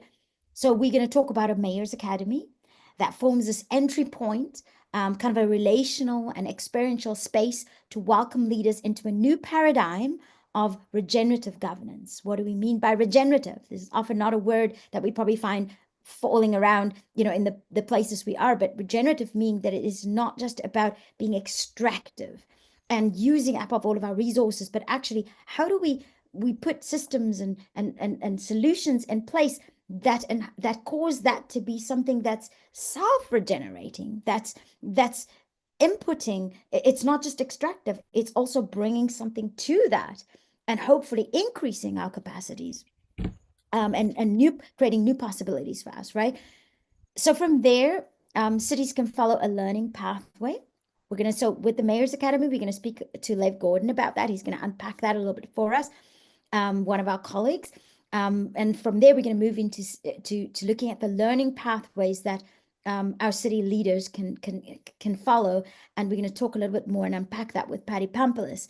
And this is going to be focused on the inner development, the emotional intelligence, and integral leadership, that word, tripping me up. And then finally, we're going to unpack a consultancy pathway that we've been developing in Living Cities Earth with Nate Whitestone, so Nathaniel Whitestone and his team in Living Cities Earth. We call them the practice segment. And so we actually call this our Living City Journey, and it's a structured systemic support process for citywide transformation, right? So we're really looking at every aspect of that. But we also understand that it's not just about coming in with all these bright ideas, right? You've got pains in your cities right now. You've got things that are aching, and we're also there to address that immediately before we get into the deeper transformational stuff. And so throughout all of this, there is this back-end ecosystem of support that we are also designing, kind of marketplace of all these kind of wonderful solutions that are coming out through our connections, through our community, through our ecosystem that we're a part of here in Living Cities Earth, of people creating these wonderful new solutions that hopefully are going to be, now we don't know for sure, right? Some of them have been very well tested, but also we need to see how that works within your environment. So this workshop is our first step, really. We've been kind of in the background creating all this stuff, and now it's our coming out party, right? And we're saying, hey, we got some stuff for you. And we want to share that because we think that holding it to ourselves is not where it belongs. It belongs in the cities. It belongs in your places and with your people so that it could be useful and applied. It is medicine, right? So we'll explore the architecture of the pathway and offer a felt sense of how it might land for you, and invite your reflections and questions and contributions. And this is just the beginning, because over the next 60 days, we'll be hosting much deeper explorations into every aspect of what I've just shared, so that we can hopefully invite you into that in this beautiful collaborative space together. So with that said, I am not going to blabber on any further, but I'd like to just introduce, or at least have my colleagues introduce themselves a lot more meaningfully. So first, I want to invite Nathaniel Whitestone. So we call him Nate. So for the rest of this conversation, he's going to be Nate. But for now, Call me Nate. for It's all good. purposes, we shall call you Nathaniel Whitestone. It's very strange for me to call you that.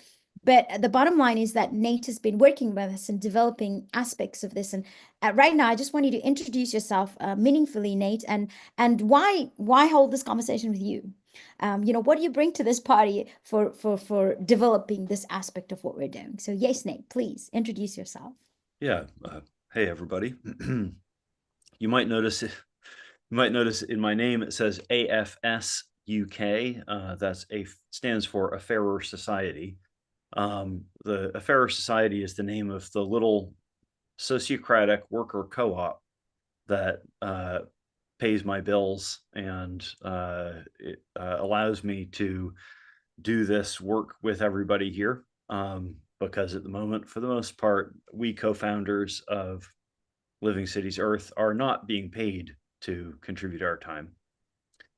That may change in the future, and that would be lovely, but the thing is, A Fairer Society here in the UK is the most recent iteration of the world's first sociocratic cooperative management consultancy, which I founded with colleagues and students of mine about 15 years ago here in the UK.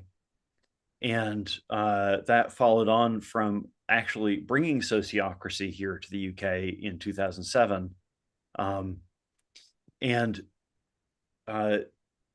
Most of the people listening to this are likely to have no idea what sociocracy actually is. So let me just be very quick about that, because it gives you some background about who I am and what I'm here to do. Sociocracy is a very effective way of governing or self-managing in organizations and communities. So these days, it's considered to be the gold standard for governance in worker cooperatives, in co-housing communities, but it was developed actually in an industrial organization in the Netherlands and has spread around the world, being used by many organizations of all different kinds. It works great with agile software development. It's used in schools in allowing children to take an active role in governing the schools that they're part of. Starting about 15 years ago, it actually started being incorporated into the practices that Father Edwin and Joseph Rathenau were teaching in the neighborhood parliaments movement. So I was invited about 4 or 5 years ago to for A Fairer Society to be one of the partner organizations that translated what was working so well in South Asia in the neighborhood parliaments movement. And you might have heard from, if you were here earlier, from Joseph Rathenau talking about that movement.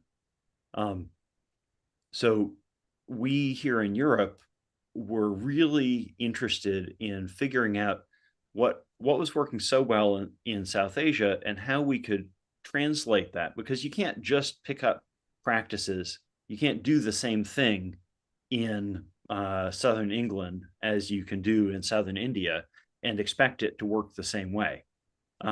You have to look at, what are the human universals here and figure out how those can be applied, but with some different ritual, different names for things. So we spent about 2 years here in Europe with 11 partner organizations in 9 different European countries, researching how the holistic community development and mutual aid and participatory democracy that was working so well in the neighborocracy movement could be applied here in Europe. And looking for analogs of those things, looking in the European cooperative movement, looking in European intentional communities, co-housing, in local movements, different kinds of city governance innovation. And eventually we pulled together this SONIC, which stands for Sociocratic Neighborhood Circles model, that is a translation of what works well in Southern India into things that we know are proven to be effective in the European context. And in the last 2 years, we have started to experiment in different cities across Europe with applying that. And the SONIC model, actually, it's pretty good. We've not only woven together sociocracy and the neighborocracy principles, but also Elinor Ostrom's principles for the governance of the commons. And Elinor Ostrom got a Nobel Prize in economics for documenting how people all around the world for millennia have been organizing themselves to look after shared commons. And so the SONIC model is a very robust way of organizing locally.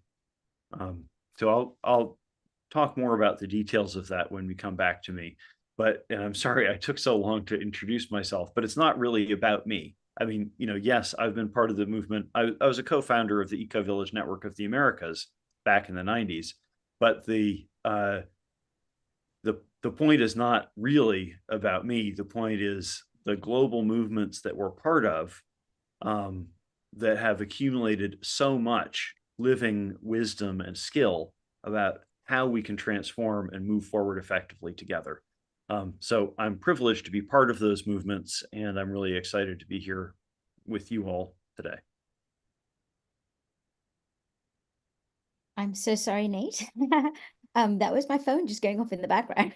But thank you so much for introducing yourself. Now I'm going to just ask Paddy if you won't mind introducing yourself a bit more meaningfully, because this gives us a backdrop for why we're having this conversation actually with yourselves. So please do.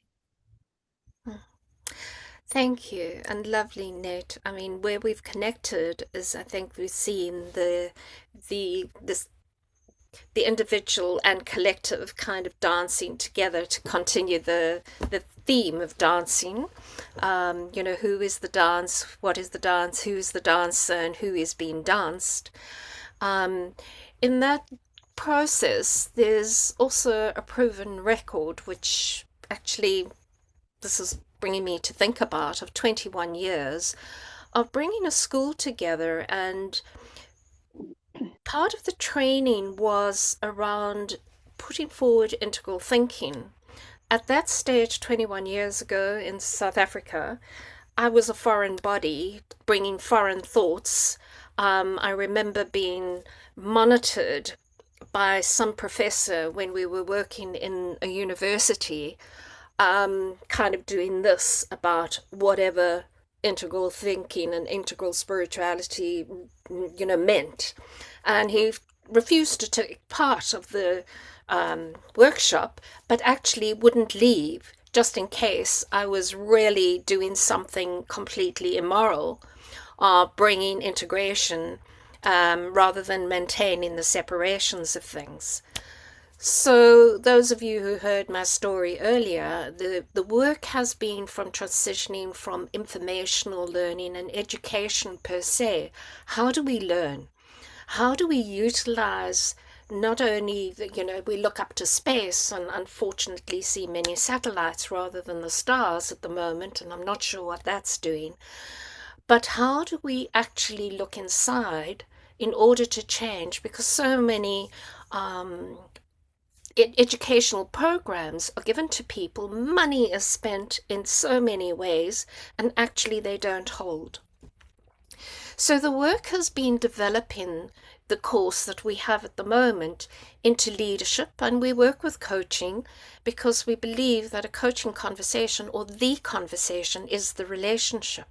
And how do we actually have relationships, one conversation at a time?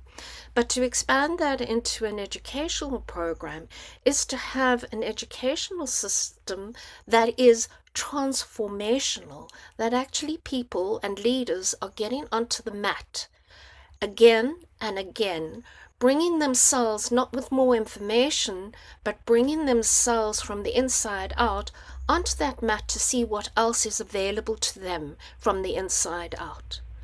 And that is not for everybody.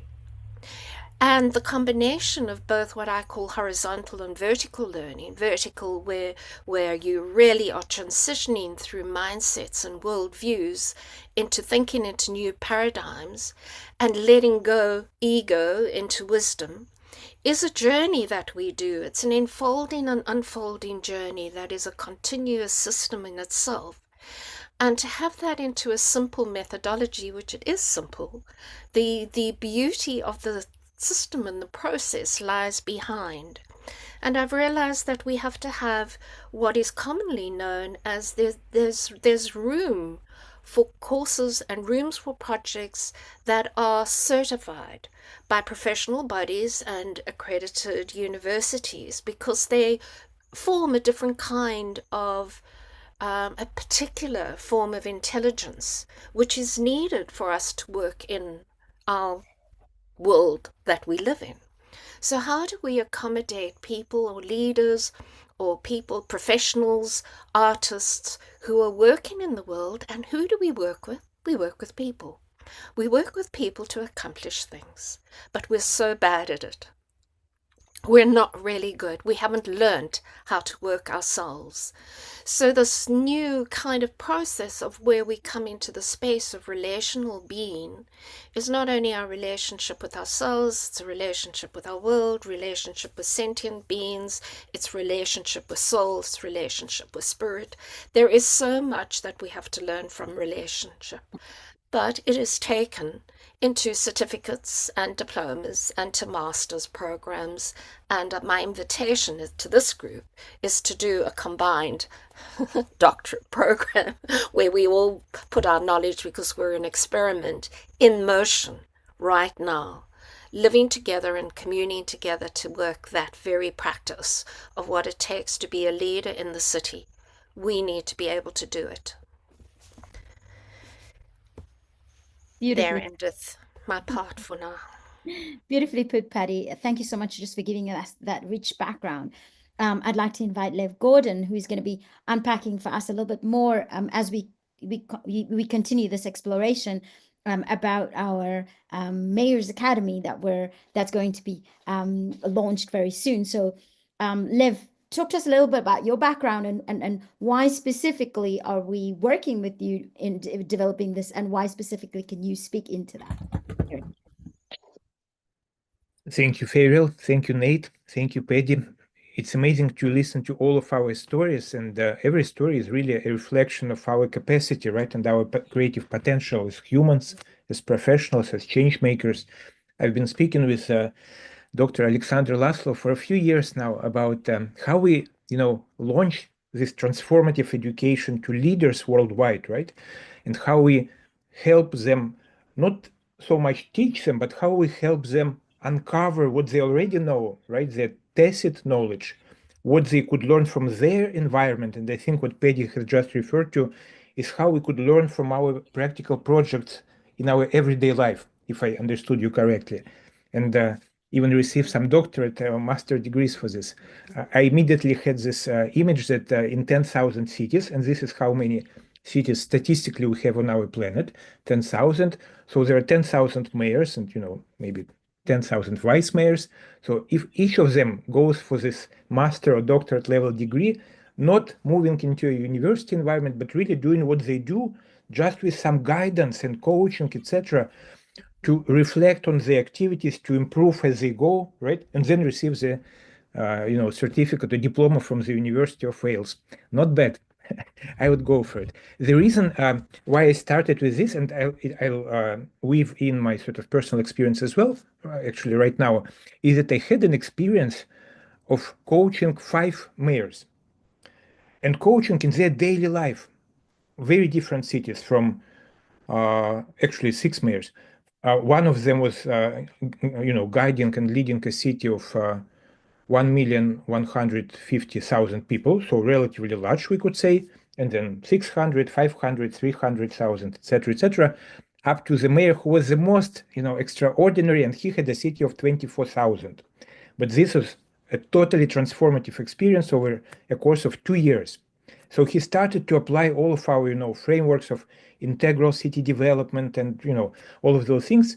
And in 2 years, the city, which was the last in the region in terms of quality of city management, etc., in 2 years, they moved from position number 20 out of 20 cities in the region to position number 1. And people who have worked with large systems, they could attest that this is impossible. Big systems don't change so quickly. I mean, it's impossible. But he was able to do it. And I will quickly share his personal story. He learned about our integral city development approach online. Somebody mentioned it to him. He listened to a lot of our, video recordings, etc. And then he started to apply. And only half a year later, he got in touch with us and we started to, work together. As Nate said, provided some consultancy. I went there once, but it was an amazing experience. It was a real living city that I saw, firsthand with my eyes. People were excited, interconnected. And if you look at the thousands of very similar small cities, 24,000 is a small town, you would see a very different picture. And actually, before he came to lead the city was in a real depression. People leaving, economy sort of, degenerating, young people living, in packs, like 80% of young people after school would move away. And after he was there for 2.5, maybe 3 years altogether, and then he moved to a larger city. But the whole life there completely changed. People started to come back, businesses started to open up, and many other ways. The infrastructure has started to change.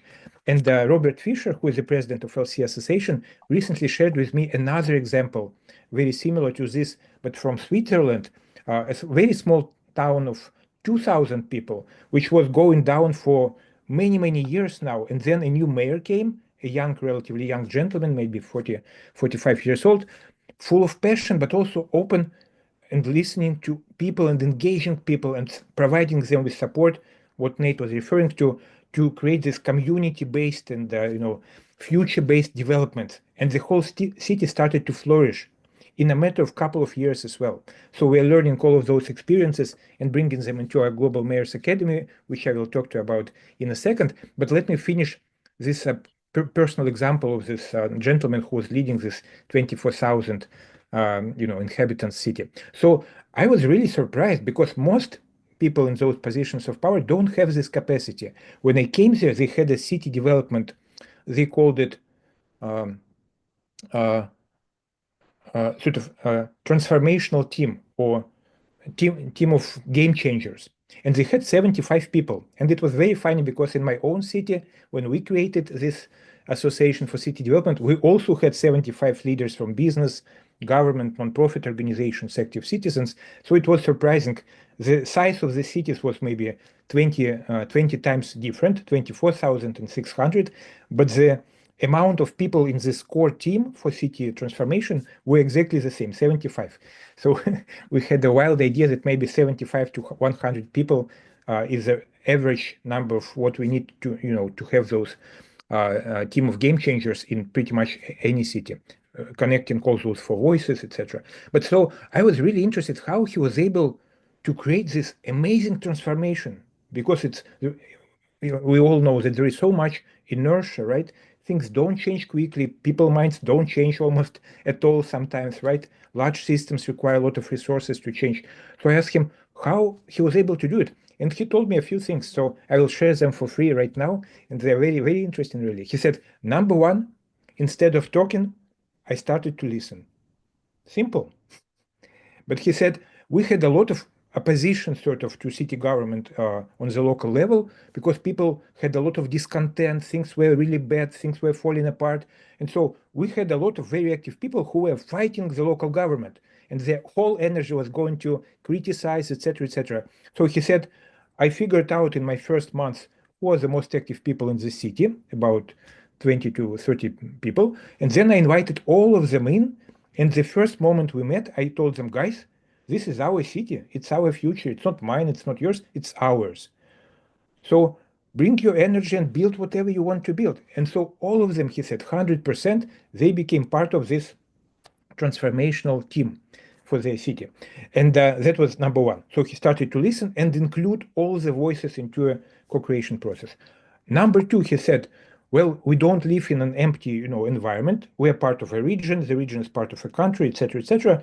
So instead of just doing some things on the local level, he started to interconnect his city with all of the other, levels on the scale of complexity, looking for different regional, national, international programs, partners, etc.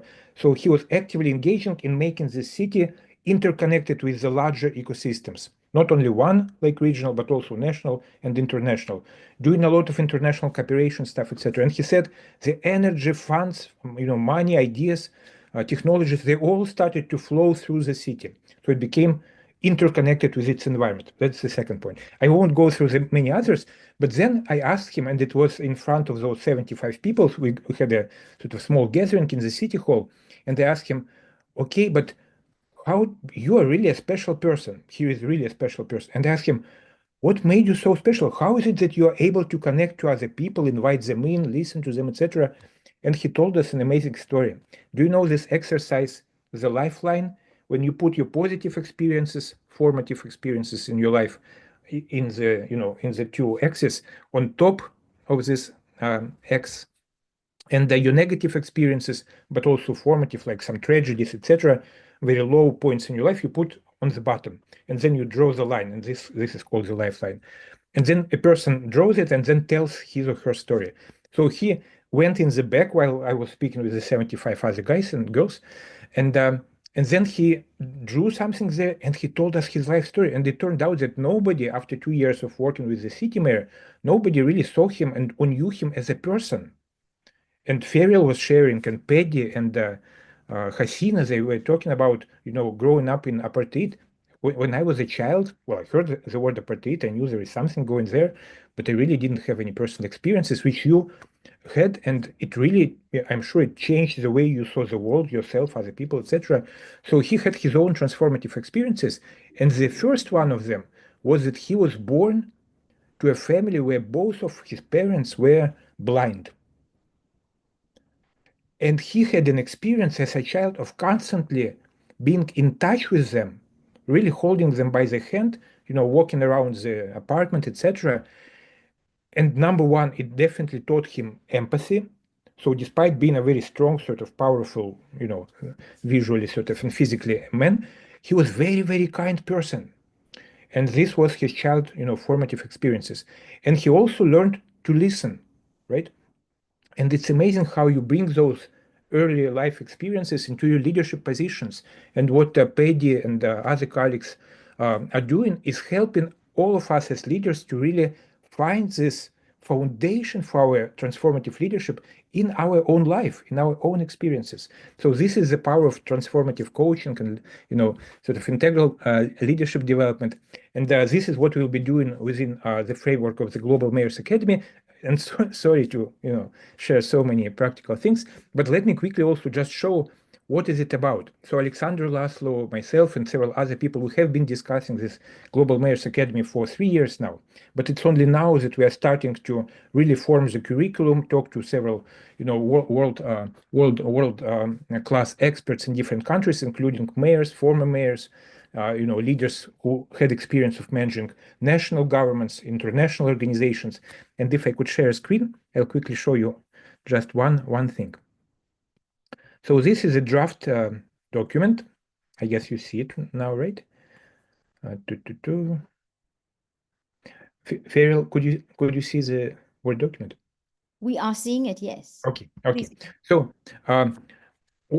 as you might know, Living Cities Earth has this sort of big idea of helping 10,000 cities on planet Earth to really become more prosperous, more sort of, flourishing, thriving, etc., grow the quality of life, and many, many other things, improve communication, collaboration, and co-creation in those cities to really help them move along this trajectory from, degeneration to regeneration, from, slow economy to more sort of booming economy, from, less focus on inner and holistic development to more focus on sort of holistic development, and many, many other things. And so we felt that it's very important to develop this foundational course, which brings together all aspects of what is it that we need to do in a city on a personal level, interpersonal level, ecosystemic level, right, to help a city thrive. And we had those very practical experiences of seeing cities really transform within a matter of couple of years, both smaller cities and larger cities as well. And so we feel that within the LC community, but also, some of our partners will bring a wealth of working instruments, very practical tools to help guide our colleagues in 10,000 cities on this learning journey and transformational journey. So we decided, let's start this foundational course not with what we want to have in the future, but with what we have today. And we realized the world-class faculty is what we have today. There are dozens of amazing people with truly, fascinating results within the community of co-founders of Living City Source. As you know, there are more than 100 co-founders from 30 countries and 5 continents. So many of them, and you see some names below on the screen, they bring very special, very sort of unique knowledge proven in practical life. Then the second part outside of the world-class faculty are the practical tools. I'll talk about my practical experience for a second. In our city, we developed this 5C model.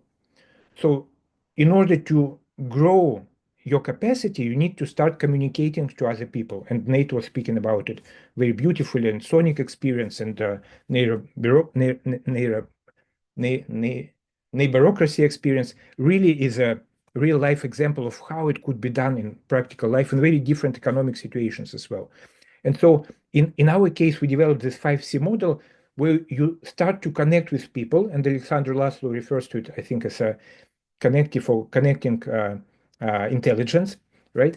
And then from communicating with other people, you move to coordinating. You learn what do you want to do, what they want to do, which resources do you have, which resources do they have, and then you start to move to the next stage, so communication, coordination to collaboration, because you realize, wow, you can combine your resources, right?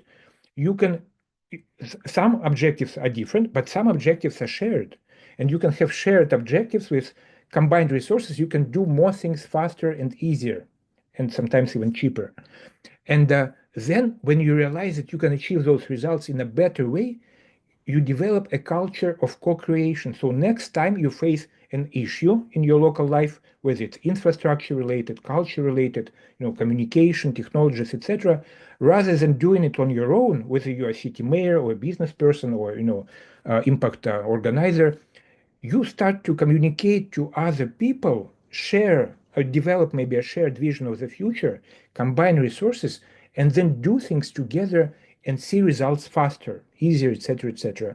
And then from this culture of co-creation, the final C, you develop, if you know, there is a theory of 10 capitals. So we always think about finance as a capital, right? Financial capital, but there are many different types of capital. There is intellectual capital, social capital, right? Our connections, reputational capital, and I won't go through all of them, technological, etc., etc. And by working together in this culture of co-creation, you actually develop capitals for your city and your community. So the city becomes not only more financially and economically wealthy, but the social capital grows. You have more interconnected, it becomes more interconnected, and people feel more, not only sort of more successful, but also happier, right? Because we feel happy when the energy flows freely through us individually, collectively, and ecosystemically. And so we saw how applying this very practical model changes things in a matter of weeks, months, and of course years to a larger degree. So practical tools is the second part we are including in this program. Throughout the program, which is about 6 months or 6 months long, we're doing a real life project. So each participant will be opening a city development, we call it sometimes city care center in their city. So it becomes a new institution, right? A new organization which supports all the city makers, change makers in the city, interconnect them, provide them with tools, etc. And we guide our participants on this project. And of course, they become members of our global community and receive, sometimes it's important for your resume or your professional credentials, our Swiss professional certificate and our UK Scottish certificate as well. So many things will be going into this program. We plan to launch it this summer between July and September. And within the program, final point, we will have actually an interactive process right at the beginning. So we'll offer quite a few of different modules taught by a variety of world-class sort of experts, and participants will be able to actually vote as a group and choose which topics are the most interested in, because all groups are different. We don't know whether it's more, community related interest or infrastructure, etc. So they will vote and they will choose from our offering, and of course they will have connection to all of the experts and professionals in our community. As I mentioned, the practical project will be part of this program, as well as developing the city strategy. So while they will be part of this program, we will help them start discussion within their city. Sometimes it's not necessary, but for most cities, it's a very important point to start the open discussion with different city voices about what is the future we want to build together, right? What are our problems? What challenges we face? How we want to move to the next level. So we're providing this guidance along the way. Sorry to take all this time. There are many, many more things, of course, to share, but we'll talk about it more throughout the summit. And Ferial, Paddy, Alexander, Nate, Andy, everybody, thank you very much for being part of this beautiful journey. Thank you. I hope you understood what I spoke. I'm still unsure of my English, but I hope it's okay. Thank you very much, Lev, for explaining a little bit more about the Mayor's Academy that's in the works right now. We're obviously going to host a session, an event during the 60 days where we're going to spend a lot more time unpacking this. We're going to explain a lot more of the workings of this. So again, we really encourage those listening right now to invite people. So we don't have a date for it yet, but it's going to be available soon. And we'd like you to invite people into that session where we're going to really unpack that. Now, next, I'd like to, so we don't have as much time left right now. So I'm going to have to give 5 minutes to Paddy, 5 minutes to Nate, right? But I really want you guys to unpack a little bit more about Paddy, our learning path that we're taking. Why are we taking it? Go a little bit into the inner workings, but then also what it actually entails. Nate, if you could do the same with regards to our consultancy, what it is, what it entails, and what it's going to offer the cities. And both of these are also going to have its own events within the 60 days where we are going to unpack that a lot more for you. So keep your eyes peeled because it's coming your way. Paddy, do you want to take your 5 minutes now? Sure. Thank you. We envisaging programs that take people, invite people, work with people in their environment from work-based situations. So everything is lived in the work-base, taken from work and made accessible into how do I solve the problems on my everyday experience. Together with that, there is an inquiry into self. So we start with an inquiry into self. It goes into self working with others. It goes into working with cultures and into systems. In that process of understanding through an integral lenses approach, we look at the typologies or the styles of leadership. We utilize the leadership maturity AI profiling, which offers people a window into their stage of cognitive behavior and their action orientation.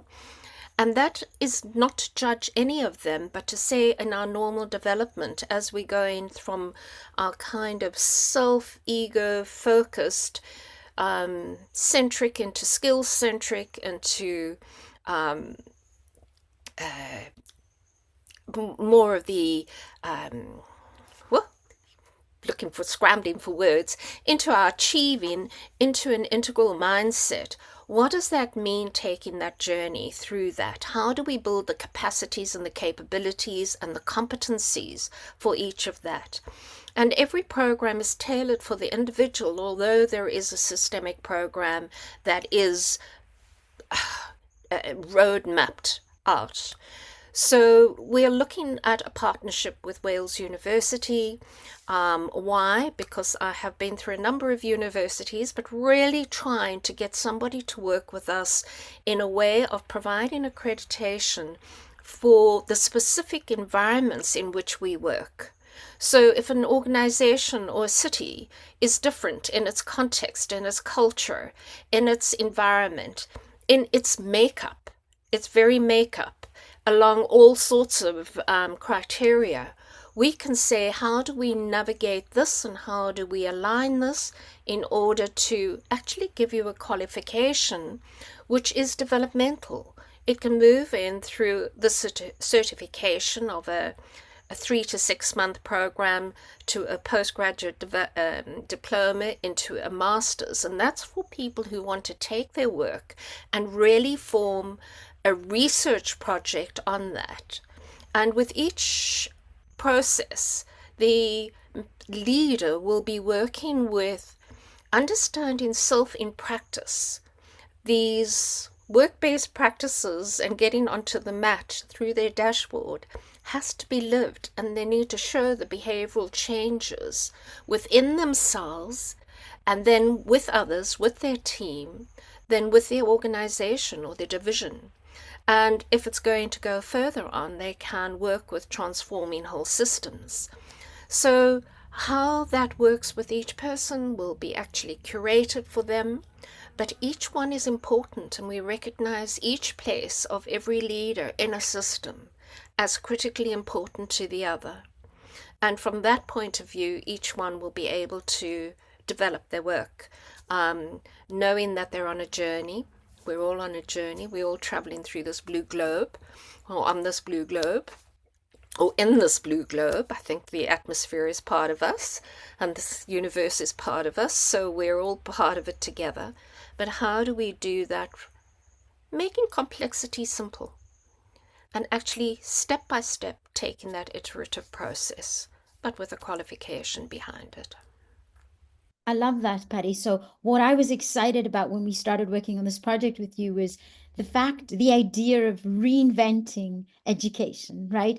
And what I meant by that is, so for such a long time, we could only attain degrees when we would attend these kind of formal lectures and things like that. And the people who were really working down in the, in the cities, doing the work, learning so much, like a deep knowledge, of how and practice of how to actually do the work in the cities, we're not being rewarded for that.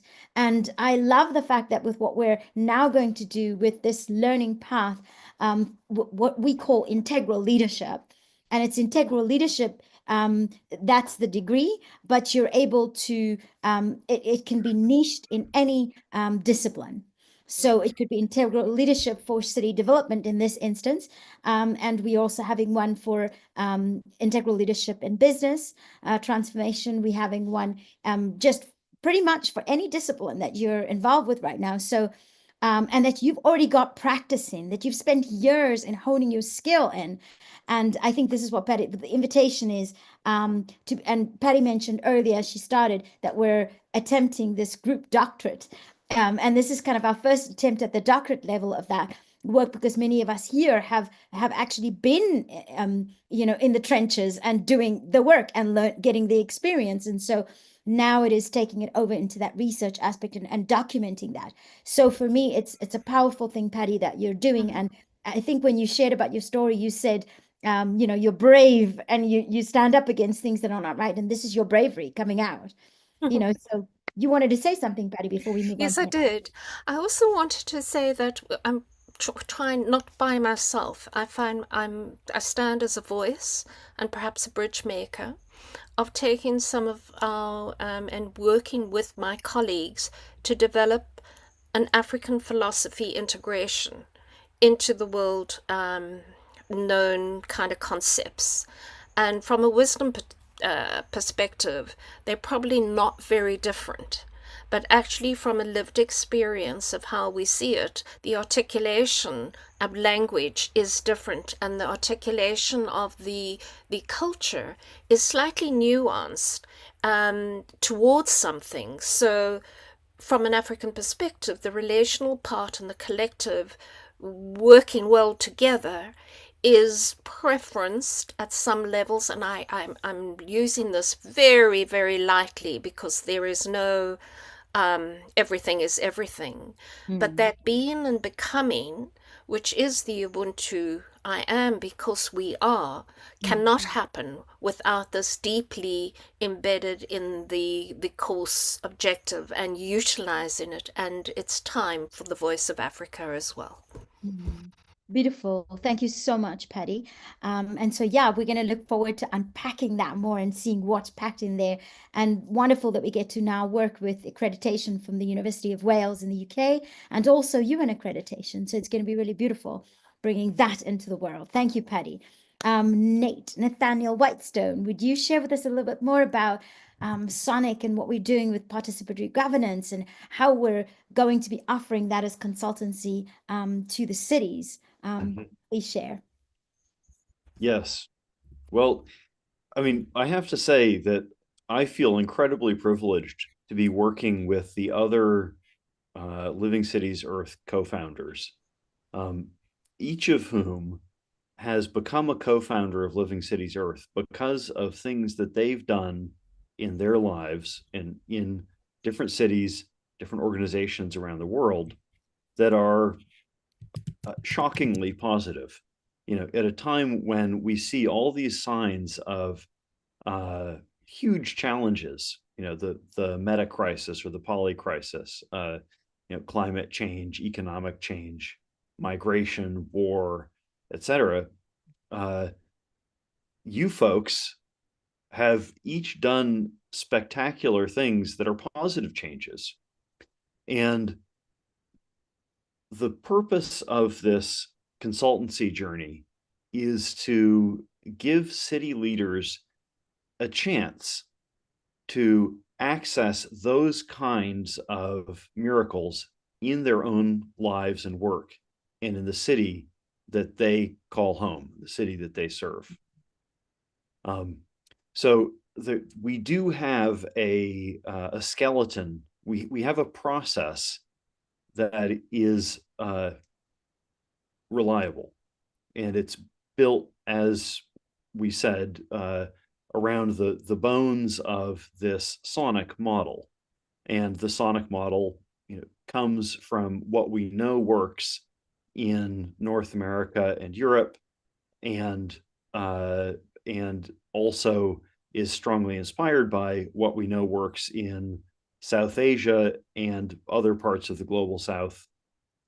So this model really is a human universal model for you know, neighborhood by neighborhood mutual aid that's connected up in broader collaborative networks, what in North America are often called collective impact networks, and to assembly style governance that scale up and connect up across the level of the city.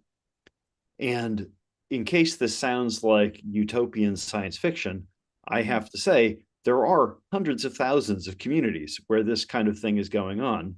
And you know, for example, the city of Augsburg in Germany, you know, this stuff is actually happening out there, and it really works very well. And if you start to explore in detail how it works, you might find that inspiring. But what we're doing with this consultancy journey is to bring together your city leadership and some of the co-founders of Living Cities Earth who are drawn to work with you in your area and that, you know, you personally are excited about connecting with, and doing an initial co-design process to figure out what is the most valuable near-term possible success that you can pursue, to establish a local movement where you're really able to ask these questions, the kinds of questions that Lev was talking about, questions of what would it mean for our city to be a living city? And what kind of coalition can we bring together to really focus on living into that question? And once we've co-designed the initial projects and started to run them together, we start to move into a larger scale movement building process. And we also bring in what works so well in sociocracy to create high legitimacy, high collective intelligence collaboration in the city government and in the collaborative networks around the city government, bringing together all four voices of the city. And this is the outside-in side of the process, and it works in a way that is complementary to the work that Patty was just talking about.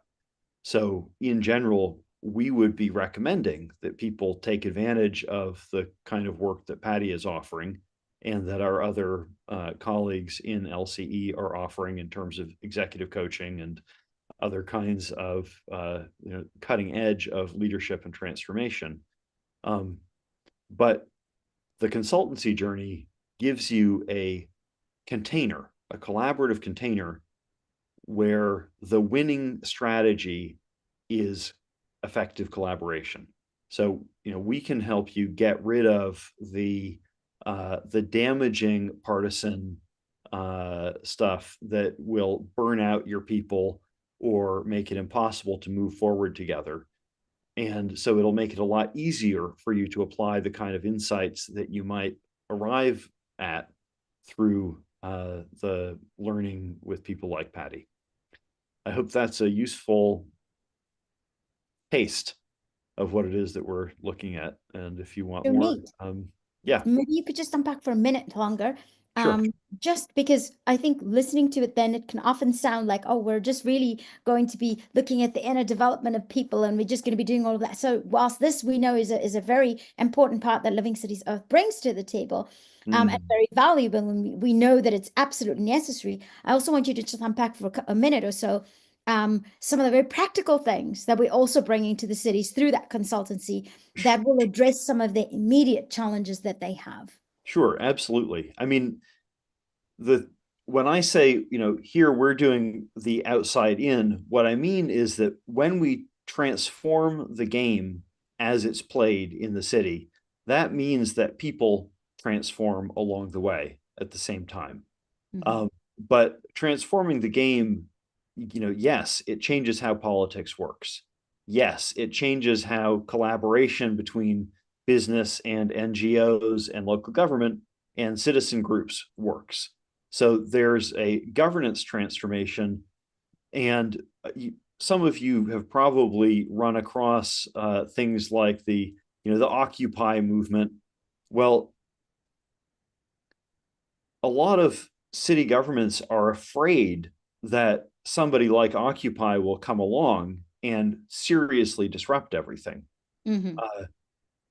What we're offering is an approach to collaboration that harnesses the kinds of forces that can drive Occupy style movements, but which are connected in a collaborative way with the current arrangements of power in the city. And so that's the sort of the social structure, the politics side of things. But there's another side, which is that we have a huge need for green infrastructure. We need carbon negative sources of energy, and we need to have carbon negative ways of driving successful agriculture, to some extent within the city, but also in the areas around every city. We need to have changes in how we manage transportation. We need, village or neighborhood scale power solutions, car sharing. We need the circular economy and the infrastructure to be transforming at the same time as we have transforming political and social systems. And we can bring that. We Absolutely. are, you know, we're as I we're said, ready. we're blessed with the people that we are collaborating with here in Living Cities Earth. You know, we have every one of those things that I just said that we need in terms of the sorts of infrastructure that we're looking for. And more. We can introduce the specific person, you know, with 300 research labs and a network that are excited about coming in and working in your city. So I don't know if the consultancy journey is about figuring out which of these kinds of changes are going to be the highest value first, and working together on those. You know, do we need to fix our politics first? Do we need to do economic transformation and, you know, involving you know, women in the leadership in the workplace first? Do we need to have a youth leadership transformation first? You know, do we need the green infrastructure first? That's a decision that nobody can make for you, but we can help you to make effectively. And the more we work together, the more effective your local collaboration and decision-making structures will become. Yeah. And that's what I love about what we have been designing, Nate, within Living Cities Earth, is that it's not a one size fits all. We, as you said, we have a very specific framework, and we can give you a certain path, but we actually choose not to. We choose to come in to do needs assessment first and really be responsive. So our solution is one that is responsive to the challenges that you are facing in your city. And so, again, you want to hear more about this. You want to know how you can access this, because it is going to very specifically address those needs. I have actually met with some mayors and some people who are in city leadership, and very often they have said that to me, Ferial, we need you, right? And they're desperate because we understand that you're facing complex challenges and you're expected to have all the answers, and you cannot. Now, we don't have even all the answers in one person, but what we have done, which is beautiful, is we've collected people from around the world who have that answers, and collectively they bring that in a beautiful synergistic way. Because even just here amongst Lev, Nate, and Paddy, we already see how the solutions that each of you are suggesting today is already totally dependent on each other to actually work. Right? For the Mayors Academy to work, we need the inner development component and the learning component. Absolutely. The same for the consultancy and vice versa. Like Paddy's aspect of learning does not work as well unless it is rooted in practice and what is happening in that city, because that's exactly what she described. So for me, I'm going to say thank you so much for you guys joining me in this discussion and this exploration. We've now run out of time. We're actually over time, and we need to head into our next workshop. But I will try to get us back on track later. For now, it was just really exciting to have this conversation and see where this can take us next. So I do want to encourage those listening in to really tap into these 3 sessions that are going to be held later on during the 60 days of unfolding of the summit, where we are going to dive deeper and we're going to understand what exactly it is that aspect of development within Living Cities Earth can bring to your city, to your place, and to your people. So thank you so much for listening. Thank you, Paddy, Nate, and Lev for being my speakers for the session, and for all the rest of you joining us. I see Alexander, Peter, Andy, and there's a whole bunch of others I'm not seeing on the screen. But just to say thank you for being in this session with us. We'll see you during the 60 days. Thanks for hosting us, Ferial, and it's a pleasure working with all of you. You're welcome. So now, Paddy, we're heading into our next session, right? So I'm going to hand back to you just for that piece. And then we'll head into our next workshops, our 2 workshops.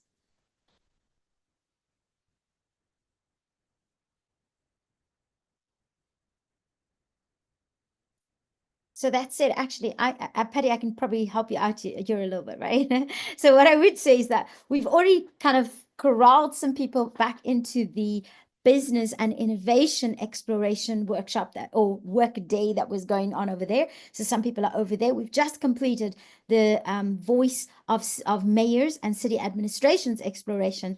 And we have 2 more for us here. The first one is the voice of citizens exploration, as in how will we what does Living Cities Earth bring to involve all our citizens into a collective activation? Yeah, and so in that workshop, we've actually got Alexander Laszlo and Lev Gordon talking about what we have there. And we have Andy Ferguson facilitating that conversation between them and unpacking for us some very beautiful project that we're working on called the Future Leaders Project, as well as Elohim, a game that has been created as the engine of that project. And so it's very exciting to have that unfolding. So if you're interested in that workshop, The Voice of Citizens Exploration, please, Kate right now is going to create, Kate, our little lady in the background, who is our tech support. Kate, thank you so much for the beautiful tech support you've been giving us in the background. We appreciate you so big time. And just to say that Kate is creating a breakout room right now, and you can head to that workshop with them. I do encourage you to do so. There is a second workshop that we're hosting in this room, and that workshop is the Voice of Impact Organizers, right? So it's being facilitated by Yuri Noymir, by Pearl Sutar, and then also, I'm hoping I'm saying your surname right, Pearl, because I never call you on that surname, but I'm hoping it's correct. And then also, I'm going to be hosting the conversation between Pearl and Yuri, where they're unpacking for us this flexible and scalable framework for those launching initiatives and organizing movements. So if you've got projects that you want to be realizing, right, you learn strategies for collaboration, movement building, and how you could really bring your MPV into activation. In other words, how do you bring your minimal viable product to the market in a very clear and precise way? And how do you also help movement build for that so that it can actually realize and start to become a solution that the world will respond to? Patty has a hand raised. So Patty, do you want to ask a question real quick? Yes, Ferial, just to be clear, which I've got here, the Voice of Citizens in the main Zoom room and the Voice of Impact Organizers in the breakout room. Thank you for that. Which one's which? We're going to go with what our original says. So the Voice of Citizens in the main room. That's yes. Alexander and Andy Ferguson and Lev. Yes. And then the rest of us who want to be involved with the Voice of Impact Organizers exploration, we're going to head to the breakout room, right? So if you can give us a breakout room real quick, Kim, I'm sorry, Kate, then what we're going to do is we're going to just opt in ourselves, right? So if you want to go to that room, opt in. And we'll come back at... Yes. So right now you can press the button where it says breakout rooms. And okay, unassign. So you need to assign yourself and go. Okay, so no, we do not need to assign ourselves because Kate, you've set up the bigger breakout rooms, right? So maybe you just, would you mind just letting us know, Kate, which? So look, it looks like you just need to go hit breakout rooms down below, and then you'll have only one breakout room that you can join, and you hit join, and you'll go there. I hear you, Alexander, but Kate has set up a whole lot already. So therefore, we just need to know one. Kate, because you can tell us which one we should go to? I only see one as an option. Okay, because I see a whole bunch in mine. Okay, so that anyway, it says 3. The one that Yuri has joined says 3, and then it's... okay, so let's go to that one. It's in Russia. Yes. So we're heading to the one that Yuri, if you're seeing a bunch, you're heading to the one that Yuri's in right now. If you're seeing one, then just join that one. Thank you.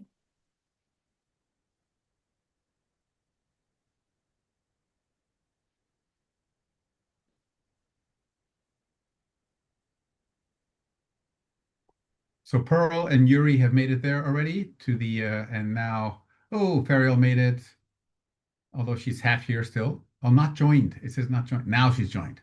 Look at that. Sorry. It's like watching a baseball game. Like, and they're going into the goal zone. Actually, baseball doesn't have a goal zone, does it? I don't know my sports. Doesn't matter. Sorry. Alexander, you have developed capacity to see through the walls, at least virtual walls. Patty, we're in your... Wait a minute. This is actually who? This yes. is Andy. Isn't Andy here doing the thing? Andy should be here. He is sort of here. So Alexander, Andy, and live. Andy?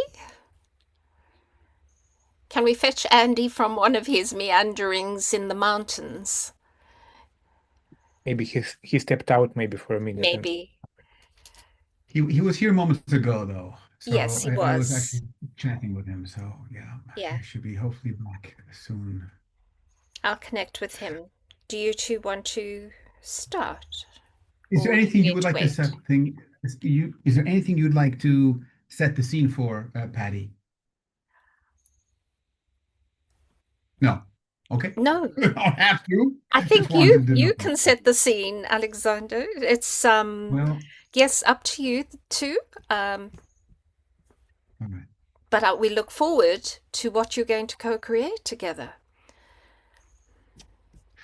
Well, okay. So let me start in Andy's absence, because I had some talks with Andy yesterday in preparation for today's meeting, and so there he is. Yes.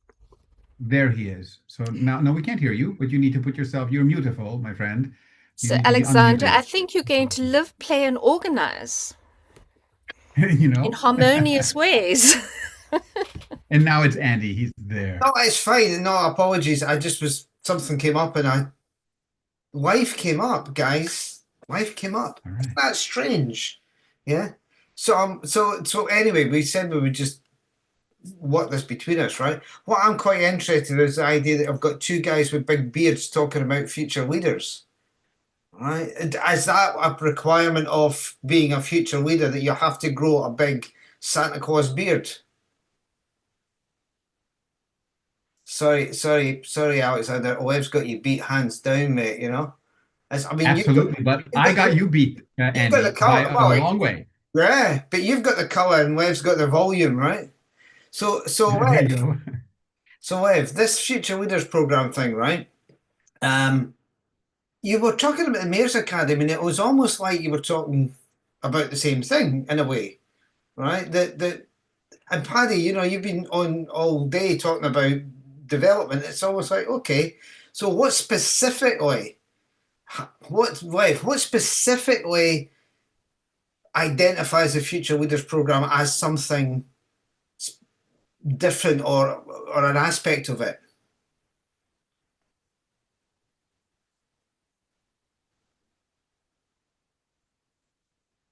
Andy, are you addressing me personally or Yes. all of Yeah. No, all of no, you. I was waiting for the translation from Scottish into sort of Listen, American English, but then I Alexander's realized the guy. He translates it. Yeah, he's the multilingualist. we'll skip this. Well, thank you very much, Andy. I wasn't expecting to speak right in the beginning, because there are so many much wiser people in the room. But since you asked me to briefly speak, I will not speak about future leaders now. I will talk about it maybe later a little bit during our discussion. But what I would like to focus our attention on, this is the room where we, came together to speak about the voice of citizens, right? And because I came to living cities Earth, not as an expert, not as a business person, not as a representative of city administrations, but really just as a regular citizen. And I started my path in all of those city development issues also as a regular citizen. I was living in my city and never thought about cities as those, complex conglomerate of, buildings or infrastructure or even huge social organisms. I always thought, well, this is the background for my personal activity, my family, my interests, maybe my organization, profit or non-profit, whichever I'm engaged with at the moment. And so I never thought about a relationship between me as a citizen and the city until 2012, when I read Marilyn's book, which is called Integral City. And as I often share, and I'll connect my personal story with all of us, right, with all of citizens in our cities. And as I often share, Marilyn gave me this book. It's about maybe 250 pages, long, and I was trying to read it, and every time 1 or 2 pages, not more, because it felt like a relatively difficult reading with new concepts, new ideas. So it's like going, and then you know this very well, into a difficult terrain, into the mountains, right? The highlands. And so I never could really dive into the book until one specific evening when I opened it up at 9 p.m. and then closed it, completed in 7 o'clock in the morning. So I read it throughout the whole night, 240, remaining pages. And it was like downloading a new operating system into my, mind stream and my head. I realized that I am not separate from my city. I am an intricately connected part of this whole sort of organic living ecosystem, as are other citizens, right? We're all interconnected in a very special way. And if we don't realize it, and if we don't enact in our daily life this connecting sort of potential, our city will be like our bodies if our cells don't talk to each other or our organs don't communicate with each other. And you could imagine if our lungs, our heart, our brain, our sort of other systems are not in constant communication and really collaboration, right? How would we feel? We would be very sick. And it's amazing when you apply this metaphor of a living organisms, which we clearly could relate to with our body, to a city, right? Whether small, medium, or large, you realize that a citizen in a city is not just a random, person with a passport and some money in the bank, hopefully, etc., with a car or a bike, but he or she is a living cell of a larger living organism. And when you change this perspective and you look at how your city lives today, you realize that you personally and every citizen play a very, very important role in making your city and your community fully alive. Because even cells in our body, when cells sort of die or regenerate, right, move from one state to another, unless it's a healthy dynamic process, our bodies start to become weak. Then we get chronic disease, as Dr. Atlin was sharing today, and then energy starts to leave. Money, people, ideas, everything starts to go to other cities, and this particular city starts to degenerate. So to finalize my quick sort of introduction here, we found out, and this happened 13 years ago.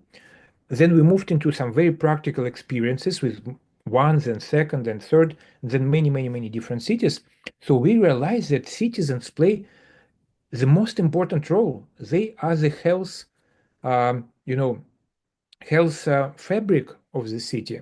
If we are fully aware of who we are, how we connect and interconnect with other people in the city, and then how we can communicate, collaborate, and co-create together, our city starts to flourish step by step, right? Project by project, neighborhood by neighborhood.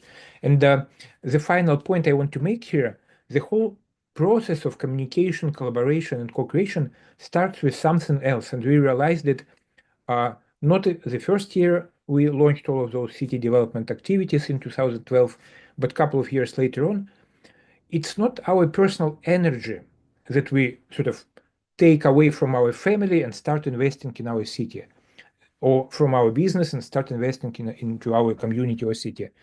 And we live from this mentality of, how it's called, like shortage, right? That we don't have enough energy, but now we need to direct it into the city development. No, that's not how it works. The fact is that there is another C in our 5C model. There is another one, which is called creative energy or life energy. And it's freely available every moment of our life.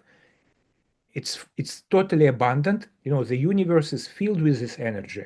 Some people call it prana, some people call it, chi, etc., etc. In different, countries, different languages, there is a name for this life energy. And you start connecting to this energy and becoming like a conduit, right? Like a flute. Alexander Laszlo sometimes plays this beautiful long flute. So we become the flute when we become relatively empty. So instead of being preoccupied with our individual sort of egoistic needs and the interest all the time, 100%, when we start to be more spacious, more open, instantly we become, this, as Marilyn says, Gaia's reflective organs, but also Gaia's creating organs, right? each person, each citizen could become a creator not only of arts, right, of a beautiful painting or a musical sort of piece, but we could become creators of reality, of life around us. So my final point here is that each citizen is a creator of life.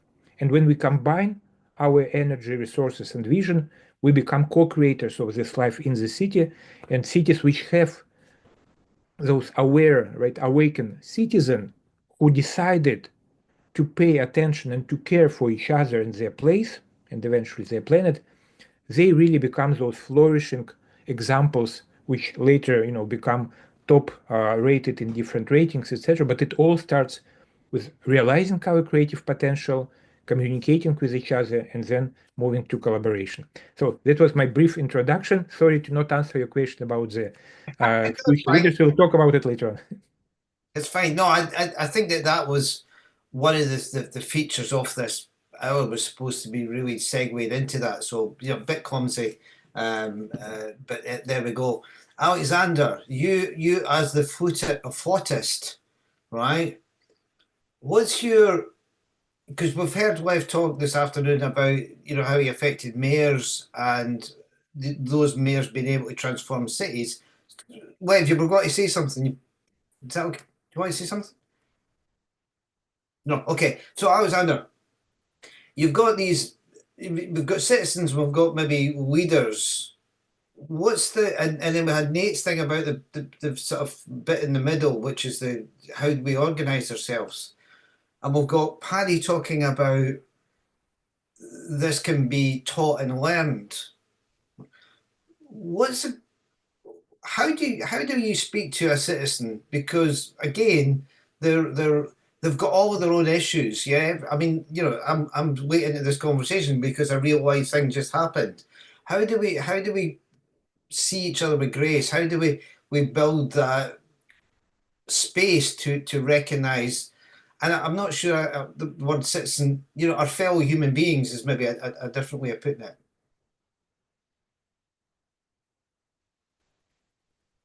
Well, I think, how do you talk to them? I think essentially it's a question of really learning Scots Gaelic, and then once you learn the Gaelic, you can actually, which you are doing very well, Andy, and growing a beard, which you're working on. But to pick up from what Lev was saying and to get into this question of how do you not just talk this talk, because there's a lot of that. And then there are those who want to, walk the talk, where they're like, okay, now we're going to bring this into engagement and let me show you how it's done. But it's still kind of a performative art. And then you have the people who are like on the stage doing it, constructing the mayors, maybe the people who know how, right? But this forum, this workshop right here is the citizens' voices. And it's like, how do we get practice in being able to do the kind of things Lev was just talking about, of being able to move and shift our ways of being from scarcity. There's not enough. I need to grab what I can because otherwise somebody else is going to take my portion and I'm going to be left with that scarcity mentality. Doesn't work in today's world. And indeed, it's a beautiful quote from Mahatma Gandhi, who said, "There in this world, there is enough for every person's need, but not for every person's greed." Beautiful quote. And so when we live in this framing of empathy, saying, what is your need? What is my need? How can we share? Not, live simply so that others can simply live. It's a beautiful expression. How do we learn to live simply so others can simply live? But I think the key here for me is practice. How do we practice this? Because we're dealing with, I think, a fundamentally different kind of set of challenges in today's world than even 10, 15 years ago. And is really coming even into more and more accelerated and intense sense of chaos. We're living in a chaotic world right now. And there's no doubt about it. It's a beautiful world at the same time, right? No doubt about that. But there's these terms that are now on the scenes that scientists will use to talk about living in a VUCA world, right? And VUCA stands for volatile, uncertain, complex, and ambiguous. Wow, And that defines a lot of the world out there. But the experience in here, sometimes the psychologists will use another set of 4 letters to show for the acronym that is RUPT. RUPT, similar to VUCA, but it's more like experiential. It's about living in a world that is rapid, unpredictable, paradoxical, and tangled. So if this is your daily experience, like you're supposed to be here to facilitate the group, and then all of a sudden life happens and you get torn away. I don't know if that's ever happened to you, but you can't show up when you were supposed to because you have to deal with something's going on in your life right now. That's part of living in a VUCA RUPT world. How do you dance with that? And how do you get practice in this? Because if you be brave, and Jude Caravan and others today were talking about being brave, about having courage, heart, courage, as they would say in French, right? The courage of the heart. To have that, you need to be able to experiment. You need to take risks. But what happens if you try to play the game differently? If you want to be a game changer and you play the game and it ends up, I don't know, backfiring, not working, creating problems. That's a risky thing, isn't it? Especially when you're dealing with uncertain times. So I think what Lev was calling for in many ways, and what you were just now asking about, Andy, is that space between and among the mayors, the citizens, the city planners and organizers. How do we learn to dance together? Well, here's what I would like to share with you, and then I'm going to just take a little bit more. And Andy, I want you to help me keep track of time here. So I would like to share a little bit about a specific offering that is being developed together with Living Cities Earth to help us practice. It's a game. It's a game space. And it's meant specifically for us to enter into this game world that simulates this VUCA RUPT conditions of life. And then we can learn how to play with the forces that are dragging us down, that are trying to turn this world into an unsustainable, unhealthy, unsupportive place that is not in favor of life. And how to recognize those dynamics and those forces, and how to not beat them, because that's the wrong mindset. It's not about beating them. It's not about winning. It's about transmuting them. And it's about learning to do that with other game players. I mean, that's exactly what we need to do in the real world, the challenges that Lev has been talking about just now, that we've all been talking about. But to have a place where we can practice this. I'm going to show you a couple of slides here, because this has been developed by my dear friend, Anna-Luce Smitsman, Dr. Anna-Luce Smitsman, who would have been here to present this herself, but not only is she in India right now, and the time is just not in her favor to be able to be here at this hour, but also she's quite under the weather for all the work that she has been doing.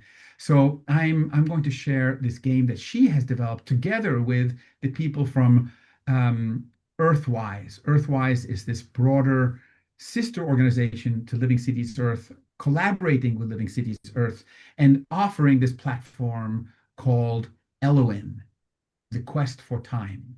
So let me go ahead and share this a little bit, what this is about, and I go to share. Here we are, share, and I'll go to this one and here, and then I will go to, thank you, slideshow. Let's see if this is going to work here then, like this. Okay, and it is coming up, and it is loading, and Lev is going to give me a thumbs up if this is working, and you can see the page. Yes, all right. So this is, thank you, this is the game, and exactly what it's meant for, and is being offered specifically in collaboration with Living Cities Earth as a place where we can explore our new powers of being evolutionary agents, these ability to transmute crisis into opportunity, to be able to foster those things which are more life giving and life feeding and future creating, and to recognize those things which are taking life away from us, from each other, from the world. How do we create living spaces where we can thrive together? This is what Elowin, the Quest of Time, is about. And one last thing before we get into the slides here. Those of you who are familiar with Star Trek, the first generation, because that's way back, they had something called the holodeck, which was a hologram environment, a holographic environment that you could walk into, and it could give you different scenarios that you could prepare to engage with. And you could make yourself feel like you're actually there. This is a little bit of that framing. So what happens in Elowin is, here's a little video that's going to give you a little bit of a sense of this. I'm not sure if I put the sound for this. So again, Lev, you're going to let me know if you're hearing anything once we go. We are the future, guardians of a new time.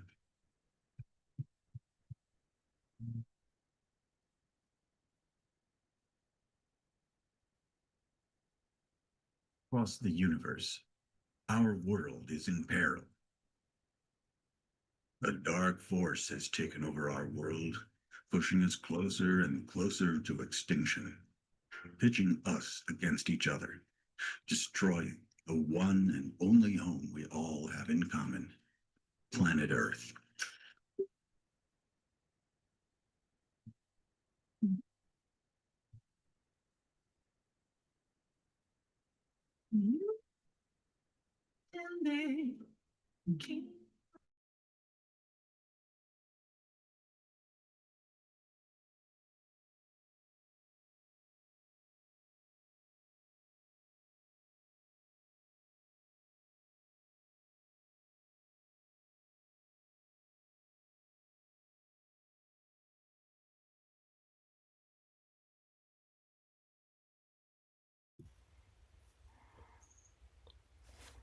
Alexander, the sound is lagging.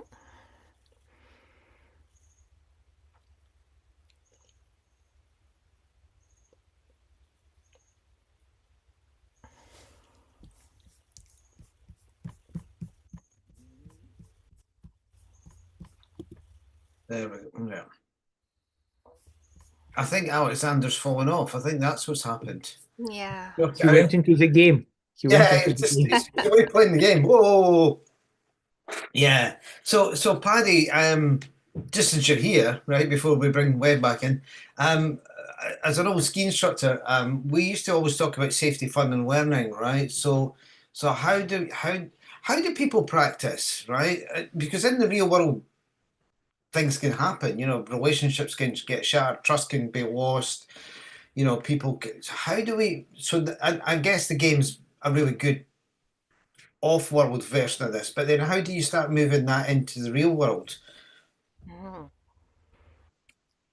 A lovely question. And there's a lovely answer. We keep thinking that the practice is somewhere outside of ourselves instead of actually being inside of us. So no matter what life does to us, we are still there. Wherever we go, there we are. And we can take our practice with us. Walking down a corridor, going into a meeting, being called by the plumber, being called by the dog, being called by the hills behind you. We take ourselves, if we can actually develop and cultivate that capacity for awareness, which is hard with all the stimulation we're getting. There's so much outside pulling away and distraction and fear. When we go into the fear and that anxiety, so there's a lot of somatic and body work, which helps when we actually go into the walking, which you well know, when we're actually moving into the somatic change and we're changing our nervous system simply by taking the breath. I mean, it sounds simple, but it's one of the hardest practices, because no breath, no life. No life, no breath. That's the practice. Being there. Lev, what was, to go back to this Mayor's Academy thing, you get these people that, the mayors, you get these transformative mayors coming in, right? How do the people on the ground, the citizens you talk about, how do they get caught up in this? What changes for them? What's the thing that they notice that makes them go, okay, what's the forward or the positive feedback loop that gets formed, I suppose?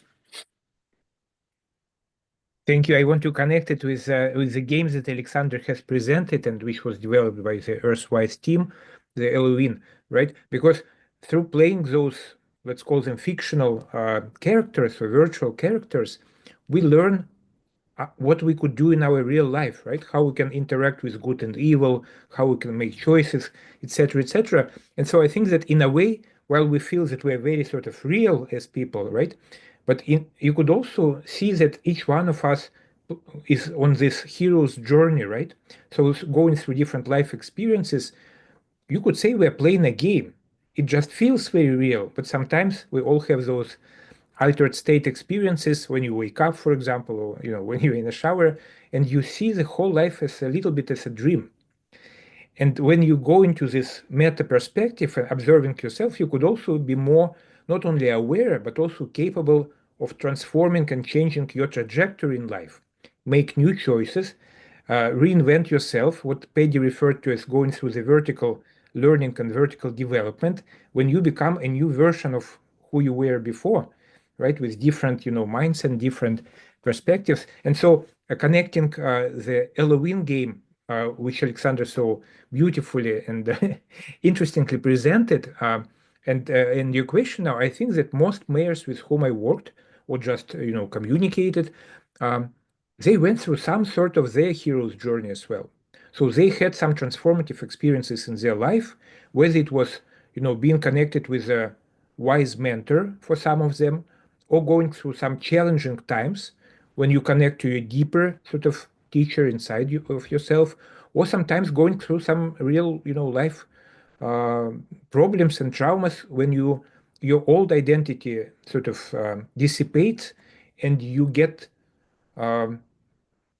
guided by your deeper wisdom or some collective wisdom, and then you look at your city not just another opportunity to get reelected, to get some power, etc., but you look at your city as a place where you could serve and gift your gifts of creating, communicating, etc., etc. So my experience with the mayors and connecting it with the citizens and the youth voice is that, and this was one of our learnings.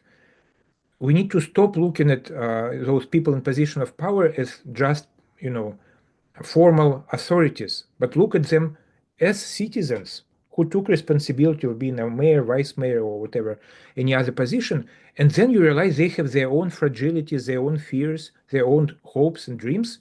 And you go into a deeper sort of place inside your being, you talk to the deeper place within their being, and you establish a deeper connection, which leads to this more intimate communication, collaboration, and eventually, as I referred in the very beginning, you become interconnected cells of one living ecosystem or organism. So I don't know whether I exactly addressed the question you have asked, but you inspired me to interconnect some of those things which we discussed today. So I'm going to go out on a wing here and just sort of wing it and just see what happens. Alexander, I was speaking to you last night about the visionaries that actually started Living Cities Earth, right? What are now probably the Wisdom Council. And I was saying that, we often put these people that we think are in charge or at the top of something, or we put them in this Parthenon. And it almost sounds like Lev saying, the people at the top have to recognize that they're really at the bottom, that they are the citizen as well. Is there a segue there that you can share with us, enlighten us with? Yes, and I apologize. I did not finish my presentation on Halloween, and I'd like to pick that up. What happened was my nice old computer just couldn't both share the video from the internet and stream it at the same time, and so it shut down. I had to reconnect. But let me not share the video, but I would like to share a few more of the slides, because this is also on behalf of Annalou Smitsman, and it's key to what we're now talking about, because it is exactly not about having some group of guru leaders saying, this is what you got to do, this is how you do it, and then providing us with a handbook, and then we just following it. That's not the way it's going to work. We have to be co-creators of our living environments, not only with each other, but with our living earth. How do we practice doing that? This is what the game is about. So if you don't mind, I'm going to go back and share a little bit more exactly about the game, because last thing here on this is a formal offer from Living Cities Earth. It provides us with a testing ground, a playground. Quite literally, the game is a playground where we can go and try out how we would respond to not only adverse environments in this VUCA world, but also opportunities that arise along the way. And how do we do this in the spirit of co-creation? How do we co-solve or resolve or dissolve challenges, problems, opportunities? How do we recognize them? So let me just go back to this for a moment and share with you a few more slides here, but my slide sharing is not turned on. So I have to be enabled again to do that. If somebody would provide me with that opportunity, I can then share my slides again. Sorry about that. There we are. Okay. So I'm going to skip the video because that's dangerous, and I'm going to keep it in this mode. Hopefully you can read it. Hopefully it's not too small, because I'm wary of my poor computer not being able to process too much information here. So Elowin, the quest of time. So what is it? It's play to thrive, right? Not just to survive. A lot of the games you see nowadays are about win or lose. And this is about transforming, right? And it provides you with engagement, with real world impact. In fact, you earn tokens that you can then use to actually fund regenerative projects that Living Cities Earth is engaged with. And it's also something that helps us to engage with these, not what we'd like to think of as artificial intelligence, but augmented intelligence. So there's a place here where we engage with the kind of augmented intelligence that can help us challenge ourselves, because sometimes the AI in this game gives us good cues. Sometimes it gives us tempting but wrong cues. So here's what we try to solve. There are key barriers to a thriving future. So what are some of these? Some is that we have to go past the win-lose competition framework, right? That is not the engagement here. So here's how do we engage with game world and looking at all of life as a infinite game that we can do in a win-win engagement. So sometimes AI models, the second point over here, either are not helpful or are misleading. And in this case, it helps us learn how to recognize when AI is providing us with cues that are helpful or not. So this is also part of the game. It's built into the game. It also helps us really think about ecosystemic solutions. So you're looking at the way in which this Elowin tree, which represents the life of the whole. So if you go ahead and, for example, attack the Moloch, which is the forces that are trying to drag down the world, bring us into chaos, into disorder, and into ruin. And there are those forces engaged in the world right now. If you go and attack those players, which are mainly AI generated, then you are involved in eliminating, or kind of an act of killing. The Elowin tree, which is in the background always, starts to suffer because what you are doing is bringing an attitude of killing. And that, even if it's the quote unquote enemy, it's not an enemy. You have to look at this as misguided, and how can you then help them be in alignment with life rather than trying to dominate life. Okay. And so this is really about lifelong learning and these kind of processes. Let's move ahead a little bit. Really key to this is that this is based on a fantastic research done by not only Alu Smitsman, but by Jean Houston. They co-authored a trilogy of books about future humans, and it's well thought through. The graphics are amazing, as you can see over here. It incorporates a benevolent artificial intelligence that helps you think about the implications of your actions as you are playing the game. And again, what you're trying to do is not trying to destroy the negative or the Moloch, which are the archetype of the domination and the oppression frameworks, but you're trying to transform them, transmute them together with your fellow players. So it is really a game of empowerment, and that's also very key. Few more things here. What are you trying to do here? You're trying to also learn your own mastery and cultivate your intuition for how to be able to understand when Moloch, the negative guy, and his minions are doing things that are deleterious or trying to tempt you to do things that are not in the favor of humanity and of life and of the future. In the process, you are training the AI to learn as well, so which is really cool. You're actually working with an AI system. Whoop, need to go back here. Sorry. And then it also cultivates a whole set of skills that then you want to bring into the kind of thing that Lev has been talking about working actually in city spaces, right? When you can work in systemic, integral, collaborative ways, right? And it helps you build and expand your powers to cultivate these positive futures. A few more and I'm done here.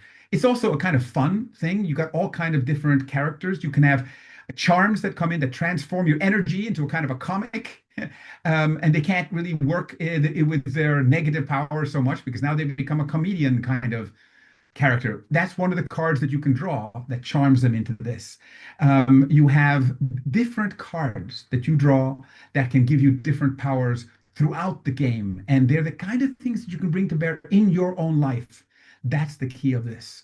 So what I want to do here is just, I'll stop the share.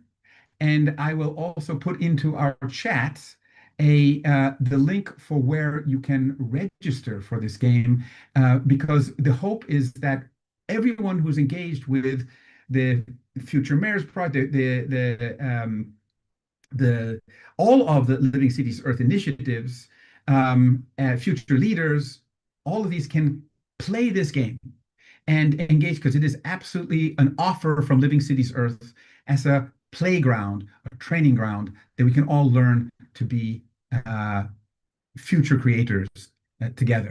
So that's the key thing I wanted to share here. And there's the link right there for where you can go and experiment with this and have fun.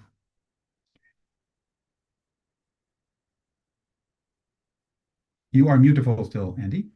Yeah, sorry about that. Yeah, so that's great. Thanks, Alexander. And I think that's I think the thing moving forward with Modern Cities Earth, we've realised isn't just young people or old people or whatever it is. The idea that we get to play and practice together. And again, I was joking about the beards here, but this idea that old people, I'm here representing them, right? Don't want to have fun and don't want to be engaged and don't want to share is nonsense, right? I mean, what keeps us young? I'm part of my thing there was my 93-year-old father's still going strong, except when he isn't. And we've got to drop that. But citizens, just try to wrap this up. Citizens are at every stage and every age, right? And in every place in the city.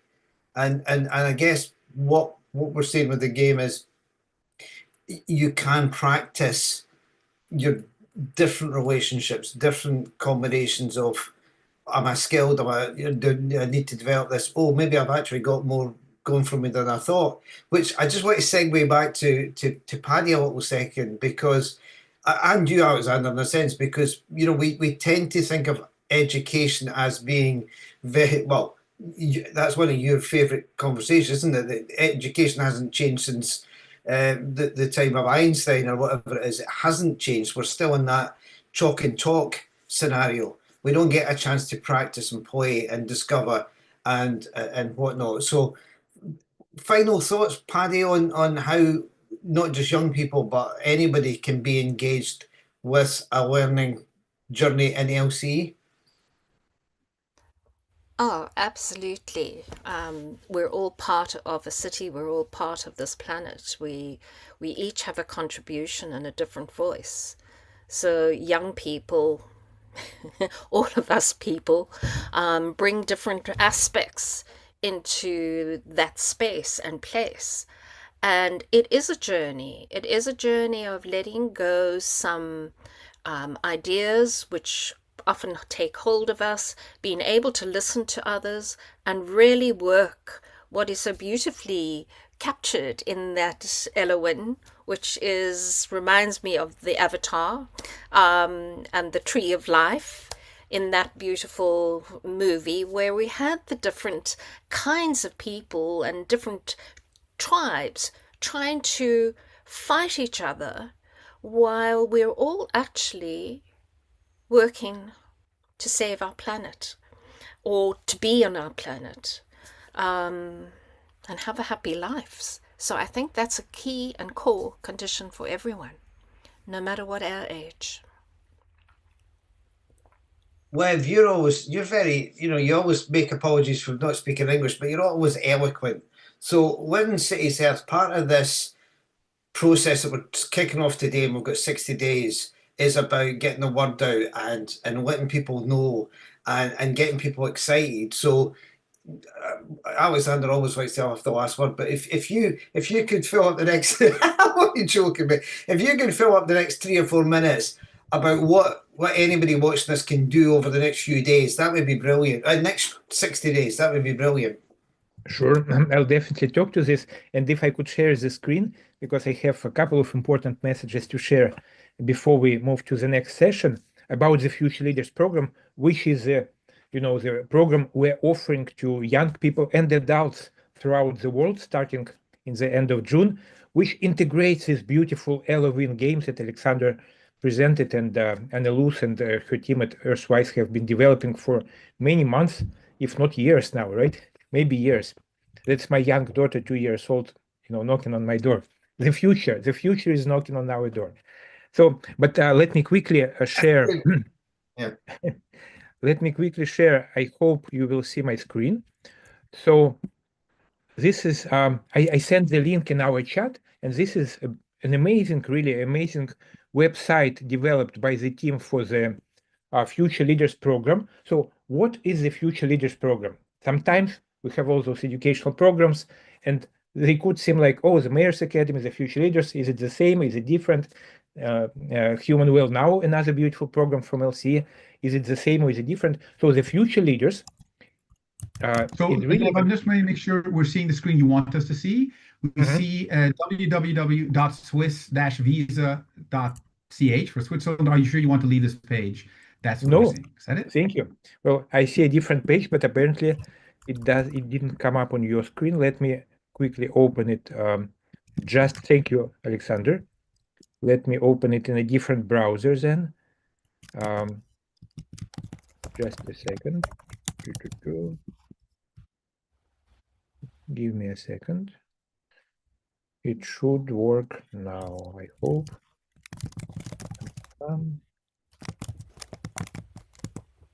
Okay. Yes. Let me try again. Thank you for... This is more colorful, right? Yes, that's the right one now. Anyway, so this is the website. I shared it in our chat, thefutureleaders.info, I-N-F-O. And this is the website for the Future Leaders Program.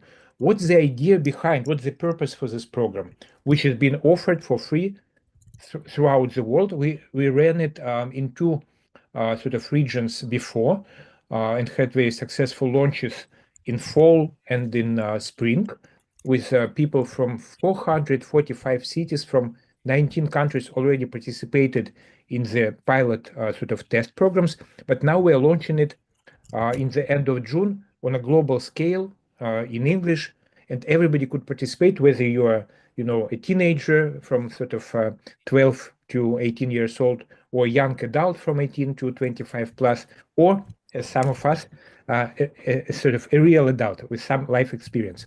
You could join this program, and what's the reason for the program? We felt that each person goes through a learning process in life, which Paddy and Alexander and other people so eloquently spoke about, and we learn through experience. But also we realize that depending on what ideas, right, what mindset you are introduced to early in your life, it will also affect how you are capable of learning later on. And the idea behind this Future Leaders Program was to bring to give access to young people and sort of future generations to the most essential knowledge, perspectives, worldviews, and even skills and supportive environment for them to learn early in life what kind of creative potential they have. How is it that they could find their sort of, true north, their purpose of life, their inner calling, not when they're 65, but maybe then when they're 15, or at least start looking for it, right, in a supportive environment. And the future leaders, the idea behind it is also that we go together hand in hand with the participants of the program in learning the external leadership, right? The leadership where we change systems and, communities and cities, but also leadership of our inner world, right? The inner leadership. When we work with our worldviews, our states, our thoughts, emotions, etc. Because when we have this inner foundation, we can really change life around us. So this program, I will, of course, not go through all of it, but just quickly, it addresses the needs and interests and speaks the language really of both young people, as I said, teenagers and student type, but also it invites and has special programs for parents, educators, even impact organizations, city administrations, businesses, sponsors, etc. So everybody in different capacities could join in, participate, attend certain parts of this program, be part of the journey, and also support this big vision when every teenager on Earth, and if you know, there are 3 billion young people on Earth, of which 1 billion are the pure teenagers, and then 2 other billion are a little bit younger and a little bit older.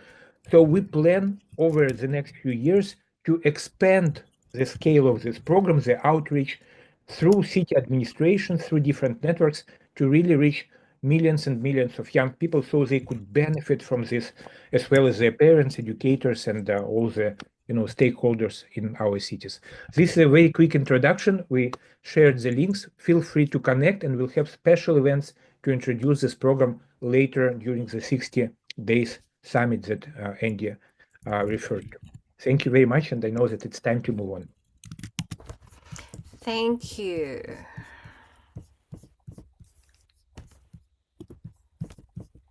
Thank you so much. And we're waiting for everyone else to come back into the room. But in the meantime, just to say thank you to the 3 of you for sharing that with us and for placing that inspiration into what we can live into and what future leaders can live into. As acting as support and acting as inspiration and acting as a place of togethering. So we are going to go on to the next phase, but I think we're all supposed to be together for that. Yes, Alex. Ander, why don't we, while we're waiting for others to join, I would love to hear the voices. Well, I'd like to hear the voices. Like we can make, because this is supposed to be the citizen. So if there's anyone like to make any comments on what they've heard or on something they'd like to contribute. Yeah. Thank you. You can either raise your hand or type it into the chat or just, yes, please, Lynn. I'm Patty, I'll let you facilitate. No. Please go. I'm navigating something else here. Yes, I was interested in Andy's comment about how to go forward within ourselves. And that's not quite what you said, Andy, but I'm very aware that people now, it's so important right now for people to go inwards and find their own truth, because we're going into a very difficult space of where the earth is cleansing itself, and there's too many people living in fear rather than the love of the heart and being with oneself, so that we can show and feel compassion towards leaders, which I think somebody mentioned. Because when we're without fear and we're in the vibration of love, we actually can connect in that vibration with anybody in the world and see them from a soul perspective, rather than have people all the time condemn people and what they're doing, because it's only their perception and often their own fear that stops them looking at the whole person. So I was very glad that you brought that subject up. Thank you. Thank you, Lynn. Do you know, I was reading about the Pope who's just died, and he was a Jesuit, and one of the things that, because I do little history tours in Scotland, in Edinburgh, and one of the things that I discovered, you think about education, Alexander, is that, Scotland was was way above any other nation for education because of the fact that Presbyterians wanted children to read the Bible, right? But what I didn't get until somebody pointed out to me recently was Knox wanted kids to read the Bible because that was the authority as far as he was concerned. The Jesuits wanted to educate people so that they could open up their minds. Yeah, and it's that difference of, you know, we want to empower you, but only so that you think our way, or only so you see the world our way, as opposed to we want to empower you so that you can bring your perspective, your awareness, your imagination, your creativity. And that's a totally different type of education, right?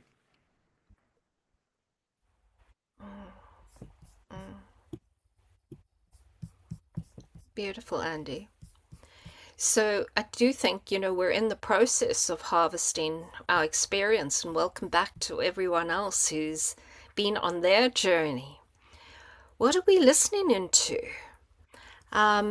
Is it a time now for harvesting and looking at the horizon, Ferial, and our transition point? Do we need to stand up and wiggle our bums and kind of, you know, move our bodies and waggle, as Marilyn said, you know, so we can waggle around, just to give us some energies? So I've waggled, and I've wiggled. And actually, I think we can head straight actually into that, thinking about the harvesting, thinking about what have we heard today? What have we been a part of? And what are we feeling and sensing into? So Patty, I'm going to let you lead that. And just, I think that we were wanting to go into breakout rooms, right? But I see here that I want to check in first. Whom of us is in this room? I know some of us have our cameras off, but would you mind putting your camera on if you're in this room and want to be part of the harvesting session? Because we just need to see how many of us are there, if we have 2 rooms or if we just stay here. There's no point in having breakout rooms when we don't have enough of us here. So we've got him in the room. Is there anybody else? I'm going to give another few I'm seconds. here, but I can't put my camera on because I don't have enough internet where I am, but I can hear and speak and feel. Perfect, Maggie. Is that Maggie I'm hearing? Hello. Yes, it's Mila. Welcome. So yeah, I know you here. So even if you want to answer me like that, whoever's still here, can I just know who's in our room here? I think we have them on screen. Yeah, okay, cool. Then I think, Patty, we should stay in this room and not Yes, have, I agree. right? Yeah. Cool. So we're moving, and having listened, I'm kind of sitting with the processing of it and feeling like I need to go and hug a tree.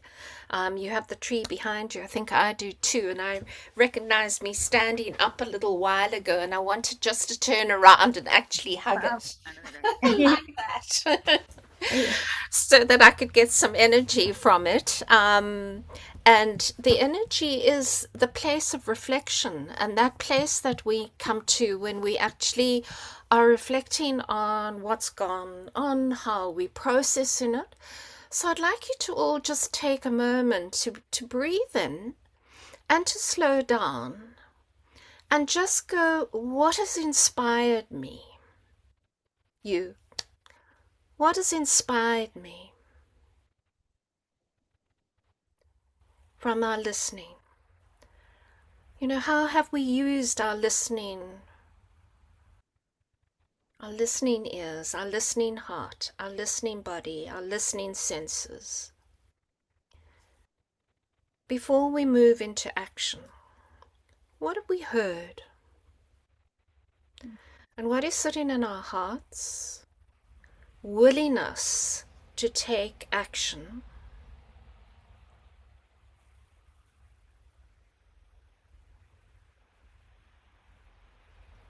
And what might happen next? And what happened next might be, I need more reflective space. Action is not necessarily physical action. Action is, I'm letting this work me. I'm enabling it to work me in a way that is best suited to it. So I'll write the reflection questions in the breakout room, but there would be something like, what most surprised you today? What insight have you gained? What do you feel called to offer or contribute moving forward? And what skills, gifts, or experiences are you carrying that you'd love to bring into this movement? Because there is something moving us. So I'm going to write those in to the chat.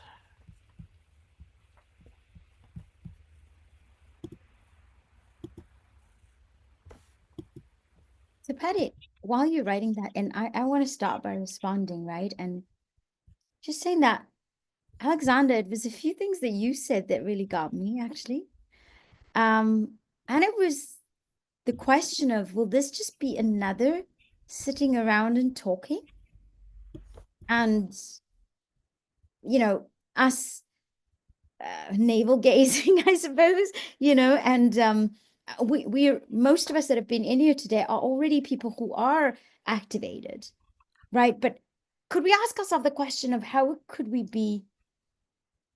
I don't know that the word is more strategic. I think the word is really sensing in, because that in itself for me is being more strategic. Because another part of what you shared, Alexander, was the lying on the you know, in the mid and having to hold, but at the same time surrendering to flow.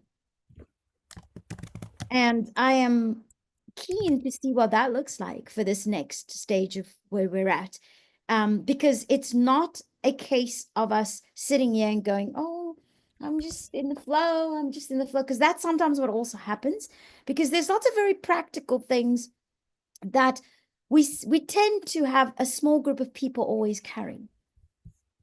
And I'm wishing and hoping for that moment when we all carry aspects of this in such a beautifully connected, cohesive manner that supports each other beautifully, to be able to, because part of the frequency and part of that in the flow is also being able to have our own personal happy lives.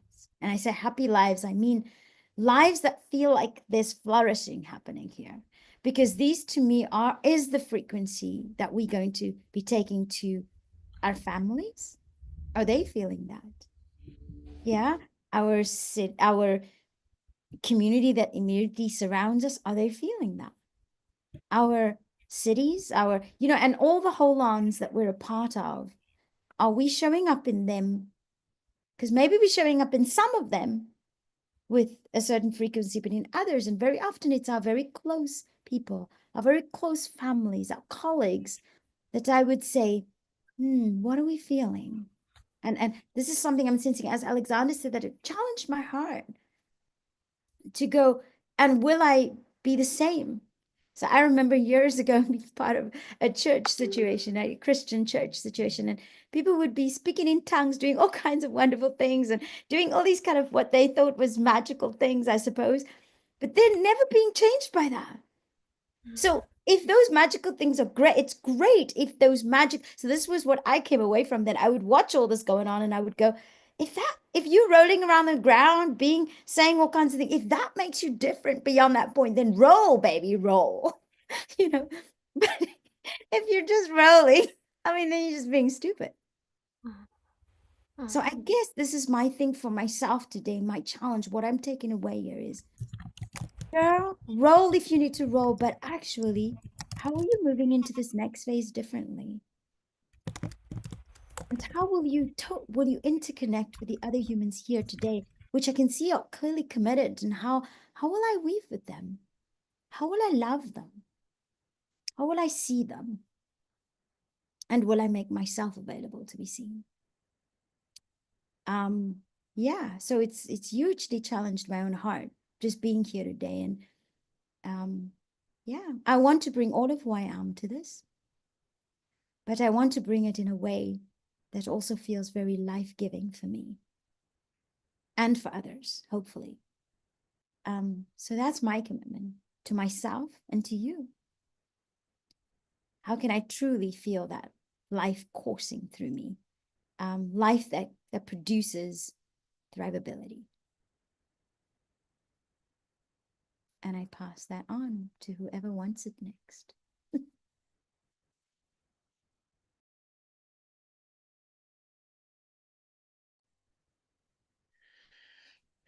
Maybe I could pick up on that briefly because, yeah, this, well, first of all, what I was going to say earlier, and then I heard Farion, and so things shifted because that's exactly part of it. What I'm really also feeling is this collective intelligence here, and that you are not alone. We started off by saying that at in the very opening thing, right? And that you are not alone, and really recognizing, seeing, looking at here others who are sitting with me. I'm sitting with you, and it shouldn't be a one-off. It's great that there's 60 days coming, but even that, it's not 60 days. This should be like a way of being and engaging. And that's what I wanted to get to based on what Fariel you were just saying, because and it's not only what you were just saying, but what we've experienced so far today, which is a great beginning of these 60 days. And that is that I have this tension inside me between wanting to be comfortable and finding people who are affirming my points of view and who are thinking like me and sensing like me and like, oh, great, we can just be together. Oh, so lovely. I can just be comfortable and safe with you because I'm not safe with a lot of people who are thinking so weirdly to me and differently. So that's so nice. But that's like rolling on the ground and being stupid. Sorry. I mean, that really it's what you said, Fariel. That's just like we're being comfortable there. So what is it about this that is going to take us out of that and just saying, okay, well, great, I found my comfort spot. This is cool, which is needed, yes, but also where we push. Now, Patty, you're also big on these whole learning frames, and Jude talked about the Goldilocks zone. We got to push beyond our comfort zone, right? Because if we're just in the comfort zone of being like, oh, we found each other, we're happy, let's all hold hands and sing Kumbaya together, and then the world will change. No, it won't, right? So we need to do more than just hold hands and sing Kumbaya at dawn on the beach. It would be nice, but we need to do more. And so this is where we push beyond the comfort zone, where I am going to challenge myself to do things that are like, well, that's not maybe the most comfortable thing right now, but leaning into it, and to also recognize not to lean too far, or at least if I lean far, that I have a safety net, which is community. That's what's super important. Because if you lean too far, you get into those 5 Fs, the fight or flight, which we know so well, the freeze, which is the deer in the headlights, the freak, which is where you lose your bladder control and you short circuit, and that's when you freak out. That happens, right? When you get too freaked out. Or freeze. No, that's not that one. It's a focus, where you get like tunnel vision and you just can't really see what's going on. You just focus on one thing, right? So these are those 5 Fs when we get pushed way beyond our comfort zone. So finding that Goldilocks area, pushing each other to not just roll on the ground in our comfort space, but to get up and do something. So to push each other, not too far though. I don't know, maybe it's not push, maybe it's call, maybe it's invite, to dance with. That's what I'm getting out of this. And I'm going to get off my soapbox now. And I think Fariel, if you're facilitating, I pass it back to you. Otherwise, there are other people with hands up. Well, I think we'll just go as we go. I see hands up, so we'll have Lev. I think he was next, and then we'll have Kim. And I want to just add one thing to yours. Trust. I want to build trust beyond this. That's going to take us such a distance. I see it. I feel it. Lev, please share. Thank you, Alexander. Thank you, Fariel. Thank you, Paddy. Everyone who is here or who will be watching the recording. I'm sure we'll have people in a distributed group as well who will join later on. But just answering some of those questions quickly, I was really moved by the opening song by T-Bird, right? T-Bird Love? No, T-Bird. Yes, T-Bird Love it is. Love. Without love, it's not complete. And it's so important, right? Because we talk about those city development, integral city development, all those city developments, but we are human beings with hearts, with souls, with emotions. So we need art, we need culture, we need communication, we need beauty, right, in our lives. So thank you very much for everybody, everyone who has, brought this aspect of not only rational thinking, right, but also deeper wisdom and art expressions. So this what moved and surprised me the very moment when we started. That was number one. Of course, I was surprised by the dedication of the team long before we, gathered today for several weeks, if not a few months, but especially intense in the last few weeks. The team was working so hard to bring this, into the reality. And I won't sort of go into the names, but still really wanted on behalf of all of us to express this feeling of gratitude and appreciation and admiration for all the hard work and dedication that was, put into making this a launch of the 60-day journey. And the final thing, if I could share quickly, I also was moved by our, let's call it, adventurous spirit, right? And our capacity to move beyond our zone of comfort, what Alexander referred to, right? Because we all love, speaking about the human evolution and, the power of our spirit, etc. And we feel comfortable with it. And this is really, really important. It's cutting edge. And yet, most people on our planet don't speak in those terms. Unfortunately, they can't even relate to those terms. They switch them off, right? The attention drifts away. So in our second track today, we were experimenting because Said was talking about the macro trends, right? How Earth needs us to change our ways. And I saw people in the audience who came from, real estate development sector.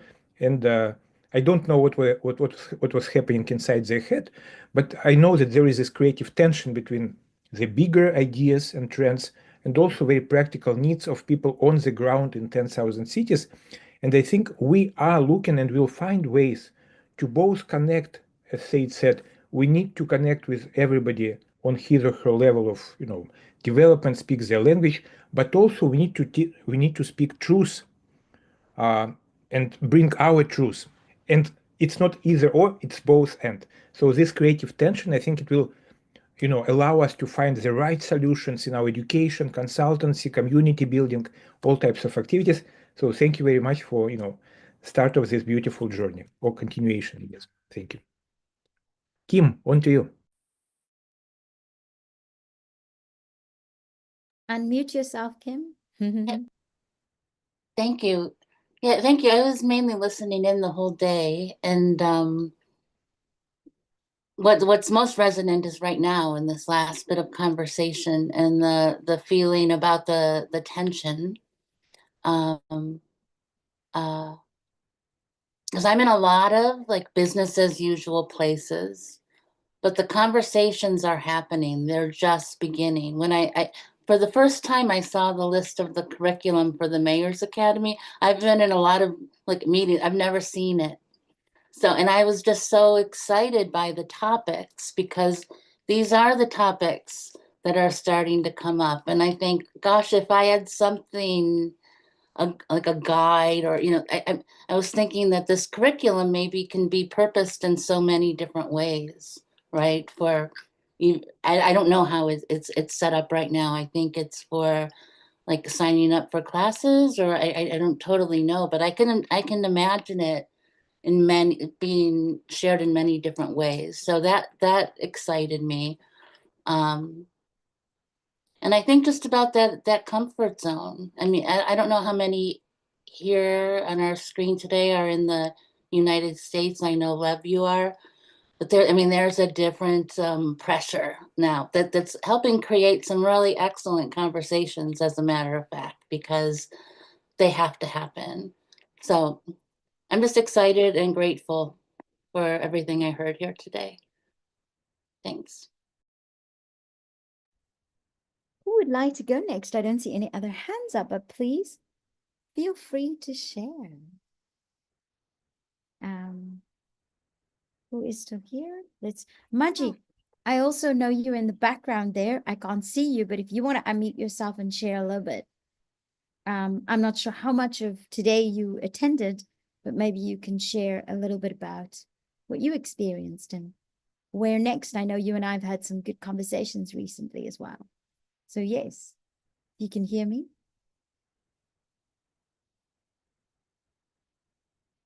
Okay, I'm not hearing her. Oh, were you talking to me? Yes, to you, Magic. Sorry, I was just moving a box. I didn't hear. I'm underground. Okay. So I was, Sorry, just recap what you said. Let me center. I'll just re-say, cap that. Basically, I was saying that I'm not sure how much of today you were part of, but I'd like to hear a little bit from you as to your experiences, to what you see next. Some of the questions that Patty posed earlier, they're in the chat at the moment. I'm not sure if you can see them, but essentially, they're things about what moved or surprised you today. What insight or idea are you taking with you? I can see them. I actually copied it. Just to say, I know that you and I have had some good conversations earlier, not today, but on another day.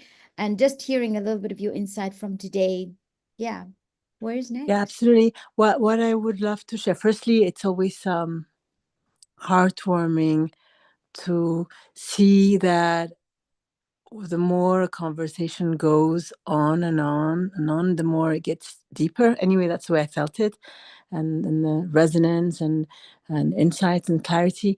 I wouldn't first of all, I've been like working all night in the middle of a move and thinking things out from the store.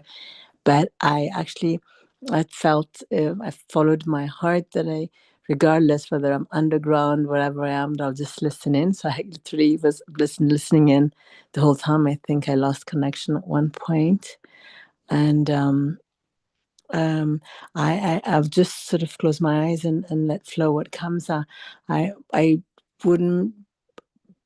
It doesn't resonate to me to say this was the most this and this is the least that. I don't feel really it's about levels. It's just that there was a lot of energies and sensing and feeling and a commonality and intention. What I felt was in my sort of keynote listener space that I thought I was going to stay, but now I'm like a speaking keynote listener. Was that there's a lot of wonderful discoveries, like even something as simple as just right now the way Alexander explained the Halloween game. I actually got it. I didn't ever, because I'm not very techy and I never really quite understood and I didn't have the time to look at the whole video. And maybe it's a good thing that the video didn't work because the fact that you were speaking, basically what it is, what I felt in terms of since I was my hands were very busy with everything, that my heart and ears could resonate when something was really embodied, when it was said. And for example, when Lev talked about the book on integral cities that I haven't read, but the way he talked about it, it just resonated. But then, being a student of Thich Nhat Hanh, the whole interbeing and we're all one, everything resonated. But I never, in my mind, I never thought of myself as being part of this city. But I loved the way you worded it. So there's all this sharing of and Patty, I bow to you with your very heartful, integrated way of speaking, and I could feel all your experience and so many people. And so the a transmission or message gets through across much more because it comes from a place from, as Lev said, he read it all night long and he did, in the beginning it was quite dense and everything. And so it's not so much about people sharing their story or just getting to hear each other or words or talking, because that happens, and it's also part of the trial to word something. There will be all this trial, but then what I felt energetically is that there were amazing moments of souls meeting, and on one phase that really nourishes me. I got to understand many things, the same thing as Kim said, be it about the mayor or even about the leadership program and how Lev saw it and how it was going and what it was for and when it's going to be. The fact that everyone spoke up what mattered to them most. Not in terms of I want to inform you of this, but this is what's dear to my heart, and things kind of got across anyway for me in this non-sleep state that I was. I still feel that these, of course, 60 days is great, but this energy, this sort of connecting and really hearing and understanding what each piece of the puzzle is feeling and vibrating, or feeling dragged about or not working about, when it's done with the sense of not a blame game or most or less, but in the sense of this is where I'm at and would like to flow in the togetherness, is the energy that I felt was really aspired collectively, and that really touched me. And it's sort of like was the intention, this how can we be a poem together and do the weaving, and you all touched on, for me, the key point is the trust. But the trust gets built by exactly this kinds of effort, where it's not just about the words and who has wonderful thing to say, but the embodiment and what's trying. And somebody will click and say, oh, like, for example, I said, oh, Lev, I want to connect a T-Bird with the so-and-so. Can I have his contact? Many different inner weaving can happen when on different level, whether it's just information, but the most important part for us as Living Cities Earth is, in order to build trust, then probably more connecting in a group where all together, and like, for example, when there's tension with people, the best way to relieve it is actually to have a time where we're sharing, and everybody's really sharing about what brings them alive and what they would love, and also be able to talk about what's creating tension and how it can resolve it in order to flow together. And I picked a lot of amazing sentences that will stay with me. And I will end with, for me, like, I think the future is what we're weaving together. And I always feel more alive and with people and worlds that want to build the future. And if I'm really sincere, I am more in trust and feel each one of you that are speaking. And from, of course, I know Lev and Alexander for much longer, on T-Bird, and also many of you I met the last few years, and I got to know Angie and Kim maybe a bit more because we met week after week, and that became a strong point. And so I feel the trust in the people that are in it more than I understand the whole Living Cities Earth. And is it going to work? Is it going to work? How are the foundations getting solider or not? Is this going to crumble? What are the gaps? But at the same time, having the strength of the people connecting, even if it's not with all, that there's a few people who feel they're connected and that person's connected with another group, is an amazing start. And that's how forest grows. So all in all, it was nourishing to my heart, and I would love for this conversation to continue deeper in what it really means to trust build and to be in a sociocratical circle, and the idea of circle and working together, and all those terminologies that are part of what Living Cities Earth, and not even, doesn't have to be a city, this living together, enjoy and elevating, and all those things that just vibrates us. Will bring together. So I felt that present a lot. I wouldn't have thought that I've enjoyed a conversation with people talking about real estate or things like that. I loved and everyone there. So yeah, it was a nourishing day, and I would love this to continue more, and not only for Earth Day, but whenever we can, for us, within us, to nourish ourselves with that, so we can go out and nourish the world with that same energy. And I land my plane with that. Beautiful. And Maji, you're going to have 60 more days to engage with all of this. And beyond that, as Alexander said, so the 60 days for us, I think, is an activation point for lots of the same and other and more and growing to happen beyond that point. So with that, Peter, do you want to share a little bit about what you've been experiencing? You're muted, Peter. Yeah, thanks. I'm not just going to share about today, but also about points in the past, because I think it's almost 13 years ago that I first heard Marilyn Hamilton tell the story of the bees. And one of the things I took away from today is that how the meaning of that, every time I hear that story, I get something else out of it. And I think today, what I'm taking away is the importance of the dance, of the bee dance, and of really paying attention to the dance that the other bees are doing, in the sense that the first time I heard it, I really thought about like, what role am I playing? Well, like, what am I doing? But now I'm really thinking about like how can I learn about what others are doing and like really feel like what's mine to do, because there's no bee that is a diversity generator and a conformity enforcer and a judge at the same time. Like they can switch, I think, but it's they always do one thing at a time. And one of my favorite stories, I don't know if Marion told it today, is that a bee in its lifetime produces 1/12 of a teaspoon of honey. And there is always the trap to want to do everything yourself, and you don't have to. Like if I produce my 1/12 of a teaspoon of honey and I do it right, like I do what's mine to do, and I do it like, and I'm fully present in what I do. Like I do it in the best way I can, then that's all I need to do, right? And I think that's something I could learn to do better, like find out what's mine to do and do that in connection with all the other bees in the hive. So that's, I think, what I'm going to try to do going forward. Wow, Hasina, you've just joined us. So I'm checking to see if there's anyone else that wants to contribute.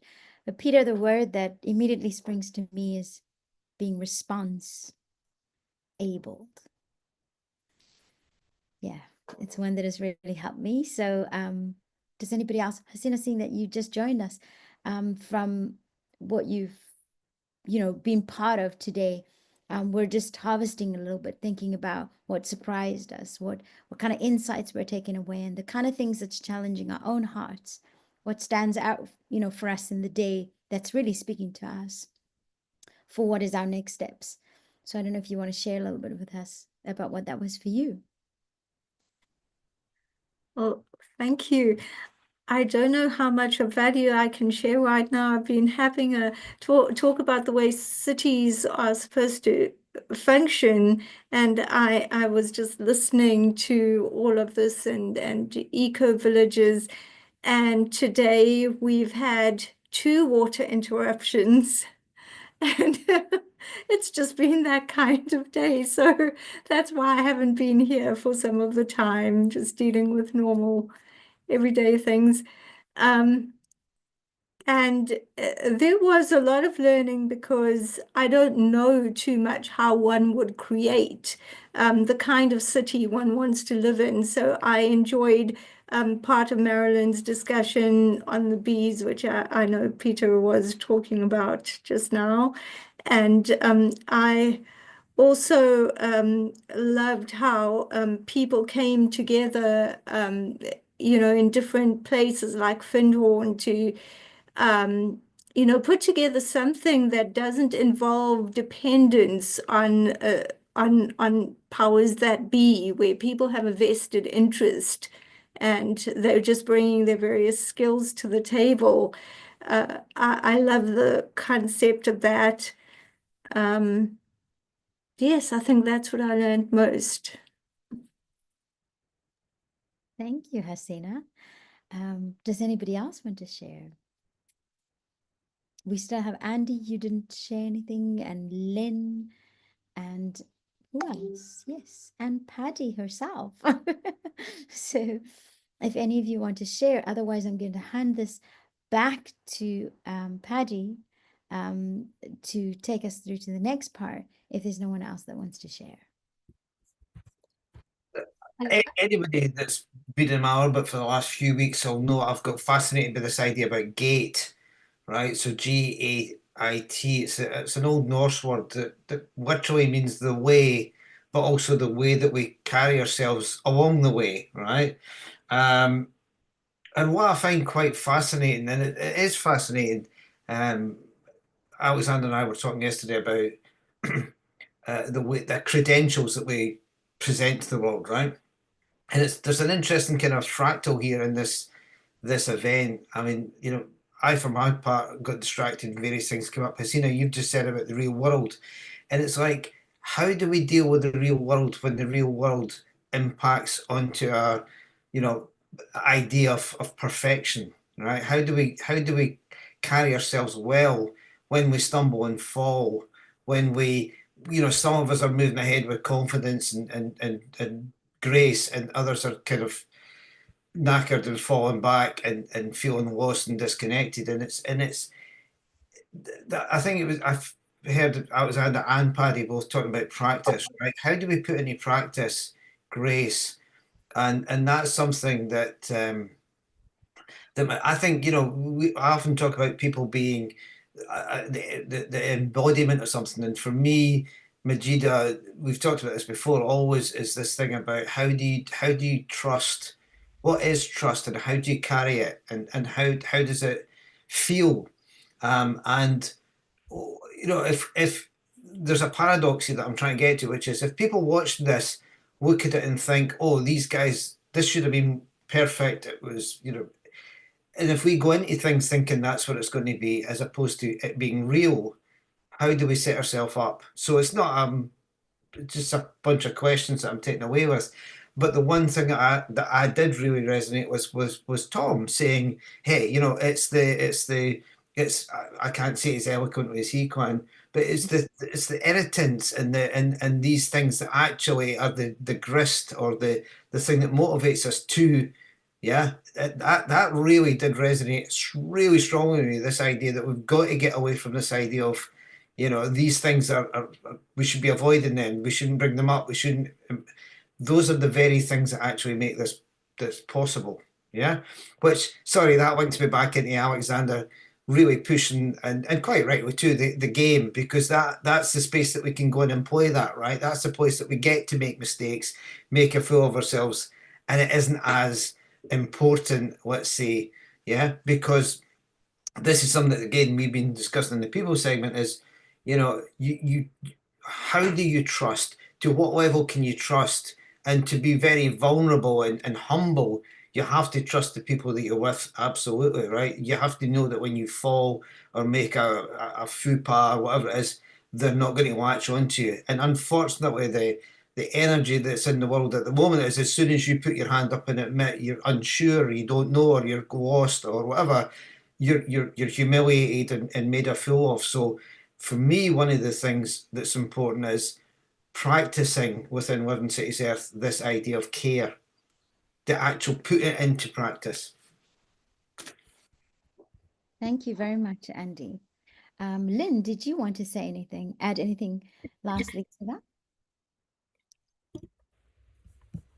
Well, as I mentioned earlier, yes, care comes from being compassionate and not judging and accepting that everybody's here for a different reason on a different path, because we've all got our own fingerprints and our own DNA, and anybody here at this time on the earth, which is healing itself gradually, hopefully, will be part of this. And whilst we're sending out the vibration of love, that reaches people, I believe, because we're all one energy. And, you know, I've referred to this before with people who were getting quite aggressive about, you know, whether one country's wrong and the other one's in all these wars that are going on. And my attitude to that is just send love and light to that area of the world, because it's only our perception of what's going on. We don't know what caused it to start with. We don't know why it's continuing, and it's the bigger picture. But as individuals, we can send out and connect with people very closely as well, with regard to how they are in that moment, and help them. I do bereavement voluntary counselling, and it is a very difficult time for me and other volunteers to do this because of people's fear and because people are losing their way. But, you know, one little, as Andy just mentioned about the honey pot, you know, one little teaspoon of honey contributes, even though that's all of one bee can sort of make. And it all comes into the product of love in the end. So I feel, if we just concentrate on that with other ideas that we want to be involved in, it's a better energy to be in than thinking something might go wrong or am I doing the right thing? Because it's our intention. If we know that we're doing it to help other people, our intention is loving towards that situation, even if we might not agree with it, because that's what that person needs support with, and help them be healthier. And I think that's the way people can heal themselves as well. If we love them and nurture them, they can heal themselves, and other people around them, like a whirlpool, will heal because they have healed themselves more than if it hadn't happened at all. So that's my contribution. Thank you. We'll talk about gratitude, right? I'm thinking about that poor bee's whole life. And I'm taking a whole bunch of bees and their whole lives' work, and I'm putting it in one spoon in that, tea, or, and so in the same way, my heart today was really humbled by each of you and many of the people who've worked on this team, as Lev said before, that had been pouring out their lives for weeks, and again, just not, sometimes we don't know what the individual is sacrificing, like that little bee. And I just really want to bow my heart to each of you for that, for being that little bee that we often don't see what you're sacrificing, and just to say truly from my heart and from the world, thank you. Patty, maybe we could just wrap it up and pass on to Alexander to deliver to us that final So bow. I'm also leaving with lots of nuggets, the kind of realness and being, having grace. It's a continual reminder for us as claimed leaders or facilitators of processes to continue to stay awake to each other and invite each other into the difficult conversations and the easy conversations. So in saying that, this has been remarkable, and I am feeling my body somewhat. It's speaking quite loud to me at the moment as well, from sitting too long. So I would love to hug each one of you, and a tree at the moment. It's probably closer to my bed, but whatever comes forward. So I would love to offer the last words to Alexander. I've loved getting to know you a little bit better. You're a co-founder of Living Cities Earth, but you're, this deep systems thinker and guide in sustainability leadership and a weaver of wisdom from across disciplines and dimensions, and wearing that awesome t-shirt. So you have spoken about the challenge of keeping the Elohim tree alive. And, I suppose the question for you is, how do we keep this alive? And I think some answers have been given forward. How do we keep on relating to each other and turning up? It's a perseverance game as well. It's like the bees keep going back to the beehive. They go out to do their work. They have their allocated roles. And how do we do our own beekeeping? So over to you, Lev, for the final words. And thank you, Ferial, for steering us through these last few weeks, months, couple of years. Alexander, It's Alexander. Alexander, on to you. Oh, sorry, it is Alexander. Oh my gosh. Did I not say Alexander? You started out saying Alexander. Oh my gosh, and then I got, it's these beards. It's I these know, right? beards. It just distorts my failing eyesight. One beard, just like another. One Same beard. thing. Andy, please grow yours longer. Then we'll have real confusion. And Nate. Really too many beards around here. Sorry. Sorry, Alexander. I do know who you are. It's all good. It's all good. Yes, no, it's all good. Yeah, no, this is, what's coming up for me right now is something from what Ferial was saying just moments ago. Where'd she go? Oh, there she is. And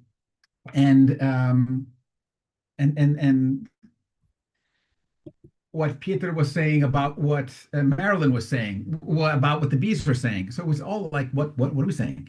But this is it, listening to each other and what's coming up, and right, that you can put into your cup of tea that you're just taking for your own pleasure several lives of bees. Wow. And then to think about that, how we do that, and how each of us are doing this all the time. It reminds me of this, and this perhaps is for me where the crux of it is. What again, I don't know, Gandhi is in my life today. Mm-hmm. And one time, one person had come to Gandhi and said, so it seems like whatever I do is going to be entirely meaningless. I'm not going to be able to make a difference. Why should I even try? And his response was, it's most likely that whatever you do is probably going to be insignificant. And you're like, what? Wait, what, Gandhi, what are you saying? But he said, but it is of the utmost importance that you do it anyway. It's of the utmost importance that you do it anyway. So you're not doing it because, I know I'm going to have a huge impact. It might, but it is the doing, it is participating in this game, in this field of co-creation. It is being part of that. In terms of the bees, imagine if a bee said, yeah, I'm not going to make the honey because what? My whole life, I'm making just this little amount of honey? Forget it. I'm going to go off and hang out on the beach. We wouldn't have beehives. We wouldn't have fields of daisies and etc. because all the bees are doing it together. And it is that act of engaging together that is more important than thinking, I'm going to change the world. So when we talk about being game changers, and see, I'm going to weave this together. Andy's like, look how I'm weaving this. You see, when we talk about being game changers, right? We're talking about how do we, not necessarily each one of us make all the difference, but it is the act of doing it together. And we might not even know how my little ripple is going to connect with somebody else's little ripple to make a bigger change, because this is what it's about. And it's a whole different mentality and attitude than the heroes of the past would come in and say, I'm going to fix everything. Yeah, here I am. It's not what it's about. It's what I'm getting from all of this is that, they say it takes a village, but it takes an ecosystem. And we are part of a living ecosystem. Living Cities Earth is part of a thriving planet, right? And it's never the cities by themselves or the people by themselves. When we look at it, Lev is always very clear on this as well, since all of us are. When we're looking at it, we're looking at what the plants say, what the animals say, what all of these, well, this is our conversation, right? And right now, actually, there are a lot of those voices that are missing, except many of us have nature in our background, where somehow we're calling it in. We are calling it in. So I think this is where the power is. Again, it may be that anything individually that we do is insignificant, but it is of the utmost importance that we do it anyway. Oof, that's right here. And then connecting, that we do it in ways that seek to connect, that we don't just do it in our own little cubby hole, that we are connected, because this is what interbeing is about. It is what Ubuntu is about. I am because you are, but the completion of Ubuntu is we are because I am. So there's a reciprocity there. There is no we without me or all of us, the individuals, making the we. I am because we are because I am. I am part of that larger story.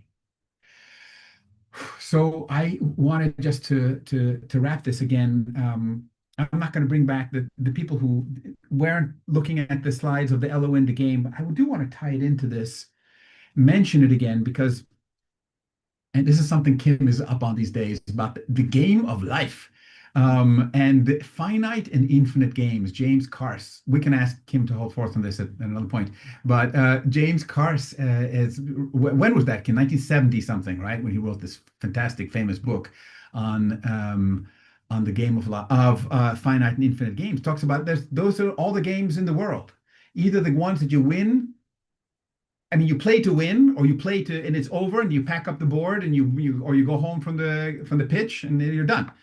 Those are the finite games, right? But the infinite games are the games of love, the games of relationship, the games of life. And they're not games in the sense that you're trying to beat anything or anything like that, or trying to rig the system. I'm sorry, I'm getting a CAT scan here at the same time.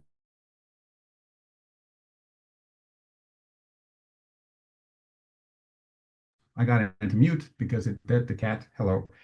But this is all part of the flow, right? But these games, how do we practice so that we don't end up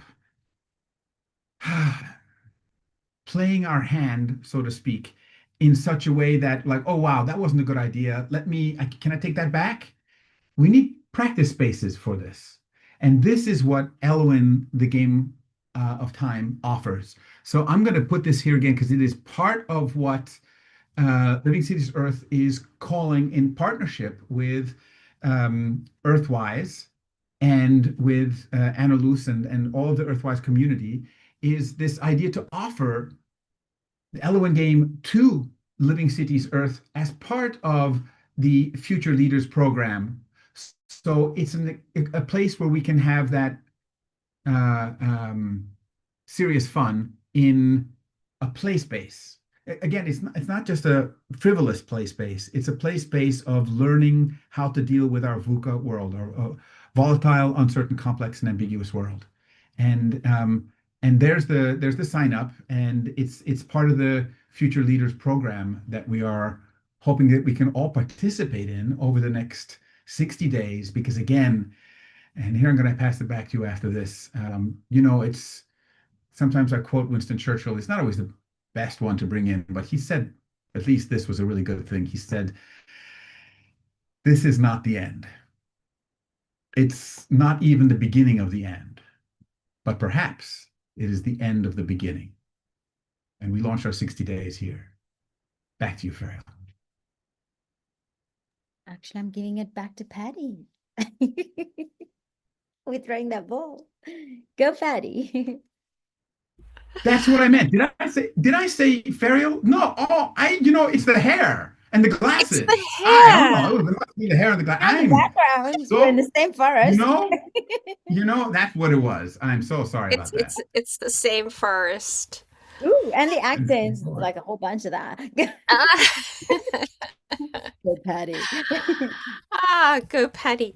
I was almost going. And going and leaving, I took a photograph, Alex, of your cat with this tail across your face. I hope I can share it with everyone because it was beautiful. It's as we just end this wonderful day, please keep in contact. And Ferial, if there's anything else to add here, is to really actually make a contribution. We were speaking about that impact. Don't be scared. Don't let fear stop you from actually putting your hand up and saying, I can contribute, or I want to be part of, or how can I help? And that was a cheesy sitcom, but about a hospital, which I did watch. But one of the things the hospital registrar said all the time was, how can I help you? So how can we help? And with that, I'm going to bid you a very good evening, good morning, and loving hearts to you all. And I did watch that cheesy show and I liked it. Because he wanted to help. How can I help you? And he made that hospital a darn good place to be. So let's make the cities our homes and everything a darn good place to be a part of. So there is still the Voice of Business and Innovation stream going on, and that other Zoom room, which some of us are heading to. So if Kate, if you just want to throw it in the chat as well. So if you still have energy and you still want to join something, then head over there. Otherwise, good night. Well, from me, good night. Good morning, good afternoon, good day, wherever you are.